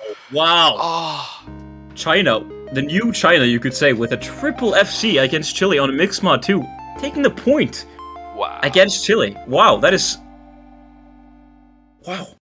The thing is, I also think that Chile won the spin as well. Looking at the scores here, you can see the scores on Don't Play CTB and Lechu being slightly higher, but that 1 miss from Star cost them the whole point, and that's crazy. I think that's probably like the lowest seed to ever have a Triple FC, in my opinion. Like C29.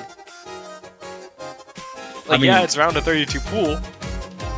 I mean, you know, this Chinese roster had big shoes to fill, but I feel like, you know, they can be proud of that. They can be so proud of that. For sure.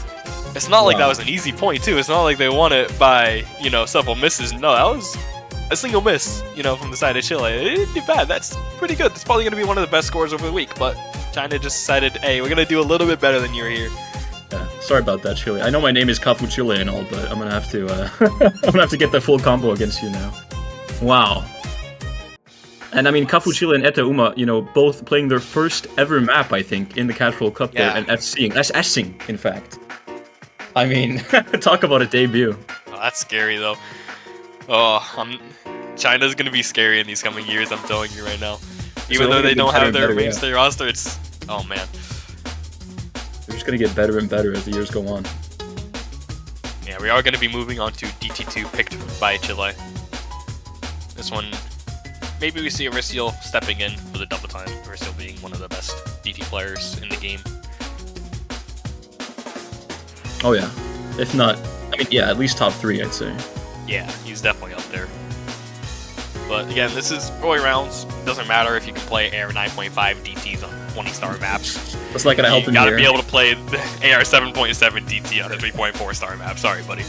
Yeah, but he is going to be stepping in here. Yeah, he still pulls up. He's willing to play this despite the low AR. And on China's side, it looks like Shina Minatsu is making a comeback.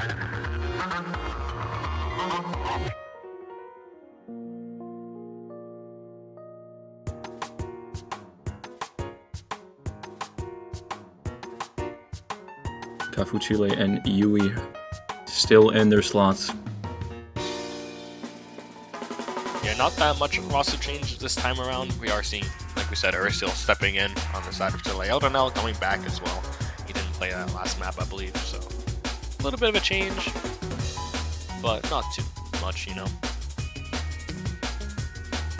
Dolan just made a really interesting observation in chat. 2 of the 3 countries to ever win Catch World Cup facing off in round of 32 is kind of wild. I believe Chile won in, was it 2018 or 2019? No, it was definitely not that recent. I don't think. It I believe was. it Like, was it 17? No. Did they? No. I thought it was like 2015.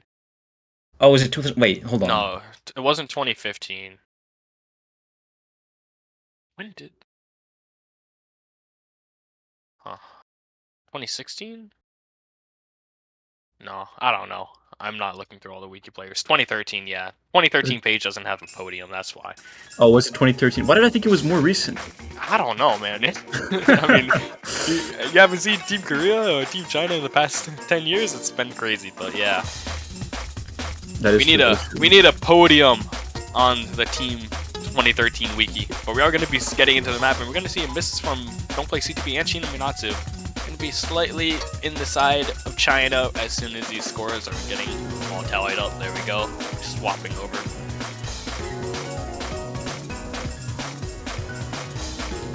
Yeah. Early misses from Shina and Don't Play CTB, but the lead is still in China's favor. As Cafu Chile finds a miss there, that's going to flip the lead over to Chile. Cafu Chile finds another miss there, that's not going to help them. It's a little bit painful to have 2 very fast misses in a row, but not nearly as bad as if they were spread out, so it's definitely still comebackable at this point.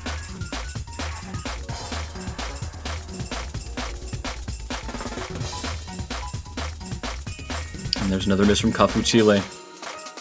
Yeah, the lead for Chile only grows and grows and keeps growing. As Don't Play CTB now with the only miss, and Cafu Chile finds another miss there. And Shina Minatsu. And this one, Chile just taking all the points in this one. They're about 200,000 points almost, and it's going to be tough for China to come back on this. Pretty much need a full breakdown. Like, bam, 3 misses right now. But it's not going to happen. Yeah, it looks like it's a pretty good pick from Chile. Still a lot of triple FC though, but I mean it's the next best thing. Yeah, but the 1 miss. Oh, no one got caught on that last note. Yeah, last one can be a little tricky, a little bit troll, but everybody catches it. And yeah, we see Aricio with the SS. Nice score.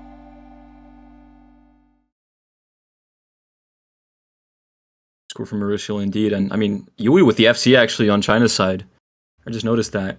Really well played from them. And I mean 3 misses and 5 misses isn't too bad either. It's just Chile on DT. Very impressive.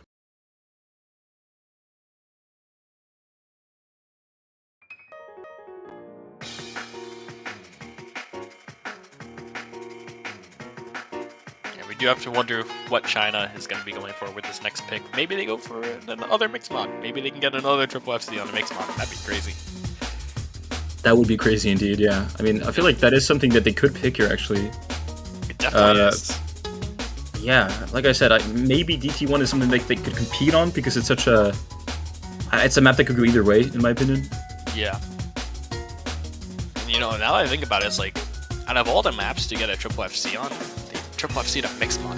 Usually mixed mod maps are the harder ones to get a triple FC on. And it is going to be Nomad 2 coming in for China, being the more technical Nomad pick.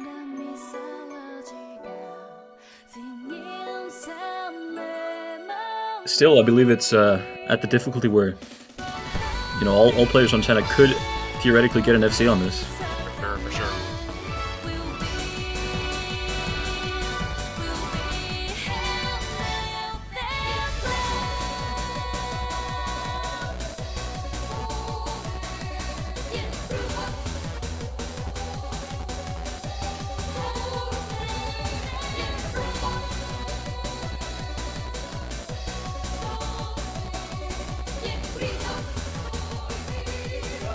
Seems like we are going to be seeing a little bit of a change on the side of China. Yui stepping out.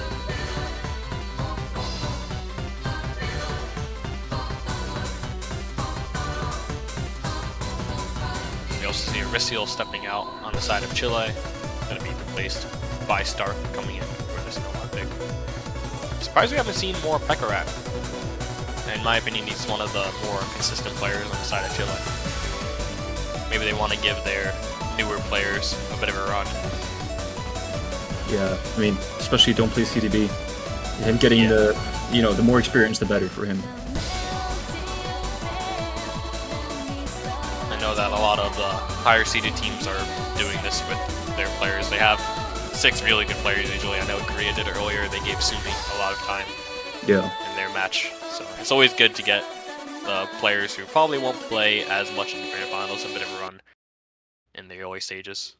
So that way they can still, they're ready if they need to play. And we're going to be getting started, and Paul Flood coming in as player for China. Yui actually stepped back in, so we're going to be having Yui, Paul Flood, and Cat for Chile, and Elden L, Stark, and Don't Play CTB.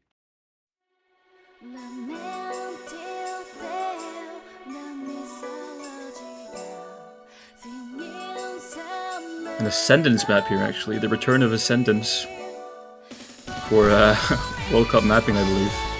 You say that, but he was also the mapper for the last map, too. Oh, was he? Did I miss that? Yes, he was. Yeah. I mean, that was a pretty quick return, though. Like a 5-minute return right there, so... Welcome back. Yeah, welcome back. You missed you for those 5 minutes. Paul Flood fighting an early miss there. And Yui finds another miss there as well. Chile still has the triple FC. Yeah, this map can definitely be pretty tricky at times. We're going to see Stark getting quite a few misses. His accuracy is going to drop all the way to 98.4, which is quite a bit lower than everybody else at least. Still 3 Chile FCs if you count Kafu Chile.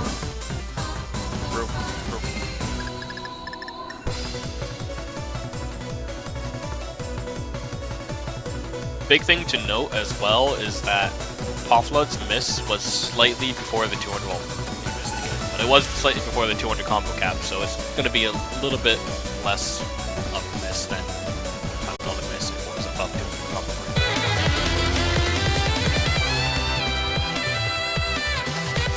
Hello everyone, and welcome back. 2023 Oshkosh World Cup. Dolan, joined by Owong. We've got Finland and France, the 16th and 17th seeds, coming at you. Owong, you ready for it? Yeah, it is probably the closest we'll get all week. 16 versus 17, we did see the 5-3 Norway against Japan, but this one is definitely going to be a close one as well. Indeed. Obviously, a bit of drama surrounding Finland heading into the tournament. Unfortunately, one of their players being disqualified beforehand, but they were still able to rattle off a 16th seed with just 4 players. So that tells you how well-rounded this 4-player unit is for Finland. Obviously, it's going to be the stamina that's going to come into play here. Opposing them, the French, 17th seed, captained by Kasumi Sana with Sunny, Monstraderful, Bastu, Kitsuka, and Realmas. Missing Totobis, but still a very formidable French squad. Yeah, a really new French squad. Not new in the players there, but a new composition, really. So definitely some surprises coming here. We might see some first ban, Nomad 3. Seen that ban quite a few times, actually. And right away, getting into it, France banning out Nomad 3. That has been a popular ban so far this weekend. Mix 1-2, the second one from Finland. And you know, we just saw China in the previous match, 29th seed, go absolutely ham on that. Wonder if that forced their hand or if they just planned that from the beginning. But they're going to lead the finish with Nomad 1, their opening pick. Little consistency test, and that makes a lot of sense considering their position. Yeah, I think probably the best of master pick from them. They are very well-rounded, the 4 players we forgot to mention, Nikolai Venonov, Jonku, and Botmergert. 4 of probably the most well-rounded players on the roster, so they can cover everything, and Nomad 1 going to be a good choice for them here. And another thing we'll have to keep in mind in the chat, a lot of Kasumi-sama fans from the Taiko community, probably not used to seeing him as a player, as someone just noted. So this should be quite interesting. Yeah, gonna be his debut in the World Cup here. But not this map though. Yeah, not this map. We'll talk a little bit more about him when we see him in the match, but for now, we're going to stick to Nomad 1 here. Yeah, and they're straight into it. Nikolai Venenog and Jonku starting off for Finland on the French side. Kitsuka, Suni, and Monstrator Fool. And when you look at this Nomad 1, I feel like even players from other modes could look at this and see how it makes sense as a Nomad 1, just in the simplicity of it. It's a really good consistency test for the mid-AR skill set on specifics, and at nearly 4 minutes, does the job well, only 156 BPM. Calm start from everyone. Going there, composure for this first point. Pretty even spin as well going into this first little section here. Score bouncing back and forth.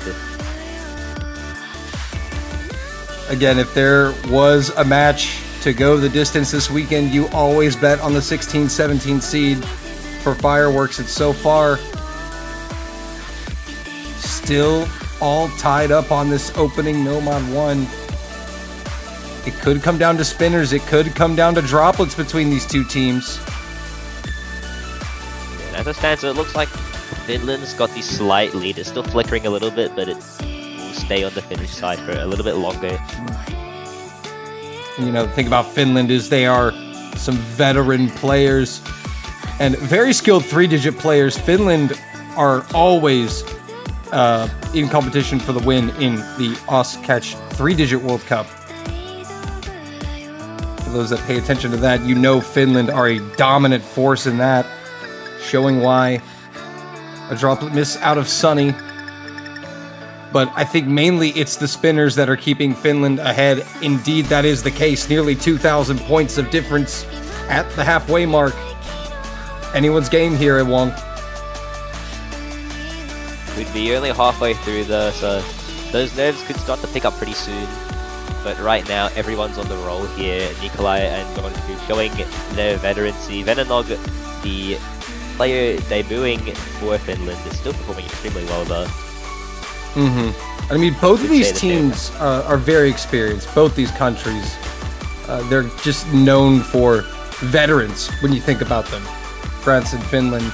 So I don't think we're actually going to see nerves play in as much, but aside from Venemo, as you said, who is still doing wonderful. Yeah, he's on that SS. And yeah, as you said, Kemi said about France as well, they're all veterans. They've all played in tourneys, whether it may be the World Cup or not. So they've definitely got the composure to play there. And the fact that these two teams are 16 and 17 is kind of insane to think about, that these two teams are considered to be the middle of the pack this year. But here we go. Into the final sections of the map. It's very close. Finland still holding their small spinner advantage. Will France get an opportunity? Or will Finland... Would have to be a miss from Finland, or the world's greatest spinner at the end of the map. Who knows? Yeah, it would take an insane spinner. I mean, you need more than 2,000 points against Finland in one spinner. That is not likely. And client lag is absolutely depriving us here. Come on, man. All right, there we go. Maybe. One Venenog. Okay, as long as it's not a DC, we're good. We're going to figure this one out. We're going to have to go to the MP to get some confirmation, or just wait for Venemo. But I do believe there were no misses. I do believe it's going to be Finland unless Venemo missed. He did not. And it is Finland maintaining it. Six-way FC on Nomad 1. So that point's going to come off the board and go over to Finland. A triple SS. That is a very Nomad 1 occurrence. 3 FCs on both sides. Just a droplet miss from Sunny, but that droplet was the least weighted thing in the whole margin. It was practically all in the spinner. Finland getting the job done. And that is quite the tone setter for this match.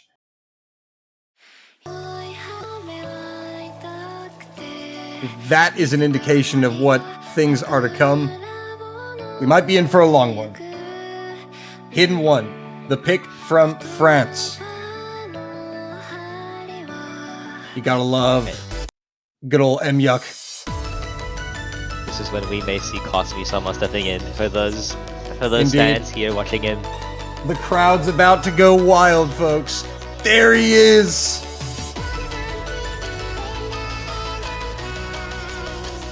The taiko drums are going absolutely wild right now. There he is. The captain stepping in for his first match, I believe. Yep, first map of the match. Monstradorful should be staying in for this one. No surprise there.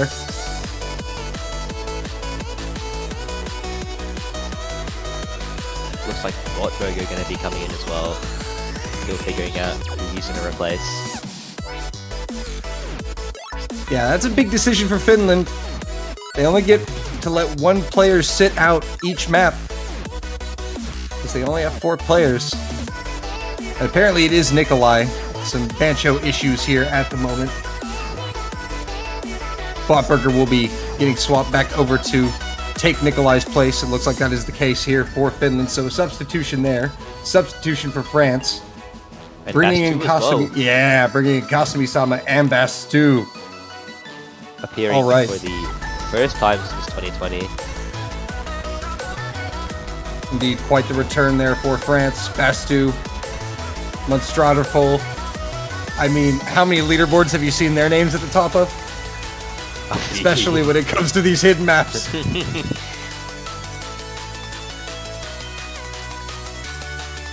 But a formidable opponent in Finland here, Botburger, Venemo, Jonsku. This is nothing to slouch at. But you want to talk about veterans, Kasumi-sama has been around the block before. He was hosting taiko tournaments in mass. He was catching fruit religiously. Yeah, definitely French side. A French hidden roster there you don't want to mess with. And the Finnish are about to test their well-roundedness this time in hidden. You know, there are just certain maps in the game that are definitely, you could say, Kasumi maps. He's got that fine-tuned skill set in Catch the Beat. And when it's in his wheelhouse, he can compete with some of the best players out there, for sure. So some more Bancho issues, apparently. All right. Not the one for Bancho. It is decided to fold on us after quite a few consecutive games. Bancho's about to give us an error for too many F's detected with these country names. It's got to be the issue.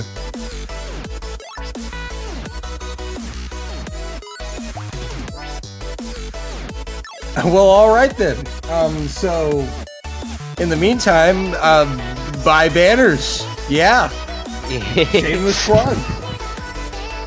You know, $2.50. For your team. I personally bought one. I don't know about you, Wong, but I mean, I went and bought one. How about you? I bought the Australian one. Represent. There you go. And I too have the American one, and I gotta say, they look quite nice thanks to Mr. Artist Flight.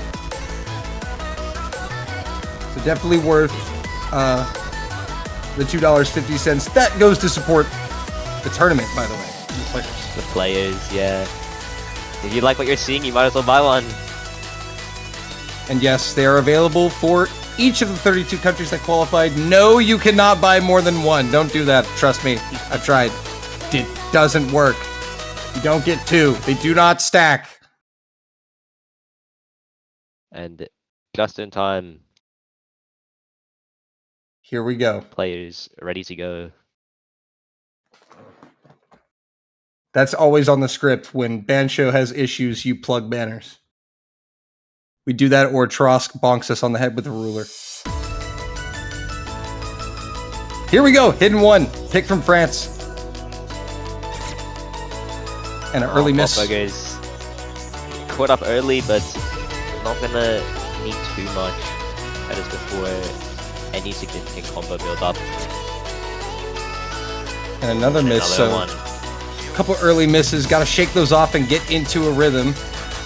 Again, it's a long map, so that won't be too consequential as long as Botburger can get back into the swing of things. Venemo also going down for Finland, though, is going to hurt. It's gonna give France a slight advantage to begin with, and as long as the 3 can hold on, it'll definitely help them going further into the map. And again, you see France on hidden. The veteran squad. Monstraderful is actually going to be the first miss, getting caught out on that quick jump back on the right-hand side to the stack. Kasmi and Bastu, the only FCs left for France, joined by Jonsku on Finland. Venemo and Botburger now back above 200, and Bastu going down. Now That Finland. might do it. That might swing it over to Finland. Yep. Pulling that advantage back. Only Kasumi and Jonsku left with FCs. He's as good at catching fruit as he is at hosting Taiko tournaments, folks. Especially when HD is applied.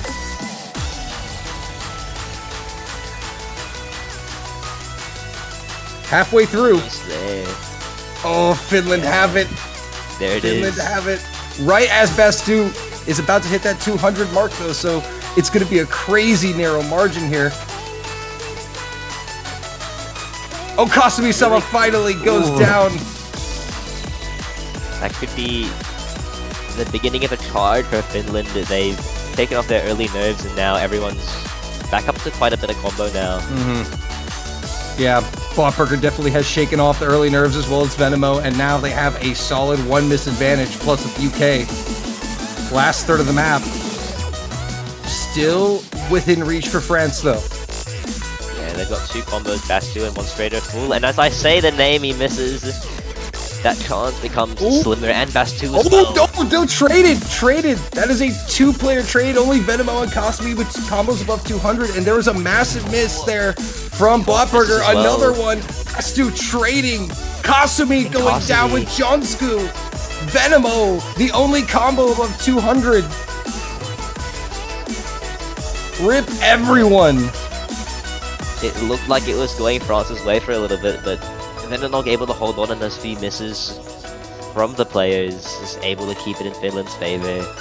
Looking like they're going to take a second point and their first break point. Yeah, so long as they can hold things together here on the final sections, things are looking really good for Finland. They have a solid 1 miss advantage. Kasumi-sama going down. And that is going to seal things here. Finland are going to take a 2-0 lead here on the break point. And Finland also quite a capable hidden team, but it seemed that it was just the overall consistency, and Venemo making one hell of a World Cup debut here 2 maps in for Finland, 2-0. Yeah, an FC followed by a 1 miss, really good, and really going to give them that momentum and motivation to go through this game. Oh, I just realized his name is not it's Veneno. Vendenog. I thought it was like Venemo G. And now I just couldn't see that until after the map. That's an N. Okay. Listen. We're rusty. He'll watch that VOD back and hear that. He might name change just to mess with you. Yeah, watch the name change happen as well. Watch that. Next week I'm gonna get put up on the Finland match and his name is gonna be changed. Gonna be some elite level trolling.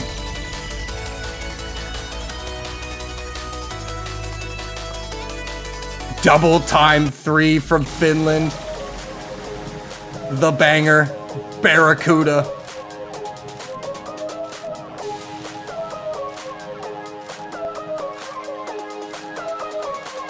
Finland making this pick here, probably going to look for a bit of a skill advantage. This is, according to a few players, probably the hardest map of the pool.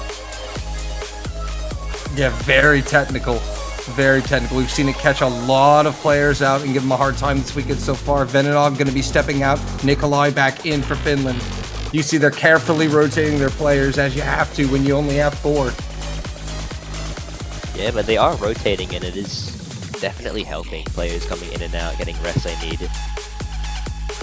Definitely a disadvantage to not have specialized players playing different mods and map styles. But regardless, it is working pretty well for Finland. They are 2 points up and are looking to take a third here. Realness coming in for France. His first appearance, I believe, as well. Quite a few debuts today in this game. Indeed, Real Mass checking in with Kitsuka. Monstradorful staying in. And that will be the lineup for France. Botberger, Nikolai, and Jonsku for Finland. Round 3.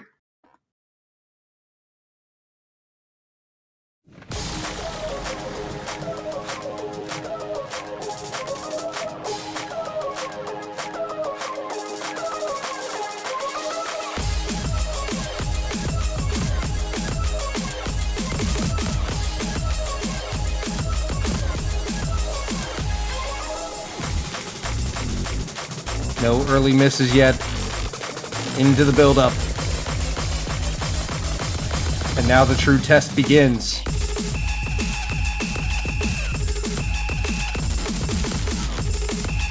Such precision in the movement, and everyone's playing pretty well, but as I say, that's a trade. 2 misses from Monstradorful, but 2 players, and the side of Finland missing. That's gonna give France a little bit of an advantage, but Kitsuka finds one there. And it's the players on top holding things down for their teams, Botberger and Real Mouse. Finland with the slight advantage.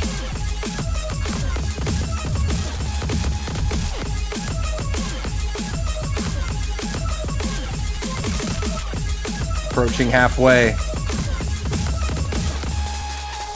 Everyone rebuilding. And it's just a 12k advantage, and now the players can see Finland know they have a very small lead. Yeah, combo and score-wise is really small. Kitsuka now at that 200.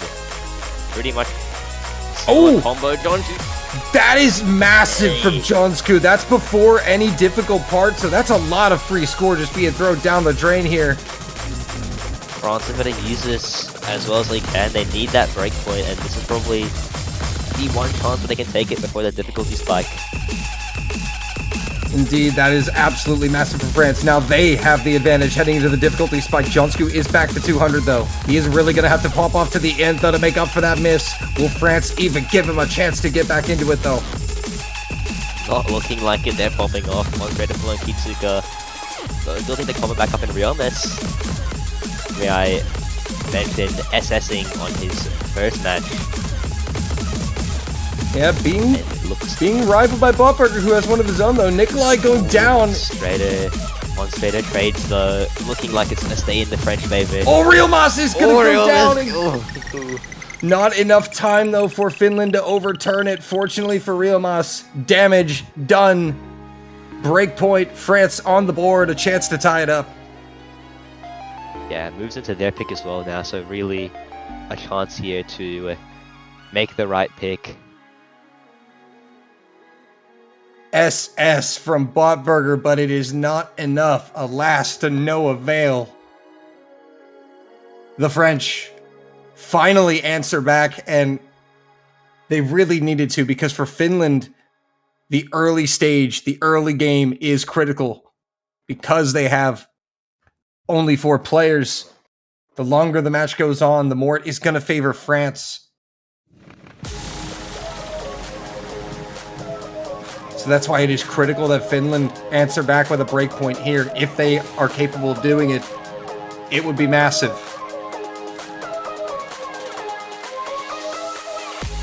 But now France up to pick next. And you have to wonder at what point they go for Hidden 2. That is so risky against Finland, considering they got their pick broken on Hidden 1. Hidden 2 would probably be a safer pick. It is that low AR pick that I believe quite a few players in the French roster would be capable of playing. And it would pose a challenge for Finland, but they are still probably capable of playing that map. Oh, it's going to be Hard Rock 1. Permaban. That's the strat. That's the strat. France are going to permaban Finland. I see.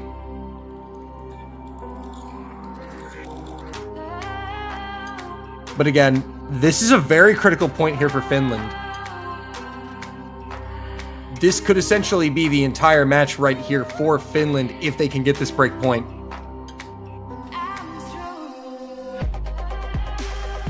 Because as, you know, you pointed out before, Wong, France have many capable players off the bench. Capable of many things. And for Finland, they are capable of a lot. They're very well rounded for 4 players, but time is of the essence.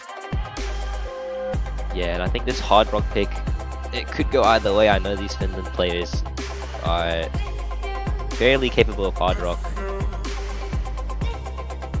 So really a gamble here from France. Sunni, Kitsuka, and Monstrator Fool are gonna try to take this one and level it out though. Venenog checking back in. They are undefeated when he's in the lobby. So far.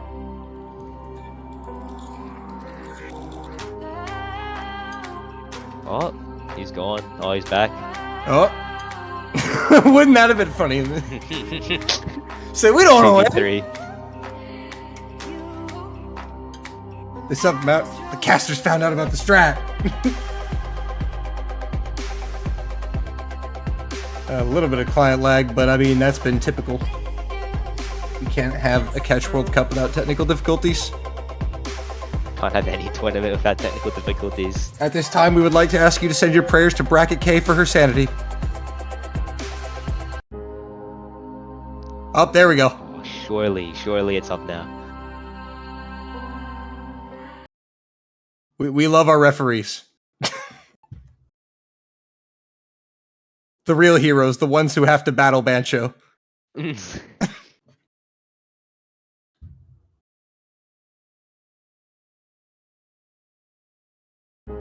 All right, it is going to be Botburger, Nikolai, and Venenog against Sunny, Kitsuka, and Mudstraderful. And France really been giving Mudstraderful a lot of reps here. Played all 4 so far. Yeah, by far one of the better players in the team. 4 appearances, the most of his current roster. So definitely has the experience there to bring his team up. And here we go. And this is quite the nice map, quite the nice song. And I think if you're a Hard Rock player, this is just something you can really sink your teeth into and enjoy.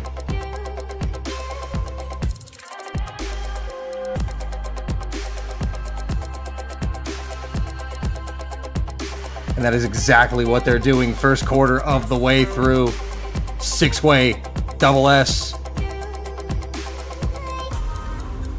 Scary flickering of the score. They are completely even though.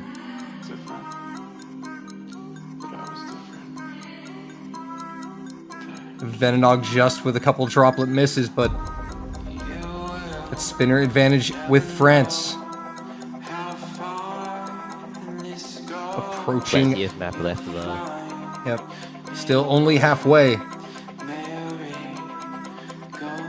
And no one has blinked in this lobby yet.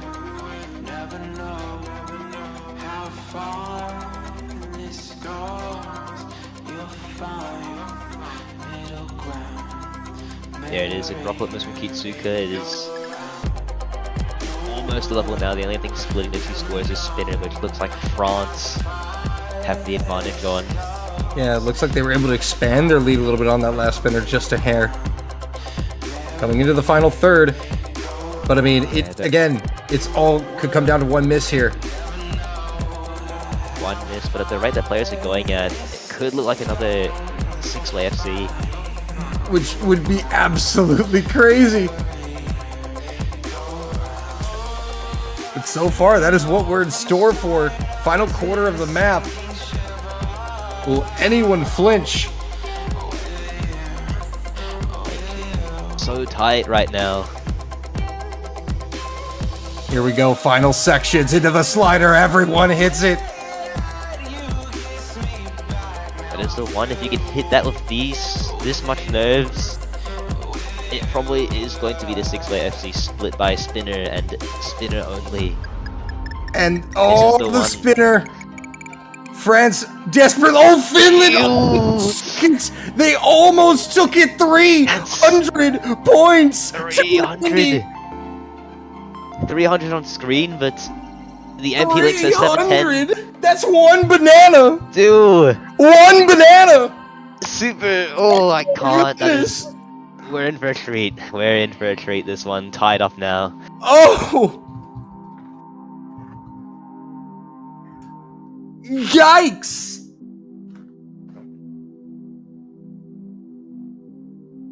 Wow, that's definitely gonna hurt Finland. They are definitely not happy at that one. France France and jubilant right now. Finland are cooking up a barbecue, and they didn't invite me. Hurt my feelings. Straight to no mod 2, Nikolai. No doubts picking that one.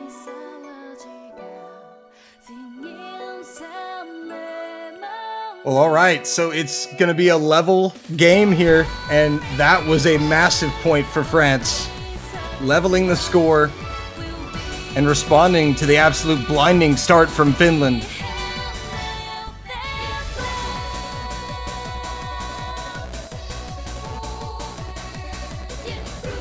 And the response is Nomad 2.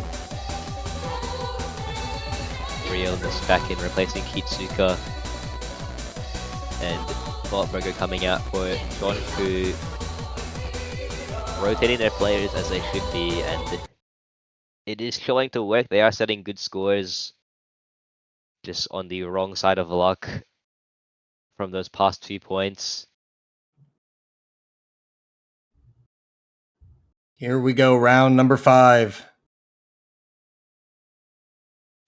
AR 9.2, CS 4.1.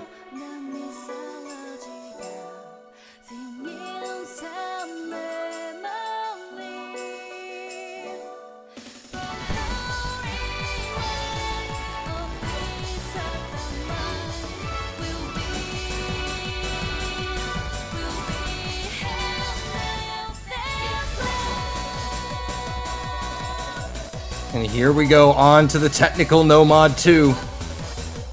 Monstrator full. Already a miss behind, gonna give Finland a bit of a lead. Jonsku will trade it. A very short map. Oh, Jonsku Another again. one that's definitely back in France's favor, this one. Yeah, that is going to be a consequential miss indeed. And Finland cannot have a break point at this stage. But France is in the driver's seat. Solid 40-50k out in front. Monstraterful is going to go down. That's still 2 FCs on the side of France. 2 important scores that are being held on to. Yeah, 2 FCs to 2. It is going to be Finland taking the lead now as Monstraterful regains and rebuilds back to that 200 combo cap to stop the bleeding. But final sections coming up, and it's Finland in the lead, about 20k. That's a single miss. They have to hold on, and they really need to. And they will. Finland take it back off the miss from Monstraterful. 3-2. Yeah, really tense right now. It goes back into France's pick though, and they're gonna look to equalize again. That one probably not as damaging as some of the other losses we've seen in this game. There is still a bit of breathing double room. S. Double S from Finland, and France is going to respond with Hidden 2, which has probably been the most popular pick of the weekend so far. 2 minutes 15. And to everyone's dismay, it is 2 minutes 13, not even 2 minutes 14. 2 minutes 13. Yeah, that's mildly tilting, to to say the least. It's a custom. It's a custom as well. Moru intentionally did that. I know. Thanks, Moru. I know he was smirking when he submitted the map. I mean, if you're trying to cement your name and catch legacy, congratulations, you did it.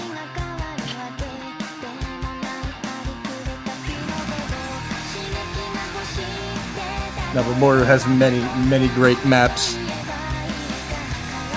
But it begs the question, you couldn't put a 2-second spinner in there, man? Really? Really? Bro needed to. He needed to make it 213, not 214. Just had to be one of those guys that says, nah, I'm built different. But that's okay. It makes for a great joke. Great meme. Yeah, But as we know, France- an important. To France, it's anything but a joke, Wong. Yeah, they've got the roster. They've got a dangerous roster for Hidden, Bastu, Kasumi, and Realness. Mm-hmm. As for Finland, the first time this game they're opting to not swap out a player. The same three will play.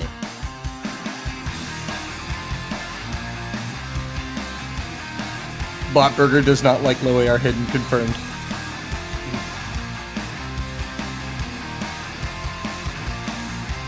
I don't think he's alone.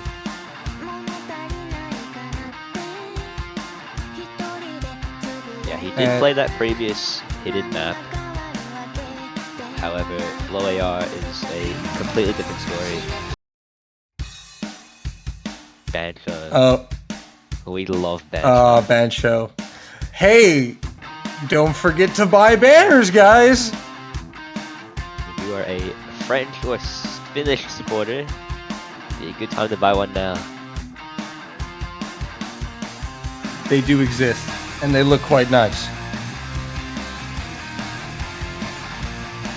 They look nicer than the attorney client operates. Buy banners today.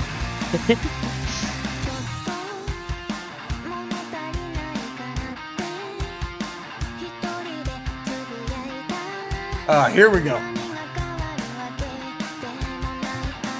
Listen, that's in the script. When client breaks, you plug banners.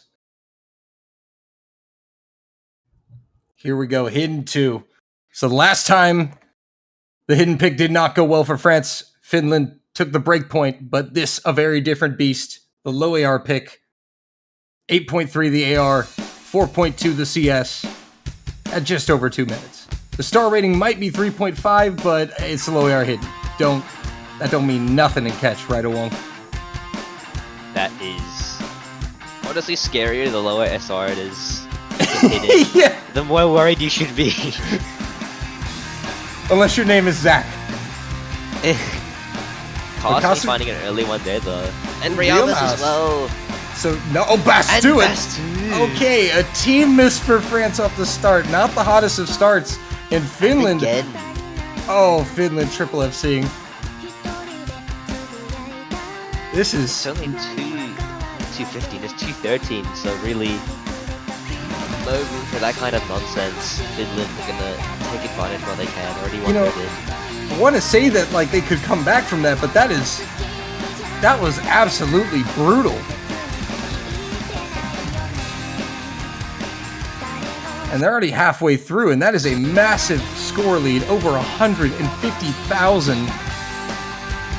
The French are going to need, they're going to need a meltdown here from Finland. Nikolai, the first to miss, might be the start of that meltdown, but seeing that score lead there in that break might motivate them a bit.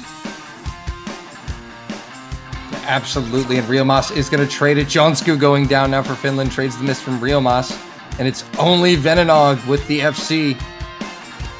What a debut it's been for Venenog.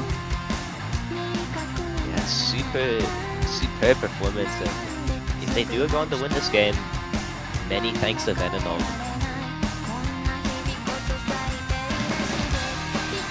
The only one not struggling here, really. I mean, Kasumi-sama actually has recovered quite nicely from the one miss at the beginning. Let's not forget about Mr. Kasumi in the corner over there, but unfortunately, just the early team meltdown from France was so detrimental that they've been trying to overturn that gap the whole map, and they're out of time. And Bastu as well hasn't missed since that first one, but really with the 4 at the start, I'm not going to do too many favors for them, and we can see Finland a break point now at match point. Game is in their hands. Not sure what's going on with Jonsku's end, but we can check the MP and confirm that Finland did indeed win this one. It's 4-2.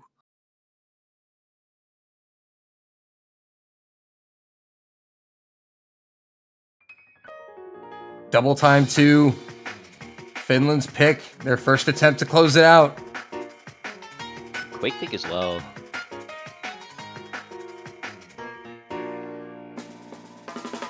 Despite the previous performance from Double Time 3, this one a very different map, so first clear shot, as you said, of them taking the game. And it's probably going to be their best shot because, as you know, kind of I've been saying earlier, the longer it goes, the worse it'll get for Finland. So they clearly think this is their best chance to do it on Double Time 2.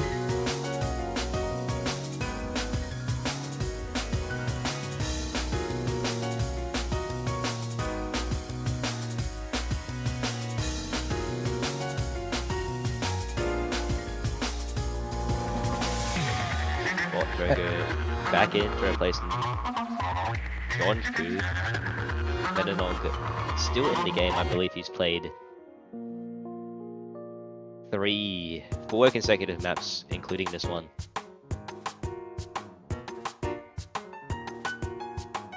And Monstradiful checking back in for France.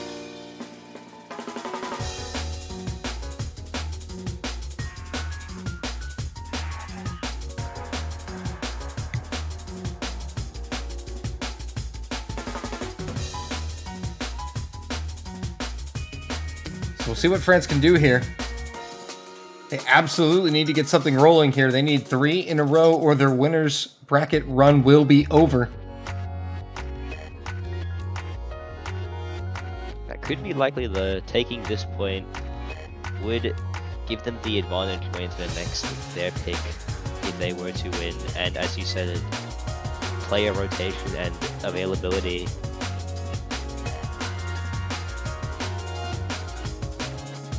Yeah, that's how they're going to have to play that. They want to get back into this.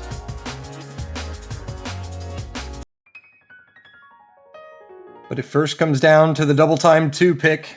1 minute, 48 seconds after Double Time is applied. Yeah, really short map, so they know this time. No messing around at the start.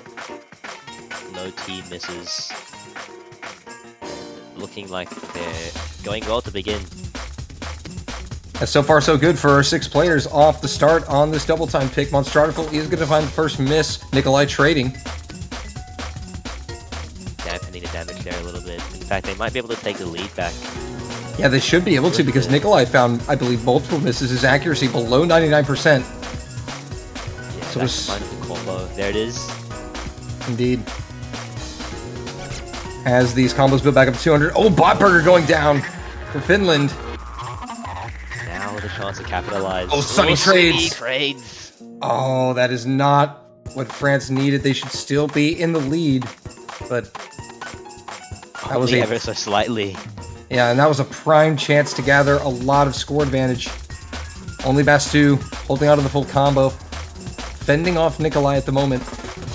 And Jonsku. Along with Monstradiful, but there goes Bastu! And now Finland back in the lead. Final third of the map. Bastu struggling. And it's Finland with the combos when they need them the most. Sunny goes down. And unless we get a double miss here soon, I think it could be over. Dagger. It could be over for France as Finland is not going to look like they're going to miss anytime soon. Jonsku. They need more. France need much more than just Jonsku to miss, though. They need Botburger and Nikolai to go down immediately, and that is not happening.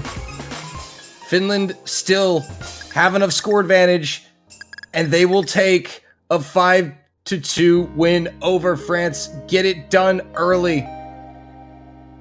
The chance They took the chance when they needed it. That win there, probably their only chance to win, but there it is, 5-2 Finland's way, moving on. The 4-player roster gets it done in the round of 32. They will move on to the round of 16, and they will face the winner of the United States and New Zealand. France will take on the loser of that match in the losers bracket next weekend. So they are not eliminated. A well-played match and definitely some exciting close points there that unfortunately, if France is able to take one of those points, we're looking at a whole different match. But Finland, the 4-player squad, gets it done, Awong. Yeah, super close game, as you said. Two 6-way FCs. That is crazy seeing that, and the spinner difference as well. And I guess now I'll wait and see next week what Venonog's name is. But an excellent. Yeah, I can't believe I messed that up, man. That's so bad. Anyway, that's going to be it for now. We should be having another match coming up at the top of the hour. It's going to be Poland and Brazil. Again, not two countries you would normally expect to see facing each other in the first round, but it's a new year. It's a new CWC. We have China as the 29th seed, also AAA FCing things, apparently. It's crazy. A time to be alive as a catch player. But that is going to do it for us for now. We'll be back at the top of the hour, 17 UTC for Poland versus Brazil. Awong, anything else you want to add about the incredible match we saw? Nah, except tune in an hour's time. Of course. Other than that, thank you for watching.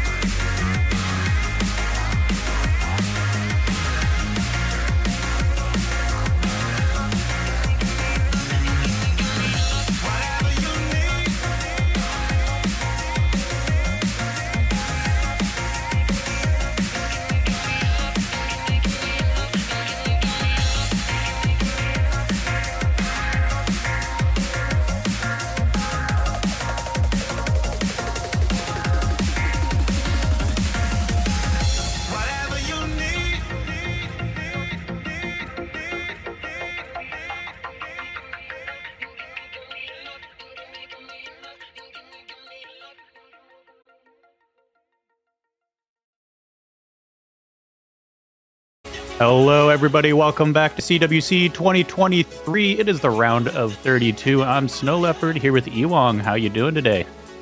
Very good. Coming off was looked to be the closest match, 17 versus 16. Finland taking the win against France, 5-2. Now we've got Poland and Brazil ahead of us. How do you feel about this one, Snow Leopard?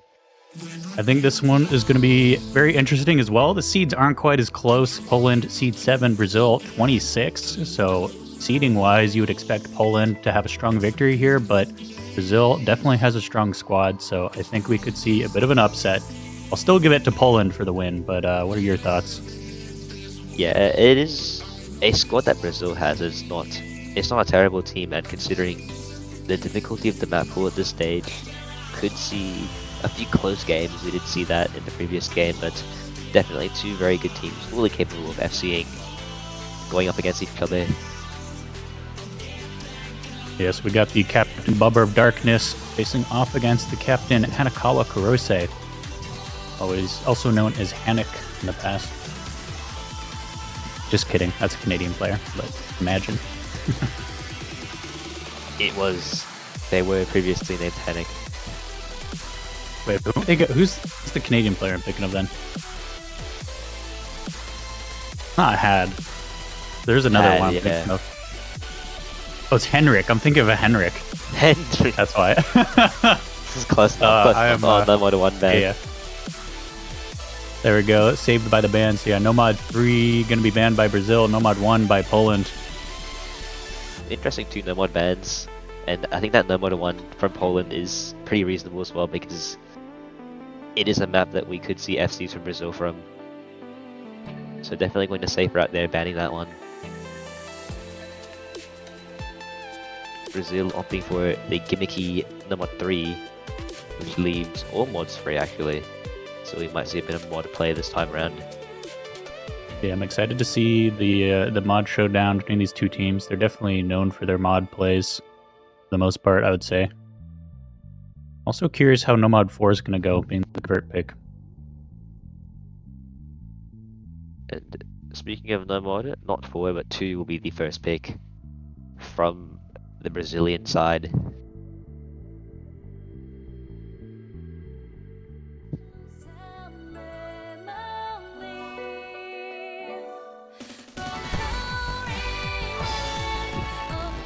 Yeah, there we go. It's going to be Emir.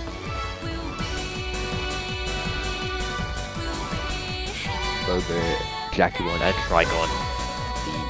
The 3 to take on the first map on the Polish side. Ex-Nando, Konohana Lucia, and Freed Dominator on the Brazilian side to kick things off. Yeah, we see Fob there in chat. Also another well-known name from the Poland squad. Actually, I think pretty much all the players on both squads are very well-known long-term players. I see Fob coming out for some hidden maps later on, so both of those have not been banned, so hopefully we can see them coming out. Yeah, as you said, experienced rosters, everyone on the Brazilian side having appeared at least 3 times in CWCs, similar to Poland, whose least experienced player is Trigon, but still not a player you want to mess with. Very good and very skilled. Yeah, and we're wasting no time with this one. We're going to be hopping right into it. So, first map of the match picked by Brazil. It's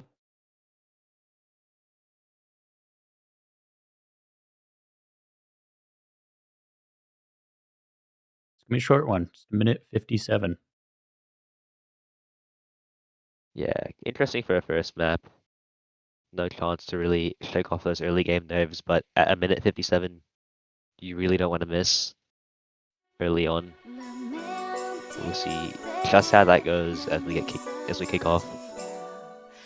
Yeah, it's interesting deciding whether you want a map that just gets over with it quick so you can get the first map out of the way, or if you want a long map so you have time to warm up and get into the fields of it. Different strategies.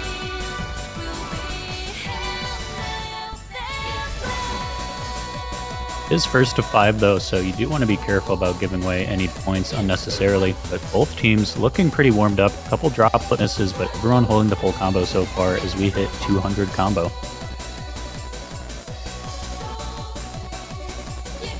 Yeah, everyone's still holding on pretty well. Already 1/3 in. It shows how short this map is. Might come down to those droplets in the spinner, as we saw so many times in the previous games.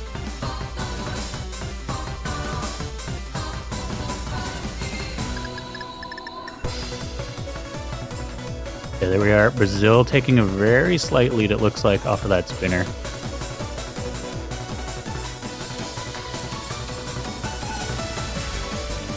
Getting into the final third of the map now, still 6-way FC. 6-ways was definitely weighed down by the accuracy drop from Trigon. Poland side is lacking a bit there, but all it will take is one miss and 1/4 left, but that is not much time. So we might see Brazil run away with this one. Quick first point.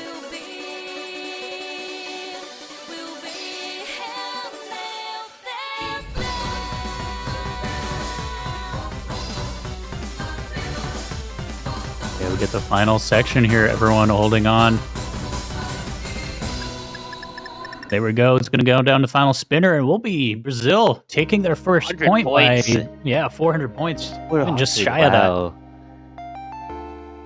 Once again, So, yeah. we see six-way FC. Yeah, 1 SS on It- both sides, 6-way FC. Beautiful plays all around, and just goes to show you that Brazil might be 19 seeds lower, but they have all the skill it takes to take points and possibly even a win. Consistency. This just at this stage, even with the seedings, you might want to worry about how consistent these players are. Notable name Predominator, who is known for taking those ones and maps.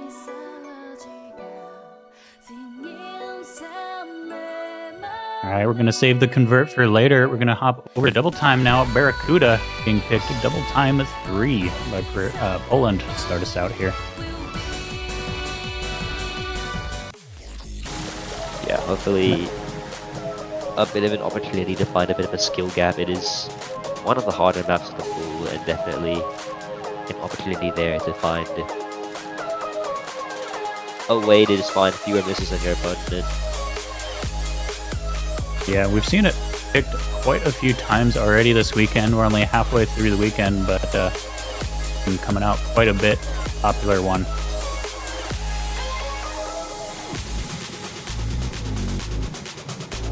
It is one of those maps that the better teams seed-wise tend to pick, and if I'm not mistaken, most often it is won by the higher seed team.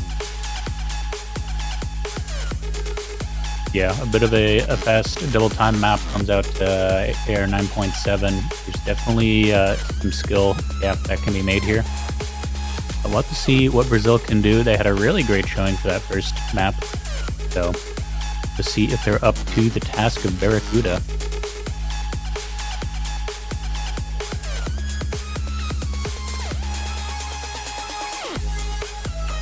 Interesting, we have Fob coming in. He's known for his hidden, especially low AR hidden, so interesting to see him playing on double time. Not as familiar with his double time prowess, but he is there nonetheless alongside Jacobon and Trigon. Yeah, for a map like this, which is so unique, Bob probably could pull off a bit of a performance here. Might see something we haven't seen before. The Brazilian side, however, staying pretty similar with Overdose coming in this time, replacing Konohana Lucia.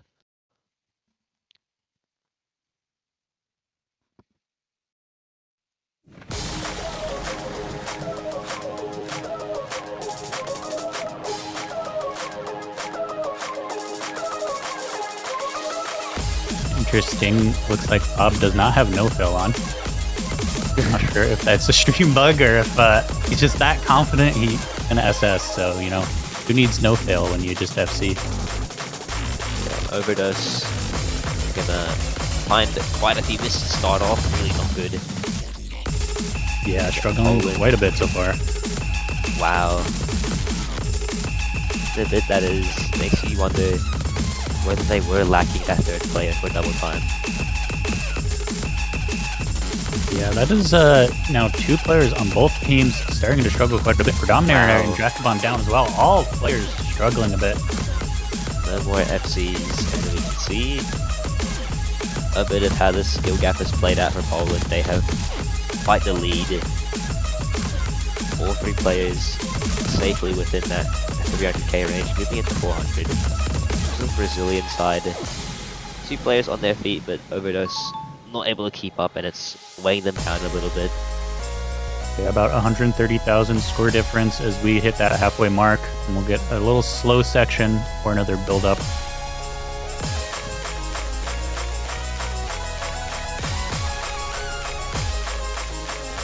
Can be dangerous. It gets everybody back up to combo, so misses start to matter a lot more. The opponent can hold through.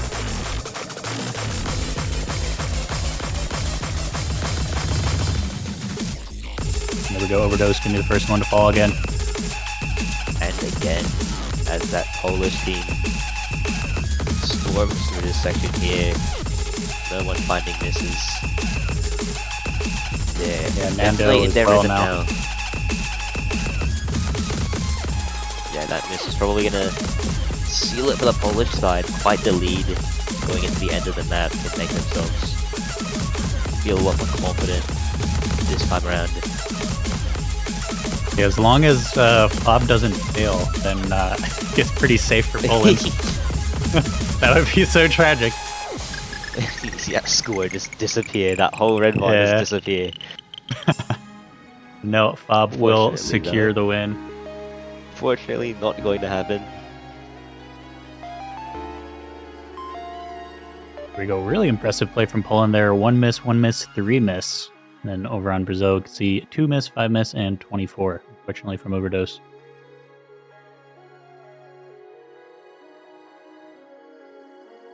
Tied No up breakpoints now, yet. Hopefully. Yeah, hopefully Poland gonna take their chance to run away with this one. Now Brazil's pick.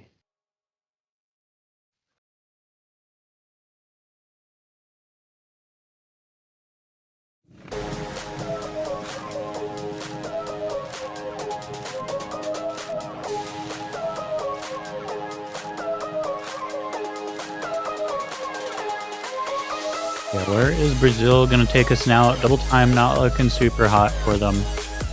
There is a Nomad still available, but it is a convert, so quite a different map from Nomad 2. I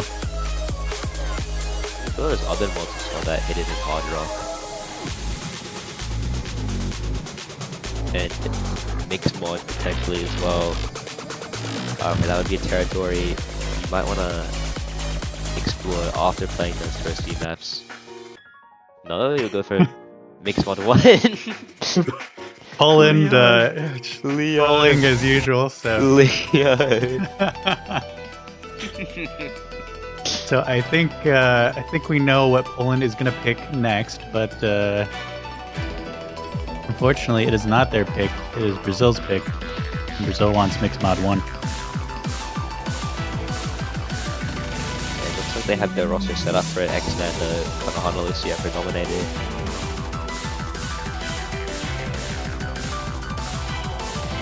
The same 3, I believe, gonna stay in for Poland. Probably now Fob will show off his hidden talent.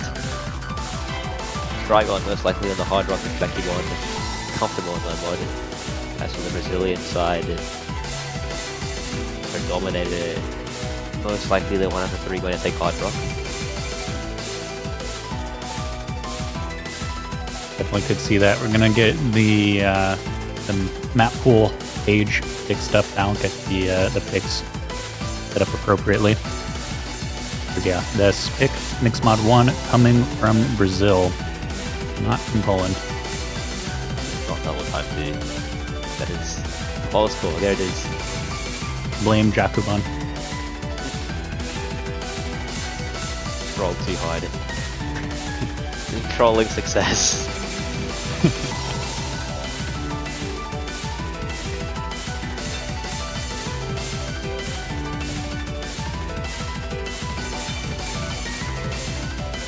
It's just the superior tactic. You say with confidence, "Yep, it's my pick. I want double time too." You know, The mental. yeah. Like they say, you got a high vis vest and a clipboard, you can get into anywhere. Anyway. It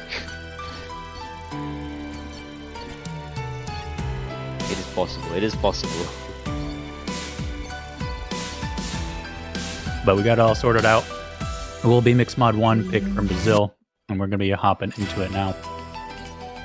And I'm absolutely wrong about who's playing what mod. Trigon on the no mod with Xnando, Jakubon against Konohana Lucia on Hard Rock, and Fob as expected on Hidden against Predominator.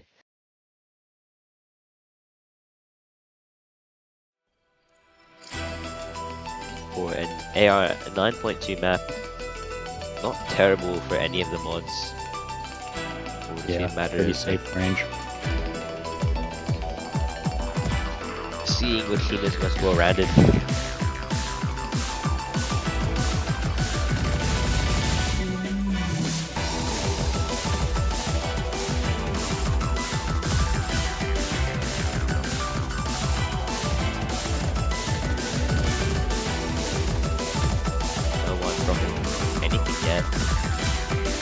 Yeah, we crossed that 200 combo threshold about a quarter of the way through the map. Kanaha Lucia gonna be the first to drop on Hard Rock. No difficulty multiplier anymore, but still a bad drop. Give Poland a slight lead for now.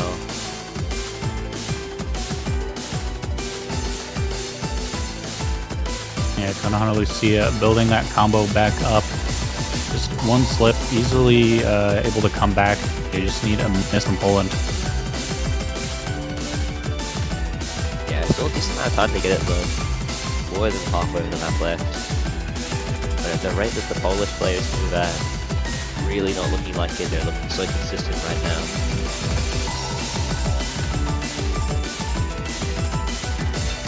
Yeah, we hit that halfway mark and we're all looking good, but Kanaha Lucia again slipping on a jump.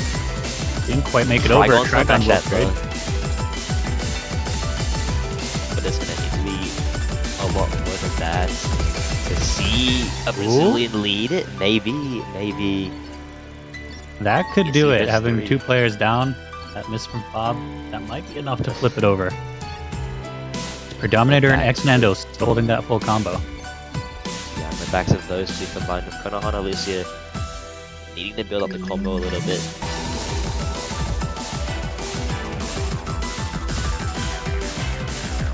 Yeah, that score gap getting smaller and smaller as Trigon and Bob try to get back up to 200 combo. I think that's going to be enough to flip it. If not, it's going to be super close. So close, it might almost be there, but the difference quite. in combo maybe not enough.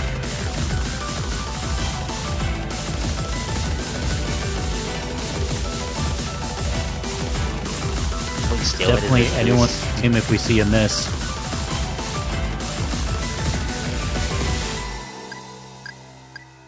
Really short, not dense spinner here. Not even enough of the spinner. Poland just holding on only a little bit. 2k. So close. But with 2-1 misses and an SS from Yakubon, they're going to take this one. Yeah, that's really unfortunate for Brazil with the 2 FCs when it was only 1 FC from Poland, but Kanaha Lucia's multiple misses, they were just spaced out too much. It hurt just a little too much there. If they were spaced a little closer, even that would have been enough to give it back to Brazil. Yeah, just a bit of unfortunate timing. Those misses from the Polish side couldn't have come at a better time actually. Just enough to keep them up.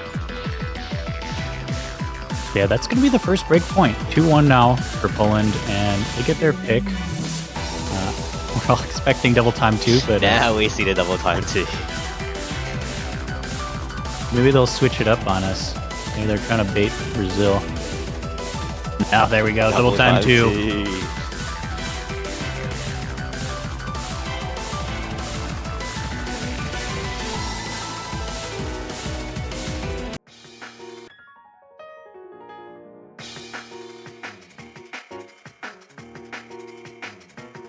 Another confident double time pick from Poland, hoping to dominate once again. But And we see Skylea coming in now. Leave first appearance for them. Replacing Form, surprisingly, despite that performance of double time 3. We could see a closer game this time due to the arguably difficulty increase, sorry, not increase, decrease in the maps. Hopefully Brazil having a bit more of a chance to put up some good scores here. Yeah, this is going to be the slowest of the double time maps, coming in at AR 9.5 after double time is applied. A little bit easier on the eyes if you're not the most well versed in double time play.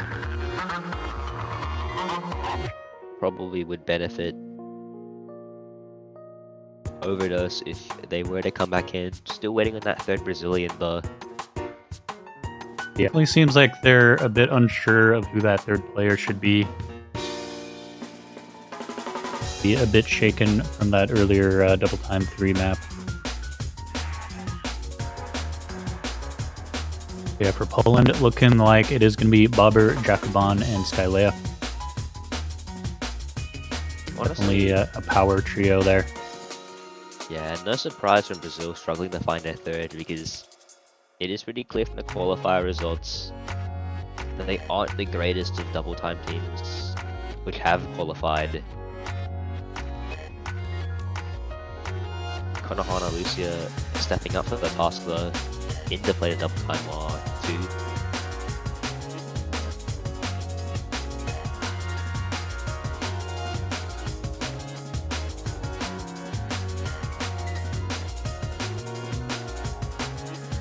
Alright, it looks like that's going to be the lineup, so we're going to be getting started in just a moment here.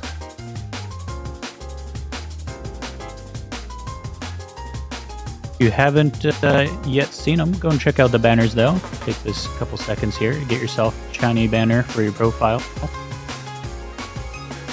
Yeah, everything goes towards the players. So potentially, some players you're watching now could be taking that money as prize money. We'll need to see the... And we're off. Freedom opting for hidden as they were last time. Ooh, and Focus on the early miss. Yeah, unexpected first miss. Matter of whether or not the Brazilian side can hold on for long enough. It looks like they might be able to. There's a double miss in Poland.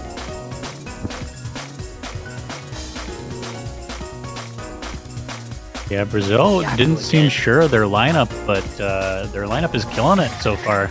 Triple FC and only Skyleo holding FC. And now, as I say that, Cursed, he is down as well. No more for the Polish side. Definitely gonna hurt them. Going to the halfway point, and Brazil still has the 3 FCs. Makes you wonder whether or not they're actually questioning their third player, or if Konohana Lucia was just off somewhere else.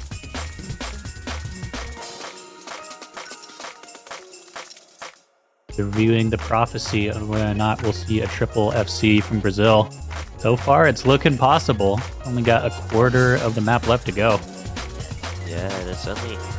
Yeah, especially what map, and that team white from Poland definitely did bits there. Maybe too late for anything huge to happen. Definitely now Brazil can be safe with their second pick, and they've tied it up again. Skylea going down again now, but not gonna matter. It's a little too late anyway. Map is over. That will be Brazil taking a breakpoint right back. Wow, and it's a triple FC as well. I'm really surprised to see. Complete reversal from that double time 3 map. Wow. Yeah, from going from a double time 3 loss of 340k to a triple FC is something. Definitely think Poland underperformed there from what we would expect for them, but even ignoring that, it's hard to argue against a 3-way FC. That's perfect play from Brazil. Very well-deserved breakpoint. Not even a bad score. It's 3-2 misses, but nothing beats the triple FC.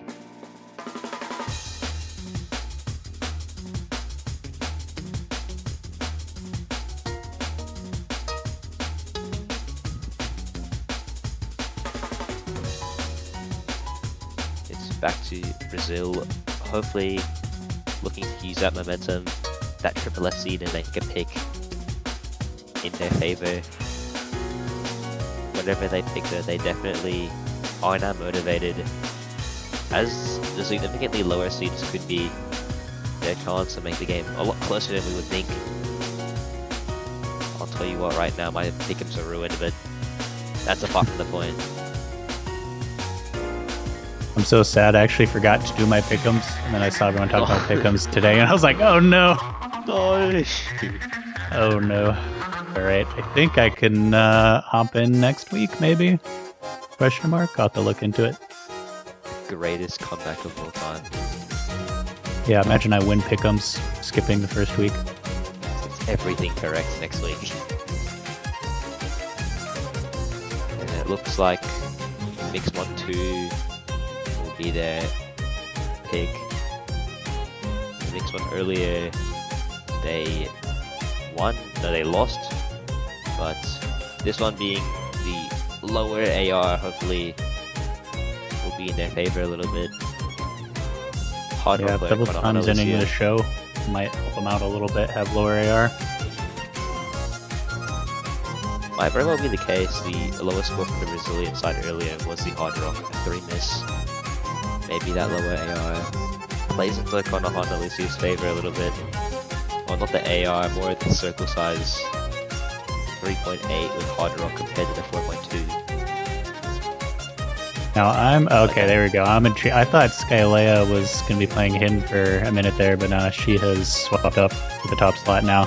Bob coming down to what I imagine is hidden slot with Predominator.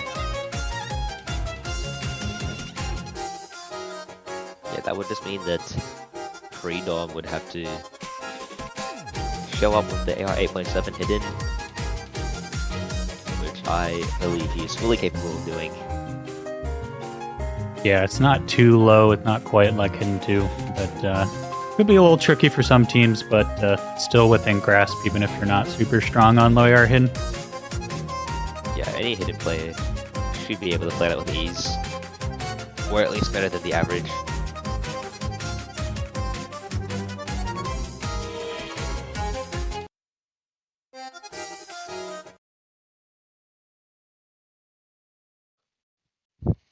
And off we go. Skylea rocking Hard Rock. Konohana Lucia again on Hard Rock. Pretty much the same layout we would have on the Brazilian side. Same as Poland, except this time they're looking at a Skylea Hard Rock.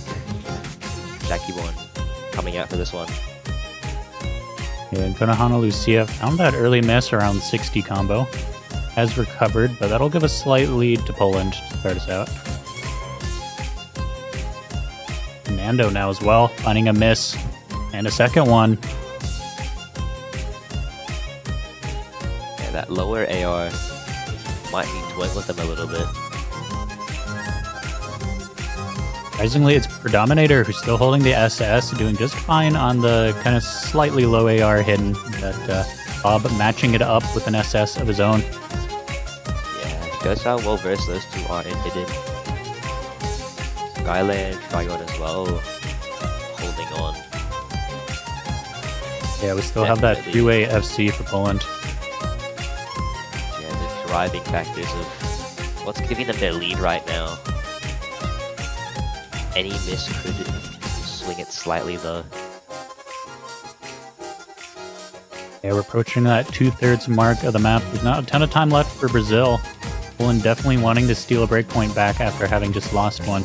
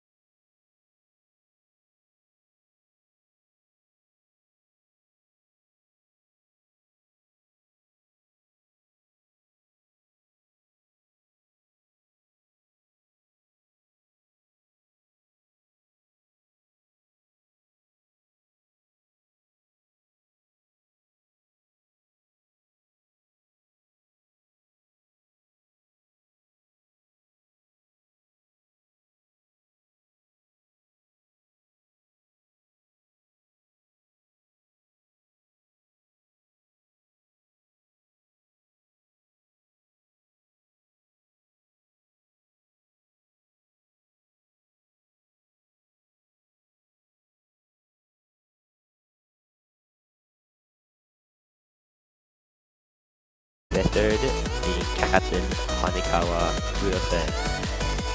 No overdose.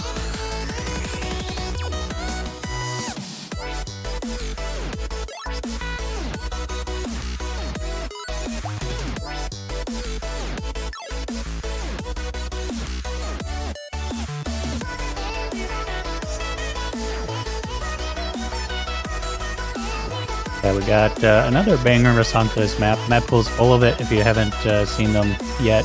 This one map by Xerox.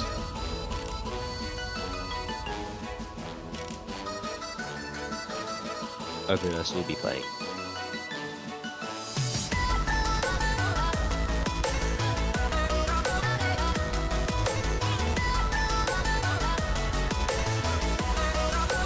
This one's also, I think, one of the longest maps in the pool. Let me double check on that. 3:36. Not counting tiebreaker, of course. Quite the map, actually. It could be. Yes. No. Nomad 1 is Nomad longer 1, by, yeah. like 5 seconds. Yeah. So very close to the longest non-tiebreaker in the pool. My AR9 hidden, very standard all around, kind of just a hidden consistency map here. Yeah, we will see which team has that in their belt. Poland led by the hidden force that is Bob. And 2 skillful players backing that up. On the Brazilian side, Predominated, having shown skill and hidden, backed by Captain Hanekawa, Kurose, and Overdose. Who takes this one? Quite the long map, so there is room for a few misses, but we might just see those 3-way SCs on both ends, as we have a few times this weekend. Yeah, so far we're approaching 200 combo and everyone's doing fine. Song will speed up a bit though.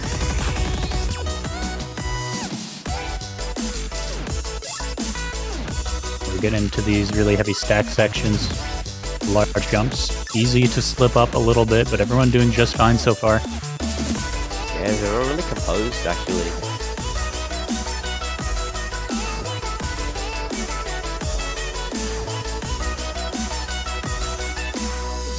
No breaks yet, surprisingly. Shows the consistency that the 6 players have here.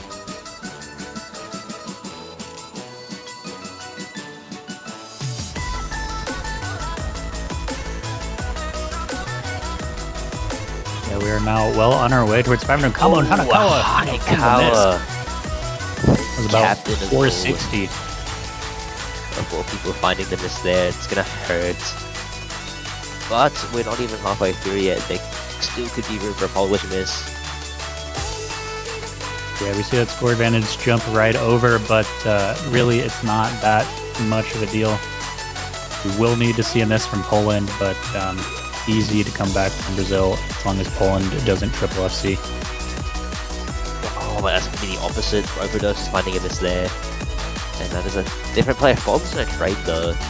Regardless, lead still Poland's way. Yeah, so one of those traded. We still need to see one more miss from Poland, and not from Cobb, at least until he gets back up to combo to equal it out. But it's going to be a two-way miss from Brazil. Not predominated, but it's still combo you're losing out on, and it's going to keep growing Poland's lead. Yeah, Overdose struggling quite a bit on this section now. That's been multiple misses, and now Predominator down as well. All members of the Brazil team just down and struggling a bit.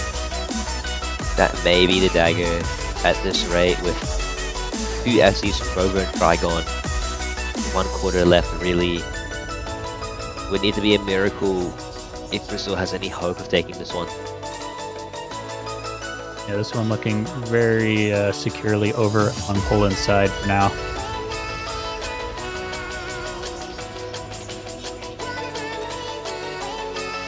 And one final miss from Hanekawa Kurose. Might be the dagger, might seal it for Poland. I believe so, yeah. We just have a slow outro now, so that will be Poland securing their point, bringing us to match point.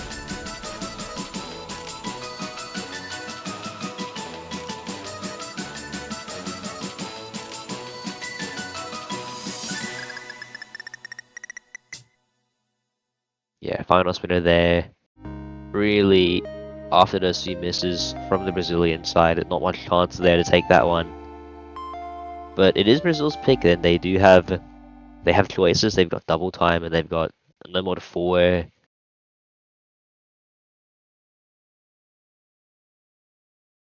Yeah, definitely a lot of choices still open to Brazil, but they'll want to make those choices carefully. But they know right away, Hard Rock won, wasting no time hopping into it. What could be the last pick of the match for them? They would really. Oh, it will be their last pick. It is their last pick. Oh yeah, you're right. Yeah, tiebreaker. So yeah. Either way, even if they win, their last pick for the match.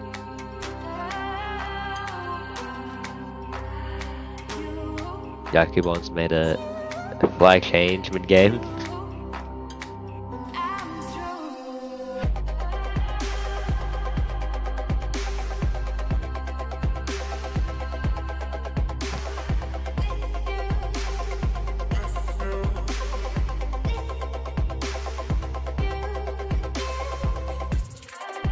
Will we see Fob stay in? It seems likely at this point. Hard Rock powerhouse, double time powerhouse. What can't he do? Bob can do it all. He's really showing off this year. Got Jakuban coming in. And Xnander, the last of the Brazilians. Yeah, Bobber and Jakuban definitely would expect to see them coming in here for Hard Rock. I'm surprised at the Fob pick instead of like Skylea.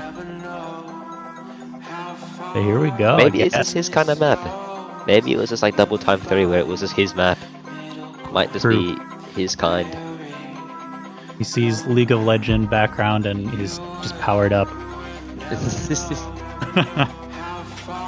Bob is a League enjoyer, confirmed. A League buff.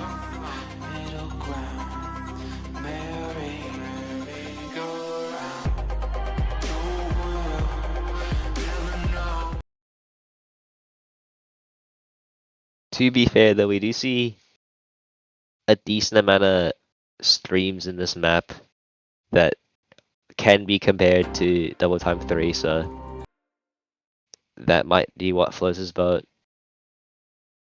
But we will see. He's going to be rocking hidden.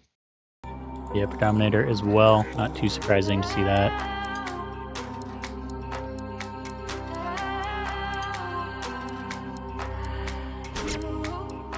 Konohana and Bobo finding very early misses. By the looks of things, will be very close to start things off. Yeah, score floating back and favor forth. Brazil, but Nando finding a miss.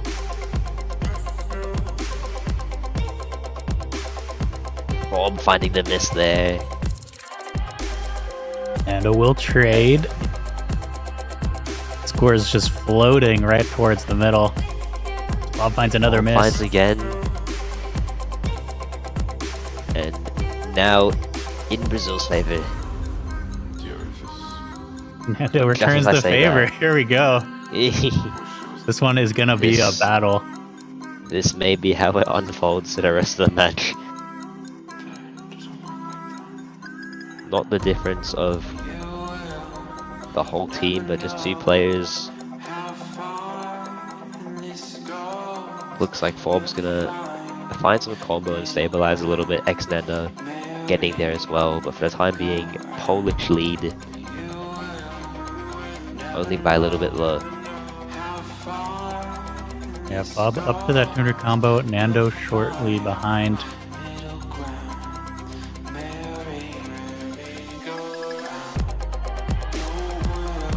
Konohana Lucia finding a miss. That's the one person you don't want missing.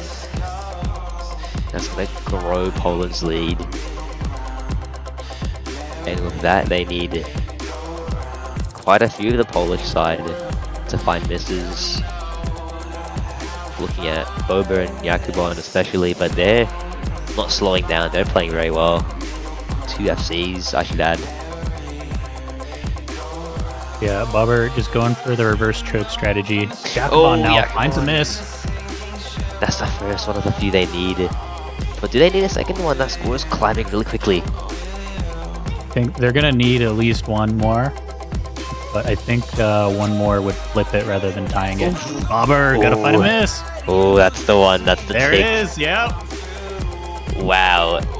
At the spot where you really need to hold on the sliders. Do you gonna even be the blame end of the him for map. missing there? Do you even blame him for missing there? Hard spot, but a fatal spot. No one else is gonna miss there. Brazil doing what they need to do, hold on despite the misses, and 3-4 now. Not their pick, but really a chance to equalize and take to the first tiebreaker of the weekend. It's only the Saturday, and even more surprisingly, it's just like the 29 versus the... No, not 29, sorry, the 20... Somewhere in the high 20s versus... Yeah. Yeah, 19 difference between the seeds there. But here we see it. Poland getting their last pick, and if they pick wrong, that could bring us to tiebreaker. Yeah, and with the options up right now, could tackle the low AR HD, but that is sort of no man's land at this point. Yeah, Predominator has attempt- been looking pretty good this match. Could attempt to take double time back, despite the three-way FC they saw earlier. Just hope that a double time 3 happens again where they find a significant skill gap. Yeah, double time 3 has been the real coin flip. It's just gone hard in one direction or the other. I don't know what's more dangerous of a pick, double time 1 or hidden 2. Or will they just go with like Nomad 4 or Hard Rock 2? Those options are also open. Convert could be an option.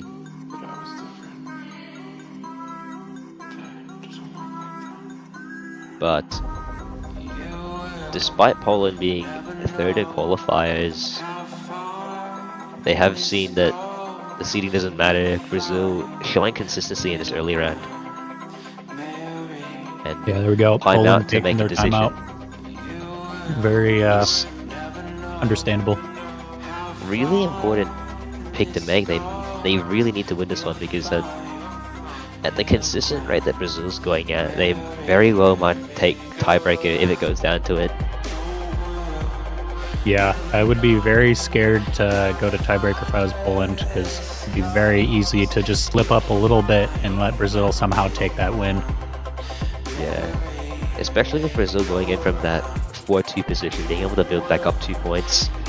They go into tiebreaker with loads of momentum, motivation. Absolutely, yeah. Wouldn't be too surprised if we see Nomad 4 here. I think double time 1 and hidden 2, a little dangerous. If they go with either, though, I want to say maybe hidden 2. But really hard to say. Yeah, it is probably worth diving into the low AR HD. Definitely better to avoid Hard Rock after that loss. Double time. It's too much of a gamble, and Nomad 4 is Nomad 4, it is Nomad consistency. Anyone could have it.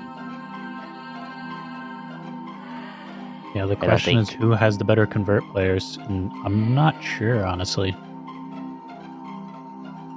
On paper, Poland, with their 3rd place in the qualifiers, compared to Brazil's 26, but we have seen a few surprising things go down this match. Hidden 2, Bobo has made a decision, used that timeout pretty well, figure out where his teammates are at in terms of mindset, and I think Yeah, also breaks up the momentum a bit. go from that fast Hard Rock to the low AR HD as expected, pre-dominated, staying in, Trigon, Yakugon, and most likely Fob. Yeah, I would be shocked if I don't see Fob. There he is. There it is.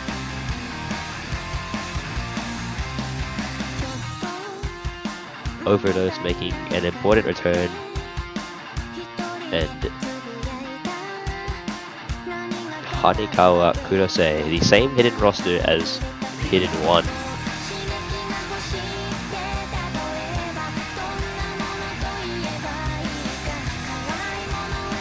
Yeah, we're going to be seeing 215 coming in at 213. Yeah. If you haven't seen already, to your surprise, a song called 215 is not 215. What gets to me even more is that this is a custom. There's no danger adding 2 seconds. But if Moru wants to be that guy, he can be that guy. Anyways, looks like we're getting into it. Overdose playing the beginning multiple times, getting all practiced up. I really hope that's not his actual accuracy. I don't think so. It should resolve once it's all synced up. No, it is. Wait! Oh wow! Okay, And no, that is. Hanekawa Kurose as well. Not the greatest start, and maybe Poland's timeout didn't work. Maybe they have gotten everything back in shape for the players. Yeah, that is a rough start for Brazil.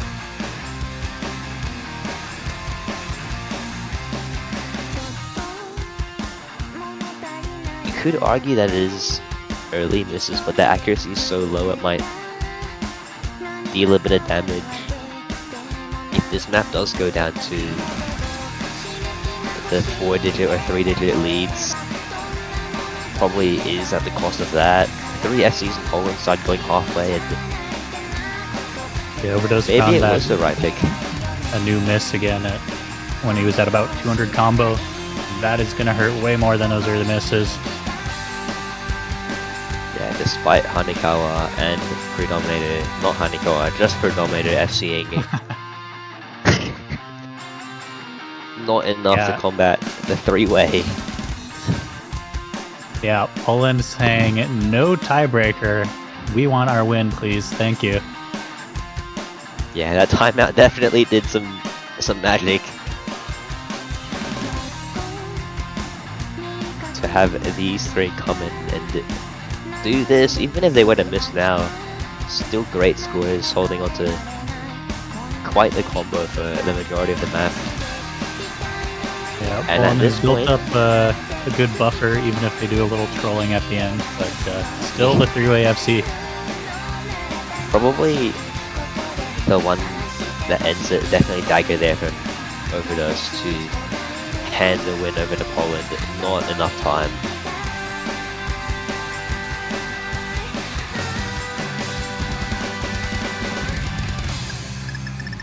Yeah, there we go. That is 2 SSs from Fob and Predominator as expected. Beautiful nonetheless, but more impressive that Jacobone and Trigon were able to step up as well. Yeah, they knew that they missed their chance earlier and they really needed this one. Made the right pick and sealed it 5-3. Super close game, but when it comes down to it, Poland the ones to step up in the end. Yeah, definitely a very well played, well deserved win from Poland there. But Brazil showing that despite being seed 26, they still have what it takes to go up against the greats, and they are not out of the tournament. They're going to go to losers bracket, but they are still here for next weekend, if not longer, to show up again and try to make their way back up through the ladder. So again, congratulations to Poland for taking that 5-3 victory.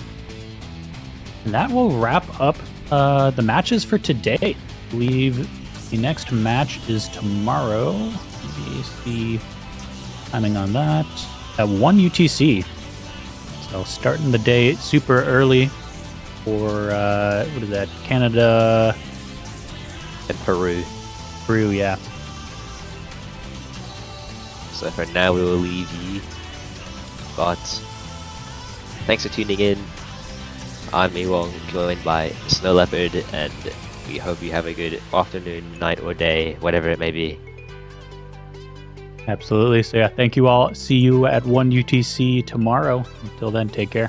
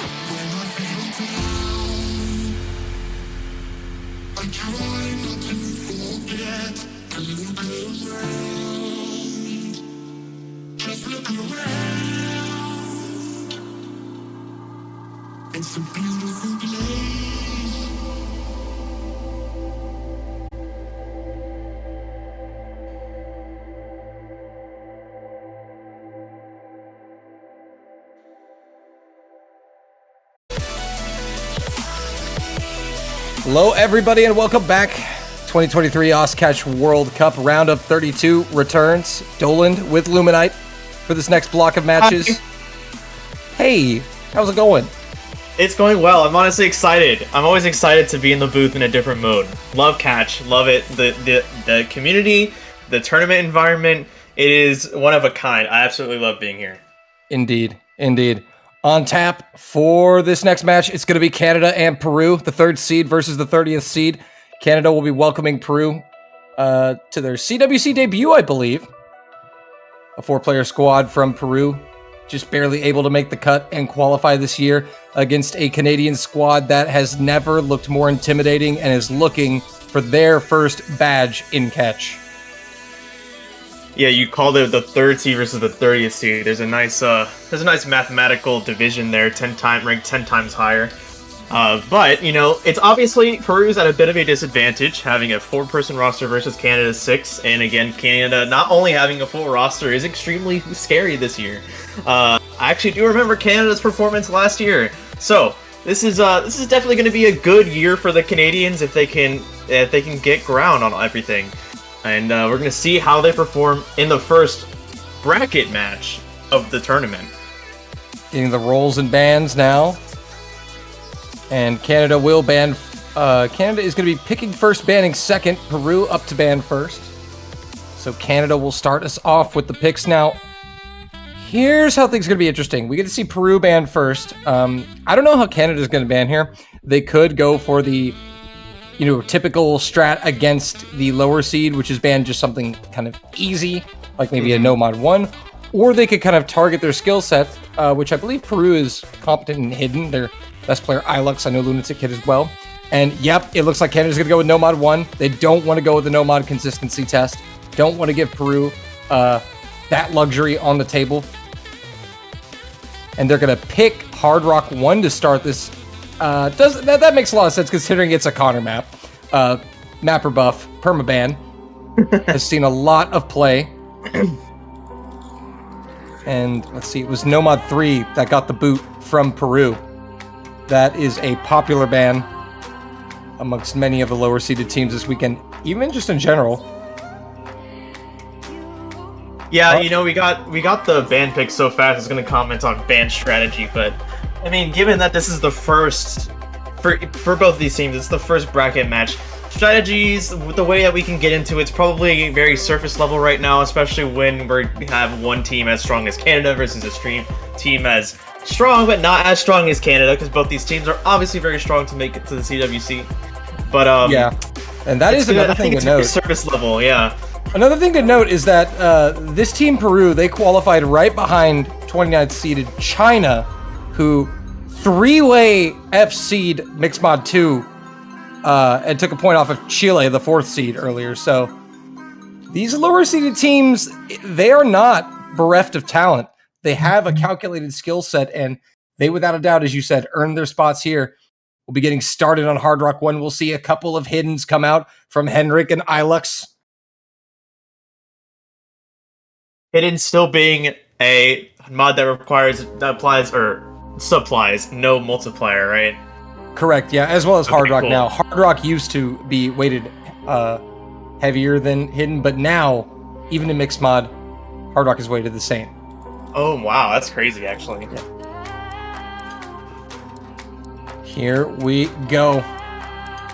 And, man, this is just such a really well-made map. I know Connor has to be pleased with himself. It's quite the nice map to play and just flows so well with the song. There's also a nice adequate test of the Hard Rock skill set. Low BPM 124, CS size 3.8. And so far so good for everyone.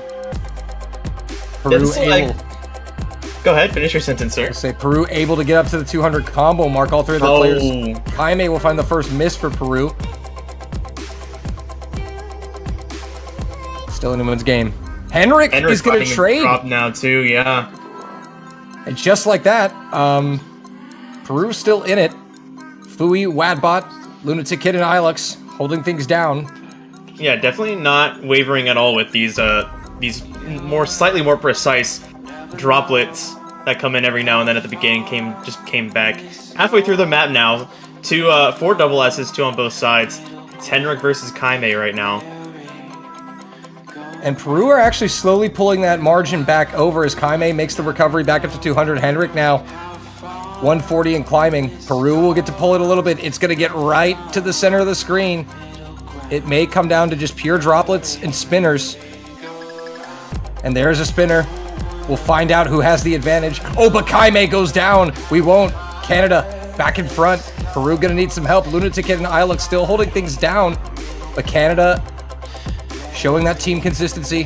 Fui, Wadbot, looking solid, looking nice. Henrik's found his footing again, all the way back up to 99.91, yet to miss again so far. Pausing for commentator curse, and it looks like we're good. Alright. Got 1/4 of the map left to go.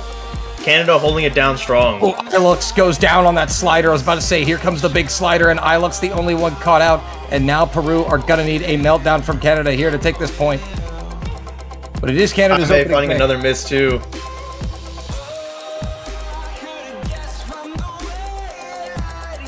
Yeah, look at this solid team performance out of Canada. Honestly, not bad scores on the Peruvian side for their first map in CWC history. I mean, this is Canada's pick, so they will get a chance to respond here. But Lunatic Kid will find not only the first Peruvian FC, but the first Peruvian double S in Catch World Cup history. But it's what a Canada. great example of how great these two teams are, regardless of the fact that Kaime and Ilux found a little bit more misses. Only 6, though, as the highest. And Lunatic Kid matching 2 Canadian players.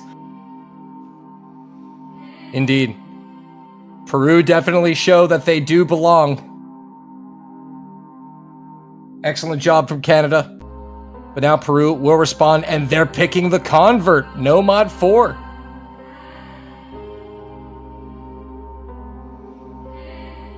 Love to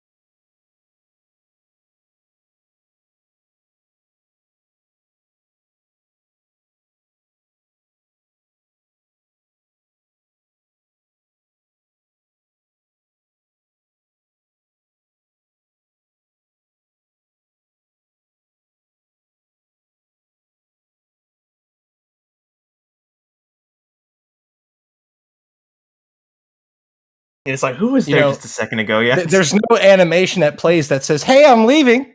They just leave. That would actually be kind of neat if we had That a would little be really animation. cool. Yeah, that would be pretty neat, actually. Idea. Yep. Live here. We heard it live here. We're brainstorming in the round of 32, as always. Here we go. Round number 2. This is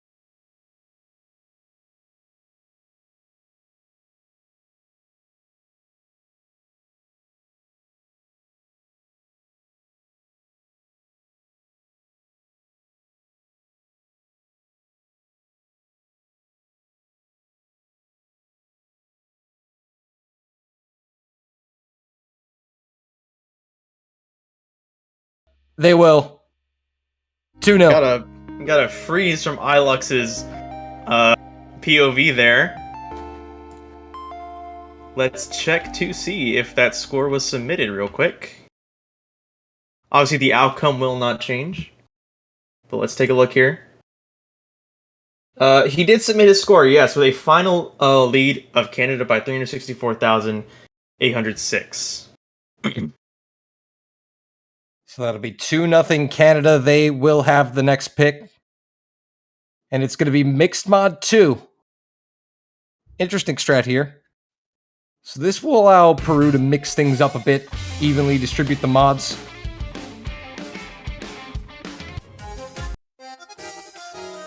Ooh, M2U! Indeed, M2U song here, a very popular artist. Mapped by Yoshi Green, another Canadian mapper. Canada going with the Canadian sponsorship this week, yeah. Yeah, they've got some map buff in this pool for sure. CWC this year is brought to you by Canada. That's it, just Canada. Only Canada, only Canada. Only Canada. None of the other 31 countries have anything to do with it. And there's totally not any anybody else's maps in the pool. All right. Let's see how these mods are going to line up. Looks like we need to get Fui and Ilux switched around. Sure, the referee will get that sorted out in a minute. And there we go. So I can imagine Ilux is going to be taking the hidden for Peru. Lunatic Kid will probably be on the Hard Rock, and Kaime will most likely be the Nomad. Yeah, I would agree with that assessment. My only caution here is that, yes, Lunatic Kid probably will take the Hard Rock. Even then, though, he's not a... How do I describe it? It's not his bread and butter. It's just his bread. You know what I mean? It's just like, his bread. It's just his bread, not both the bread and butter. Like, he definitely can do the bread. He enjoys the bread. But You're he's a missing visual the butter. thinker. Not even close. I'm a math major, dude. I'm starting to understand it now. Alright. The Lunatic Kid definitely is capable of playing Hard Rock. We saw him pop off kind of in round 1 against Canada there. Was the top score for Peru on that map. Very true. The Canada could play this in a couple of different ways, and they're actually going to go for multiple hiddens here? Alright, interesting. Unlucky W going for the hidden... Oh, Henrik is going for the Hard Rock. Not gonna lie, I expected Henrik to be on HD, but... Canada, they have such a deep roster, they can really shuffle things around to however they want. Fui's going to be on the Nomad. Henrik will be the HR player, taking hidden as well. Not a surprise from Henrik. Loves HD. I too love HD quality. I'm sorry. HD quality lag right now. I was thinking of a pun, and that's all I could come up with. I'm not too proud of that one, but it's not that bad either. Hey, man, don't take the low-hanging fruit. Here we go. And it looks like we have lost Fui. No? Have we? Yes? Hopefully no? not. So? We need We Fui. hope not. We kind of need all the players. Okay, no, we got Fui. We have eyes on Fui, everyone. It's just client. All good. So early misses coming out of Ilux and Kaime. It's going to spell an early advantage for Canada. Unlucky W traded one of those misses. It's 2 FCs to 1. Canada with the advantage and building. Yeah, Peru is still at a bit of a disadvantage. Lunatic Kid, Kaime both already hit that 200 combo cap. Ilux just now getting there in a little bit. For now, all that time up until he hits 200 is small but important growth for the Canadian score. This is closer than, as I say that, Kaime finds a miss. That Still is a closer consequential one. than Well, their we're own running pick. out of time here. Last third of the they map. are. That is going to be a consequential miss indeed. Only one miss from Canada out of Unlucky W. And that's unfortunate for Peru. They're not doing bad this round. Lunatic Kid popping off once again, and Ilux has recovered quite nicely. Only a couple misses out of Kaime, but unfortunately that is not going to be enough against a team like Canada. Kaime finding another miss here at the end. Unfortunately, really struggling on the ending sections here, just missing these hypers. And it's going to be a 3-0 lead for Canada. Peru are going to have another chance to get on the board. They desperately need a point. And the real question is, will we get the FCs? We will. Lunatic Kid had the bread and then he went and got the butter. He did it. Look at that beautiful double S. What was I talking about? Another double S for Lunatic Kid, who's having a great match himself. That makes 2 out of 3 on the SS ratio for him, but Canada, the overall better team performance, FCs coming out of Henrik and Fui. And that's good enough to get the job done. 3-0. Unlucky W with a very unlucky miss. That was way better than my HD thing. That was way better. Mixed mod 1. Interesting strat here. So this map, a slightly different beast than the previous mixed mod. This should be more into Peru's wheelhouse, a bit more speed. I do know a good bit about Auto Fanboy. I would imagine with the way this sounds, this would be more quote unquote what's the word? I just lost it. Conventional, there it is. More conventional. And given that mix mod was the second pick was pretty good for the Peruvians overall, this could easily go the other way. I think this is a very good pick on the Peruvian side. Yeah, I definitely think Mixmod 2 is definitely more of the gimmick, kind of technical Mixmod. This is the more, as you said, conventional, mechanics-based, reading speed-oriented Mixmod of the two. AR 9.2, star rating 4.3, nearly 3 minutes in length, and that higher BPM. This. Well, the thing about a catch map is you can never assume based off of star rating and stats alone. Thank you for destroying my hope. It is an AFB rain. I would probably struggle on this. You know, you have a point. Alright, here we go. Peruvian pick number 2. If this goes well, they have more time. If this does not, this could be their last pick of the match. Yeah, indeed, and that is why it's a very crucial point here for Peru. If they can get on the board, they will guarantee themselves at least one more pick in this match. And so far, so good.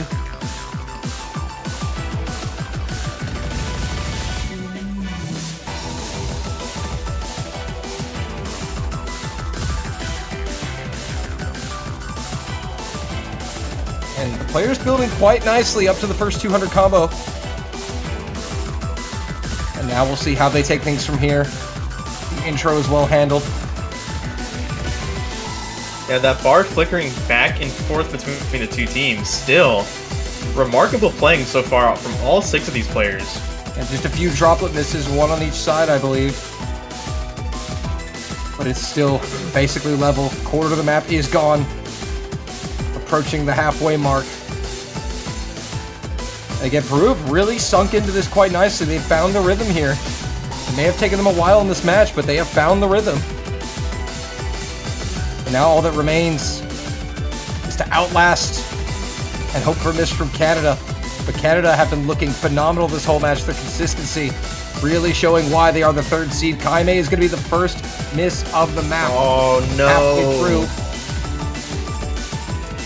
Not over yet. That is the Nomad player.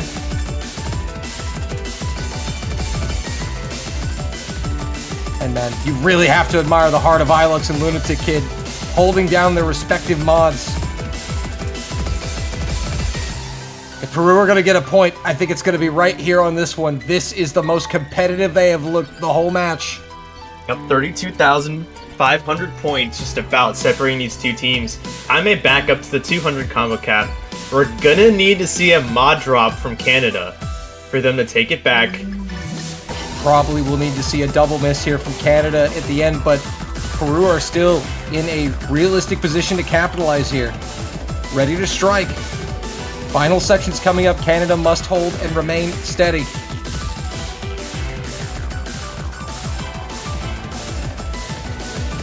I'm on the edge of my seat for this one. Same here, honestly. Peru looking very good, but so are Canada. Henrik, Fui, and Unlucky W are not going to give Peru the chance. We're running out of time here. A very good pick from Peru, regardless of the outcome here. Their best performance so far, but it is not going to be enough. The one miss from Kaime. And it still probably wouldn't have been enough. They probably would have been outspun. The accuracy was definitely in favor of Canada as well. Unfortunate. Oh, go ahead. Oh, I just said unfortunate. Oh yeah, I got a small bit of lag there, so it said and then fortunate, so. But double S is coming from Unlucky W and Ilux. Unlucky not being unlucky this time around. Man, that was a little intense for me, man. That was a little intense. I was kind of like holding my breath. Yeah, that was definitely a real chance for Peru there. And now Canada will fire Hidden 2. No surprise there. Looking to close this one out right now. AR 8.4, CS 4.2.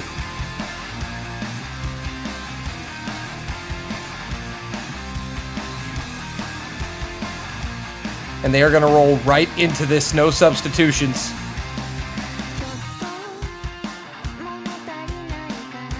All 6 players gonna fight each other again. Hidden instead. Come on, Peru. I don't like when any team gets swept. They can do this. They got this.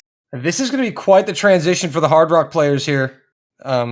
Coming from, again, a mixed mod Hard Rock to a low AR Hidden. So we're going to have to keep our eyes here on Henrik and Lunatic Kid. Despite the fact that Henrik is a good Hidden player, that's still going to be quite the rough transition.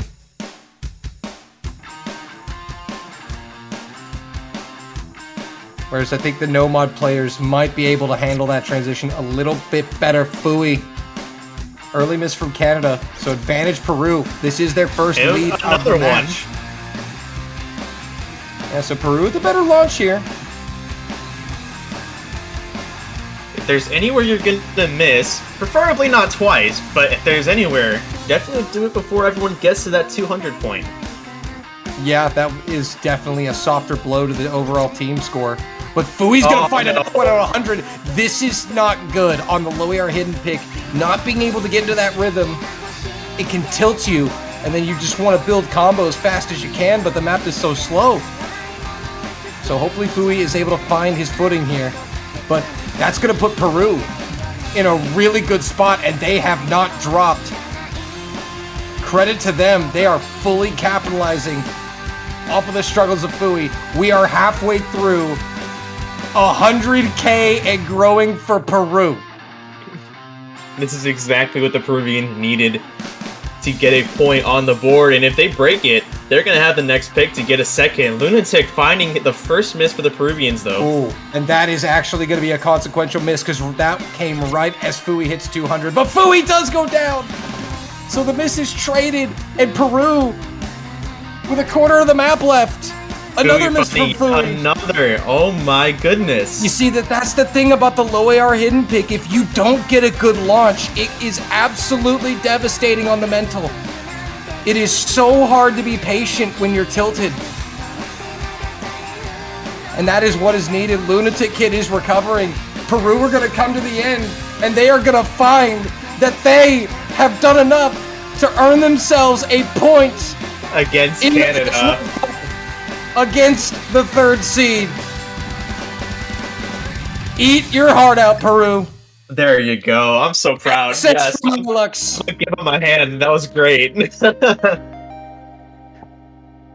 And they will get another pick. What a great way for Peru to come back on Canada's pick. They have the opportunity here to not only go down 5-1, 5-2, reverse sweep. Actually, this is the start, I promise, of the reverse sweep. Peru will come back from this. They will win tiebreaker, I promise. Promise.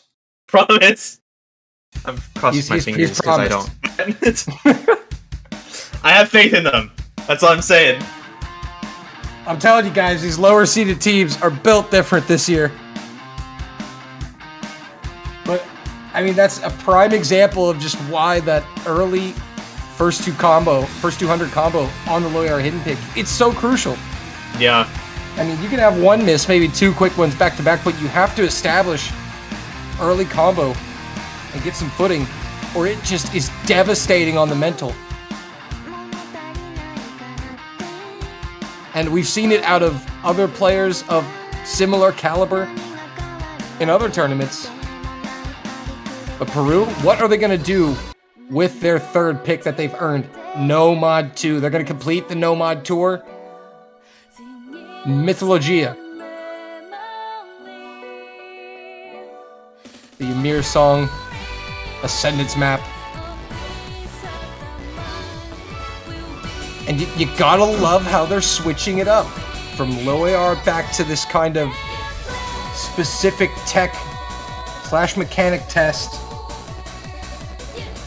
No Mod 2, always known as kind of more of a reading challenge. I guess a good name for it's the attention check, really. Yeah, I like that. It's really an attention check is what it is. And at least you don't have to do it for that long. It is only 1 minute and 57 seconds. But that makes misses much more punishing. The shorter the map is, the bigger deal it misses. Absolutely. Absolutely, as you said. AR 9.2. Star rating coming in just over 5. But it's going to be a very short, dense map here. And just one substitution for Canada. Unlucky W coming out. Wadbot coming in. The same away three they go. Peruvians, though, gonna fight it all the way out. Well, you know, they only have a roster of 4, and that 4th player might only have a few maps they can play, or may not be available. That's true, yeah. But for these 3 Peruvian players, they're getting a lot of experience, and that's what it's all about when you're these lower-seeded teams. You just need to get that experience and do your best. That's so true. Very well put.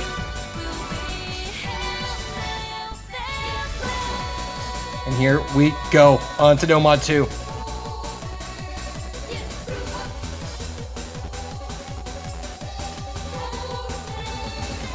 All the players building now over that 200 combo cap. Quarter way through, Kaime finding a miss right at the 200 combo cap. So that's going to put Canada up. Another big miss.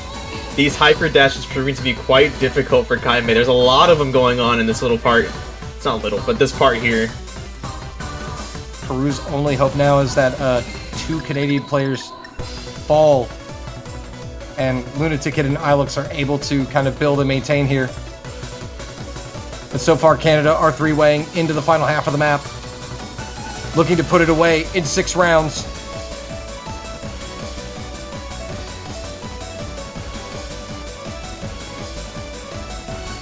I'm too scared to comment. Yup, okay, I didn't say anything. It doesn't count. Kaime found a miss, though. And that may be the dagger for Peru. It looks to be the case. They do not have enough time. They would need a team miss from Canada right now. And it does not look like that's going to happen. Fui, Henrik, and Wadbot coming in and getting the job done. But Peru able to play spoiler on the pick'ems. Getting a point on the board on the low AR hidden. And that's how it's going to end. 5-1 Canada. 3 double S's here. Henrik, Wadbot, Ilux. Beautiful playing all around, not only on this pick, but over the entire 6 points that were played. What a great and fun match to watch. And GG's to both teams. Indeed, indeed. GG, well played. Honestly, hats off to Peru for getting that point. That is honestly very impressive with only 3 players playing. But Canada showed their skill, showed their consistency, showed why they're the better team and why they are so feared this year. They are moving on to the round of 16. And who will they face in the round of 16, you ask? Well, they will get the winner of Belgium and Argentina. That match coming in tomorrow. One of the latest matches. I think it's the second to last match of the weekend. Ooh. So they will find out then. Waiting in anticipation for their opponent. Yeah, Peru will move down to the losers bracket, and they will play the loser of Belgium and Argentina in the losers bracket. That's going to be it for now. In 25 minutes, the number 1 seed United States taking on the 32nd seed New Zealand, making their first Catch World Cup appearance back in quite some time. It's not their debut, but it's been a minute since we've seen New Zealand. It's going to be the Americans taking on the New Zealanders in 25 minutes. Luminite, you ready? I'm more than ready. This has been every year I come back. I not every year. 1 year I took a year off. But every time I come back, I'm reminded of why I love this tournament so much. So much more interesting than Taiko. All the love to my main vote, but it's so much more interesting. You heard it here first, folks. We're winning them over. 1 by 1. We got Happy Stick now. We got Luminite. Let's go. Next, we just gotta get a Mania player. Catch them all. Do we have a standard player? Yeah, Happy Stick. Oh, that's right. Whoosh. Yeah. Oops. But yes, use this time, my friends. Get some water, some food, some sustenance. Buy a banner if you haven't already. Yes. Just bought mine. It looks amazing on my profile page. One of the few times I get to have the Mexican flag on my page, and I enjoy it and I revel each day. But we will be back in 24 minutes with USA, New Zealand. I'm looking forward to it. Go refresh yourselves. We'll see you in a little bit. Indeed. We'll be back.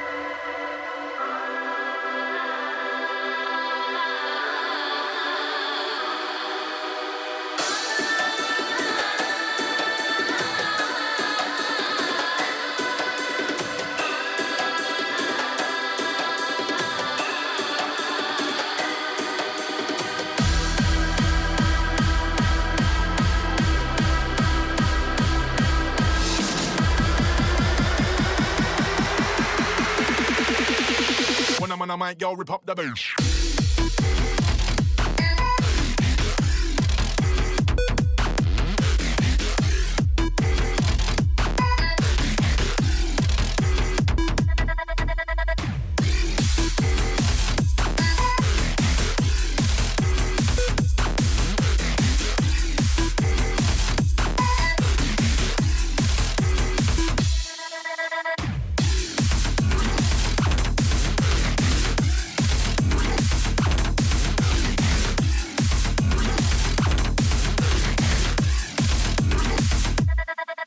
Forced.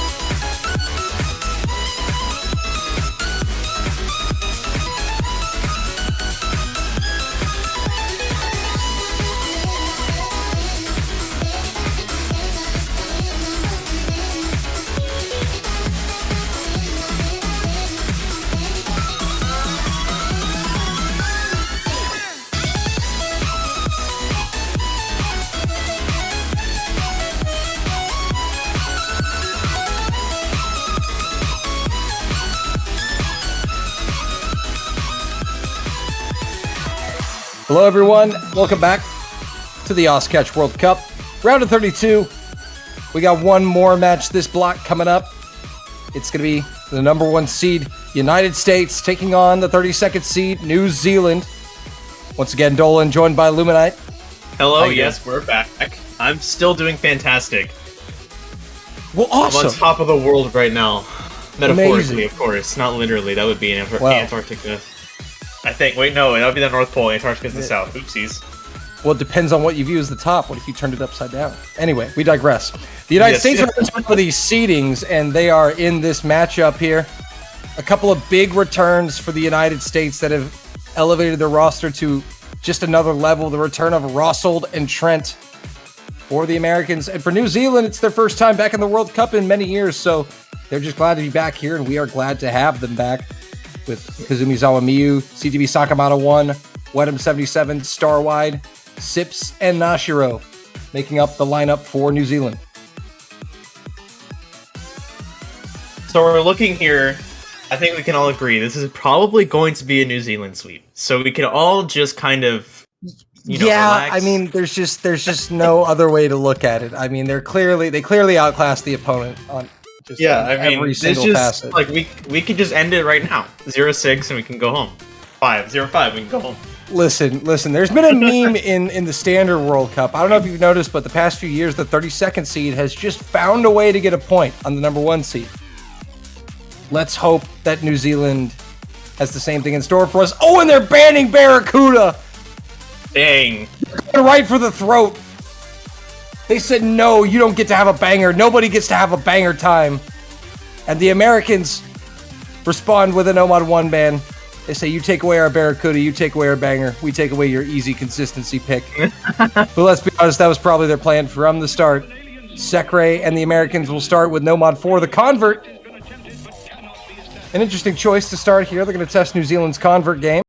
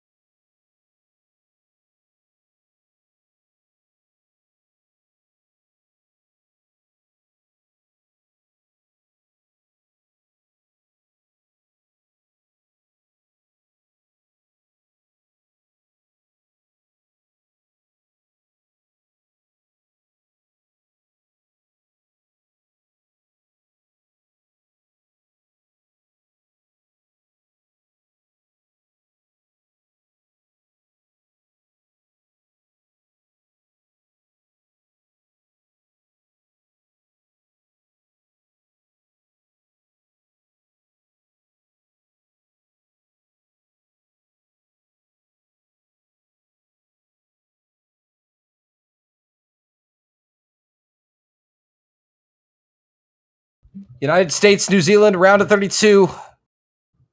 Underway, Finland awaits the winner.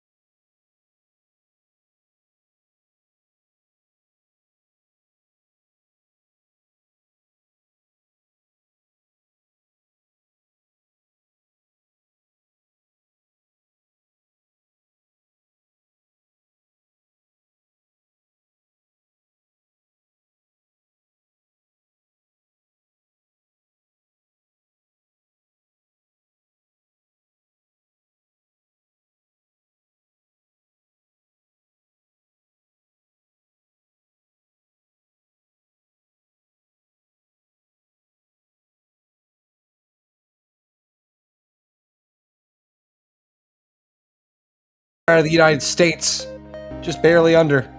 Lexi, the I'm top gonna- scorer.